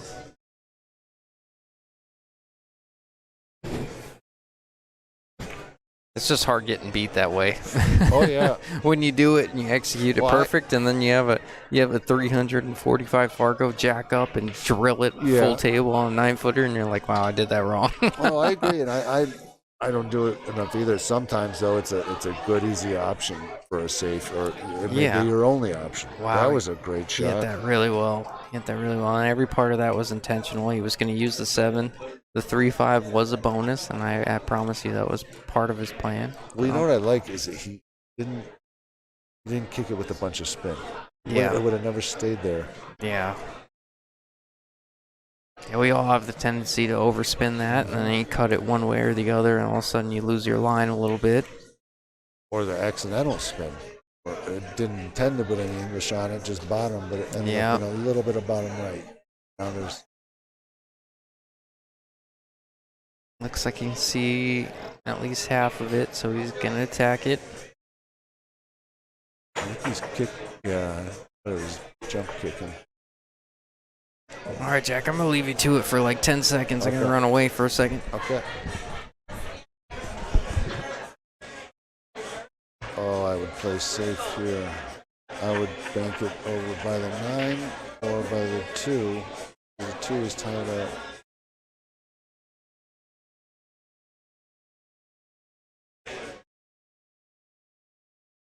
That's good. Good. Can't kick.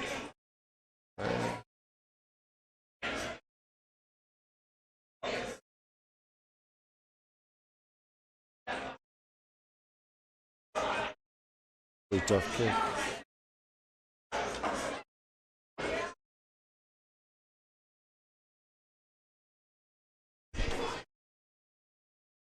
Oh, the Dizzle. Alex the Dizzle for Rizzle.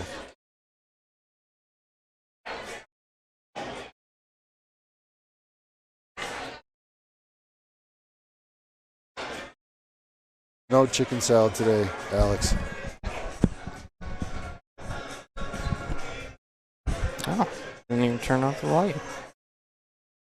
All right. can overhear Tim in the background. He says, "Make the 1, play safe on the 2." That's the right way to go about this. That was my initial thought. I just didn't want to sound stupid. But you can really play an it's 3 effective foul, save. huh? 3 foul? There is 3 foul. Oh, boy.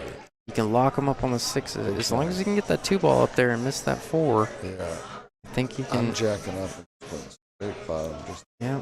Stop it on that 6. That worked nicely. That was a really good shot. Basically really just good shot. Kick right to where I'd go the same way that the 2 was. And the value in that too is if Philip misses a shot, that 2 is next to another cluster of balls. Yep. He might already be on 2. He's on 2. Oh, is he? Oh.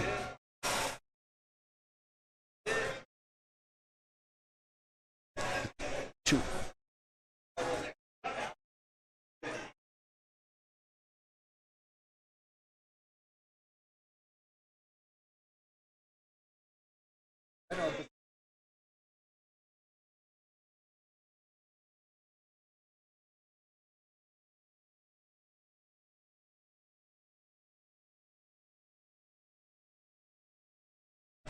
Alex Sador says, Jack Circa, how's the chicken salad today? All right. Is there a background to that, or is it an inside story? That is. Or an inside joke? It's a joke. One night we were here. Oh, I can't even remember the story, but I ordered. I think I ordered a green chili burrito. Mm-hmm. And they brought me a chicken salad. Oh. And they insisted that I was wrong. like you forgot what you ordered. And it was just what it was. It was a girl on her first date, but it was hysterical how wrong it kept happening. So she took it back, and I waited, and she brought me back another chicken salad. And which I was fine with the first one, but she kept trying to fix it, and it was just a funny story. Oh, that's awesome.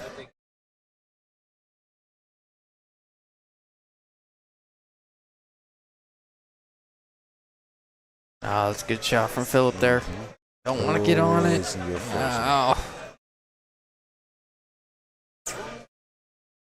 I wonder if you can catch enough of the 4. I don't know. See how it's tough to come towards this. Come this way. The scratch and the 9. Yeah. I think that's what I would do. I would back up the bottom and pull the cue ball down to this corner.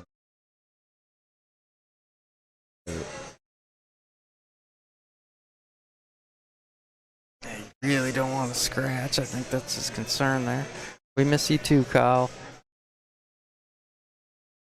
Oh, Kyle. I kind of aim like towards the 6 ball, bottom. Pull the cue ball down here. He doesn't put bottom rolling.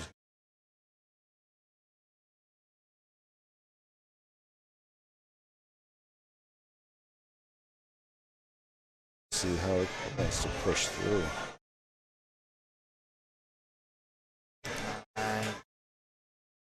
He was looking at it. You can't hit the 9 from here. I mean, if you do, you hit the bottom side of the 9. Yeah. Either scratch or get lucky. And it might work out. Oh, Yeah. he could. Yeah. Wow, it did not look like he hit that 4. He hit Thin that 4 enough. real thin. Like moved to half a centimeter.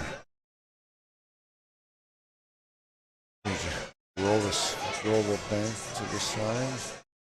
Do you think there's an option to kind of bank the 4 up and have the cue ball run on the 9? Yeah. Almost like he tried. But he hit the 4 real thin. I think he went for it. Yeah, Perfecto's not opposed to attacking those balls. Here's where you go rail first, jack up rail first, and put pace on it to come around for the 5. Well, don't want to scratch here. Don't want to hit the 4 bad. Oh, you went behind it. People don't see. I think that shot's an easy shot. If you gotta measure it up, you gotta figure out exactly where you're hitting. Yeah, I think being jacked up added a level of difficulty, but for sure.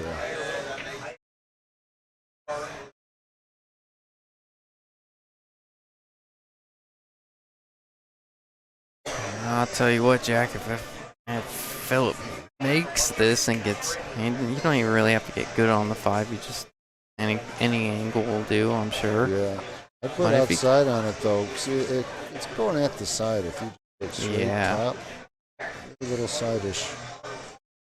Yeah, I like a touch outside. Take that side pocket out of the equation. It's not easy. Just shot, like you though. did. No. See, I don't like, That's about as good as I hit it. Yeah, me too. I don't like slow rolling with a little bit of English, 9 feet. Yeah, I brought that up a few times. That shot's not too bad on a bar box, but on these 9-footers, that's a difficult shot. And on certain tables, you know that. I mean, yeah. But what's funny to me is like that shot, I'll do it and kind of slow roll it, and you realize the English is gone by the time it hits the ball. It's not even spinning anymore. Yeah. What was the point? What was the point of the English, except for pushing me off my line a little bit? Yeah, that's exactly. No, I've thought about that a lot. That's not uncommon thoughts. And that's what's funny when we were talking about going back to the basics after playing pool for a long time. I'm trying to shoot more center ball than I ever have. Yeah. Before I used to think a bunch of English was cool. Now I don't want English. I made my tip flatter so I get less English.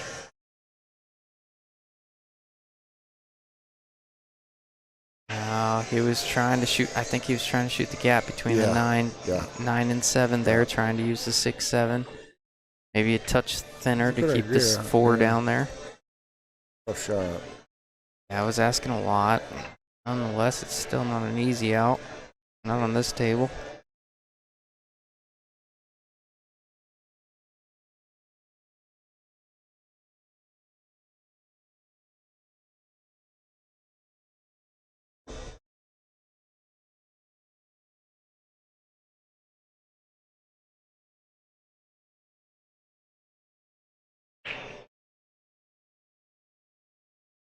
He clipped the 7 after he made that, didn't he? Yeah, he did. Oh, that's brutal. I'm gonna jump off 1 second. Yeah, man. Looks like Jack's walking away from me for a second, but that looks like it's gonna be 5-4. Philip had a chance to close it out at 5-2, but turns out that's gonna cost him 2 games. 5-4. Oh snap! All right, I'm gonna jump off for just a second.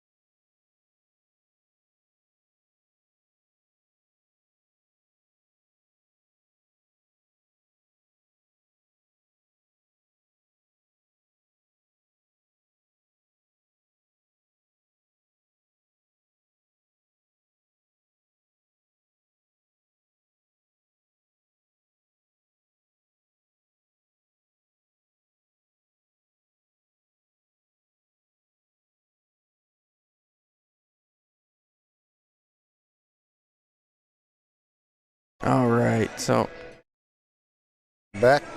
we're back.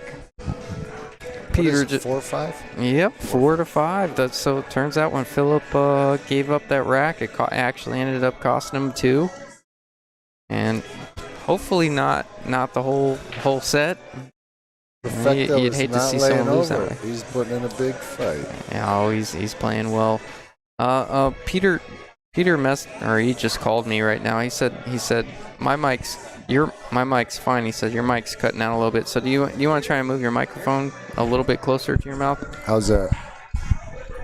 Like you see where it is on mine. So somewhere in there. Yeah.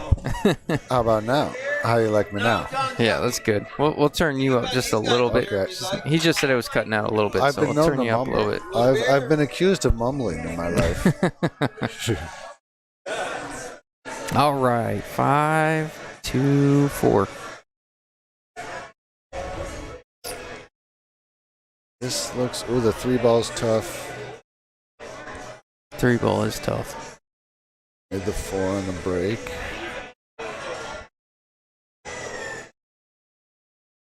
Got quite a few safety options. I'd go 3 rails beyond the 5-6. Oh, the old kick stop in the side. What does that get you, though? Well, we're not perfecto, so we can't. Yeah, that's true. We don't even think of that shot. That's true. Dude's got ice in his veins. He's hungry as shit, too, today. Yep. They're both very serious, and they both put, you know, This match was over, and now it's a good match. Yep. They're battling it out now. Similar styles.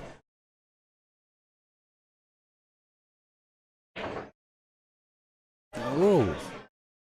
Oh, look at the 6 getting the game. Oh, thank you, Peter. Yeah, wait, I adjusted his volume a little bit, and then we moved the microphone a little bit, but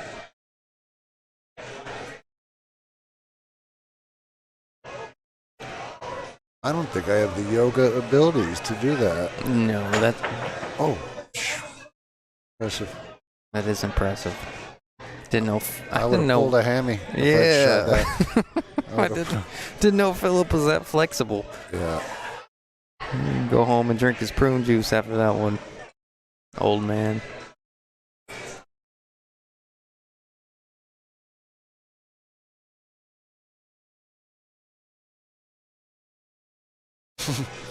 You know, it's funny to talk about yoga abilities.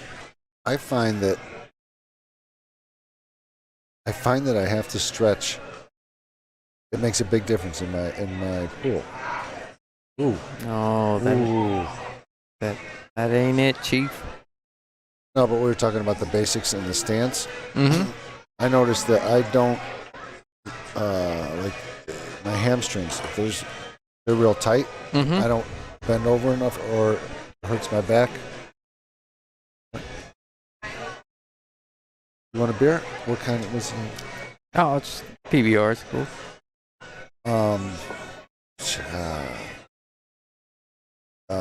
Modelo, please.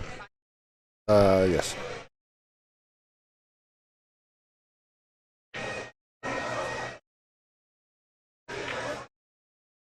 Oh, he's gonna hit the 8. Perfecto. Still got it. Cuttable. I like what Tim does for these tournaments. So you notice how the check is in the background. So whenever you're down on a shot, generally in your peripheral vision, you could see that $2,230 check right in the background. He does that by design. He tries to put that pressure on these players. It could be, and for certain people it's pressure, and certain it's motivation. You know. Yep, that's true. I've never really looked at the money when I played a tournament. I mean, if I play for $50 or I play for $1,000, it's all the same to me. It's about winning. I put too much into my game not to prove to myself that I can't win. Yeah, it's been both for me. I mean, there's been time I purposely don't look. But there's been times I'll get to the end and I'll be like, damn, there's a lot of money there. Mm-hmm. And then it motivates me. Mm-hmm. I'll say most of the tournaments I've won a few of them, and most of the tournaments I've won, whenever I win, I'm almost surprised to get paid because I was so focused on the one thing at task, and that was just winning. Right. Thank you so much. Thank you.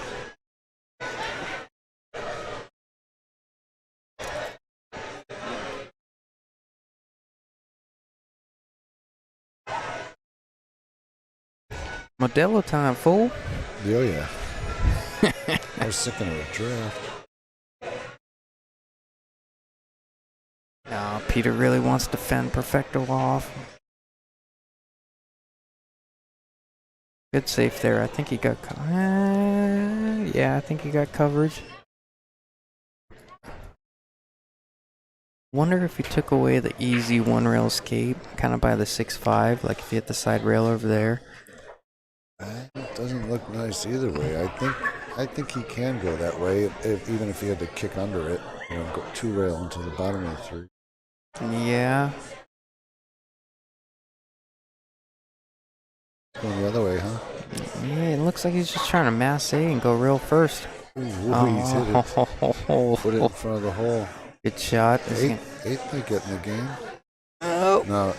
not enough. Not enough.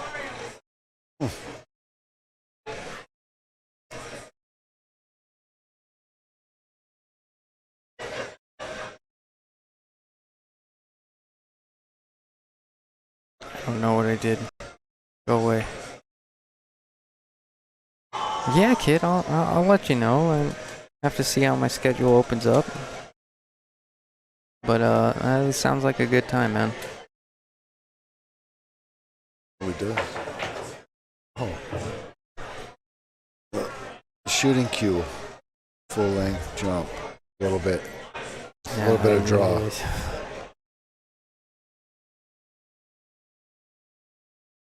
Yeah, the better I got. Like he's trying to win. Yeah, no kidding. I got too scared to shoot that shot further along my pool career I got. What do you mean, like the playing cue? Full length, playing cue, jump, draw, Yeah. a foot and a half.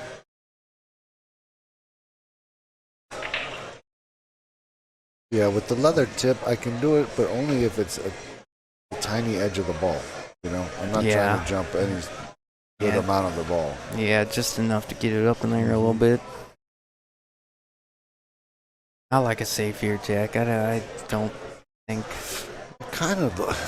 I feel like it's a little bit natural, where if he just cuts it in the side with top, the cue ball's going to go 3 rails and leave him straight in on the side on the 8. Yeah, it's available. It's available. I'm just a chicken. I'm with you. I can't tell from here because I don't love those shots. I'm a chicken. I almost try to use the 8. I bring the 7 to the bottom rail on the second diamond and try to use the 8. Maybe bring the cue ball just above the 8 if I can. If I'm going to play safe, I would cross the 7 straight across to where the cue ball is and put the cue under use the 9. Yeah. Oh, that's a good shot too. Few options available. Let's see what he does. Cut it right in like a crazy man. Yeah, he ain't scared of nothing. Oh, what a shot, Philip. See how good he hit that. He's trying to win this. Right in the heart. He's trying to win this set, Jack. Yeah. He's one good shot away from winning. He's one good shot away from making it to the finals. So see, I'm trying to side of this. Oh yeah, he's on this side, so he's coming this way. The cue ball. We're on the wrong side of it.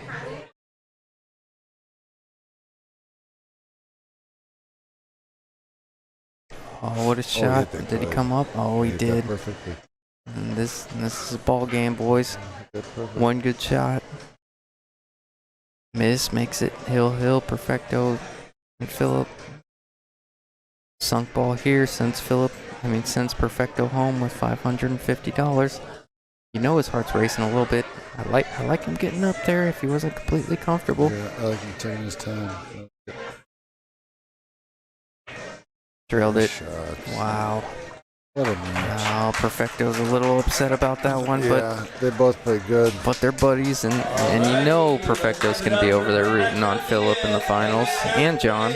They all know each other well. This is gonna be a fun finals. Yeah. Philip ain't done. You can tell. John's shooting good, and Philip ain't done. Oh man, that was brutal. All right, guys. All right, brother. Jumping off. Hey, Thank you, guys. Thank you so much, Jack. Thank I really you. appreciate you, brother. Anytime. It's going to be good finals. Yep, coming down to the finals. John Driver versus Philip. Philip looking to get a little redemption. Finals, and let's stop the stream and restart. Okay, perfect. Yes, sir. All right, we are going, if you're watching right now, we're going to restart the stream. That way we can kind of isolate the finals from the rest of the matches. So we're gonna end this stream, and then we're gonna start another one. So look out for it on Donkey Pool Productions on Facebook and YouTube. All right, I'll talk to you soon. And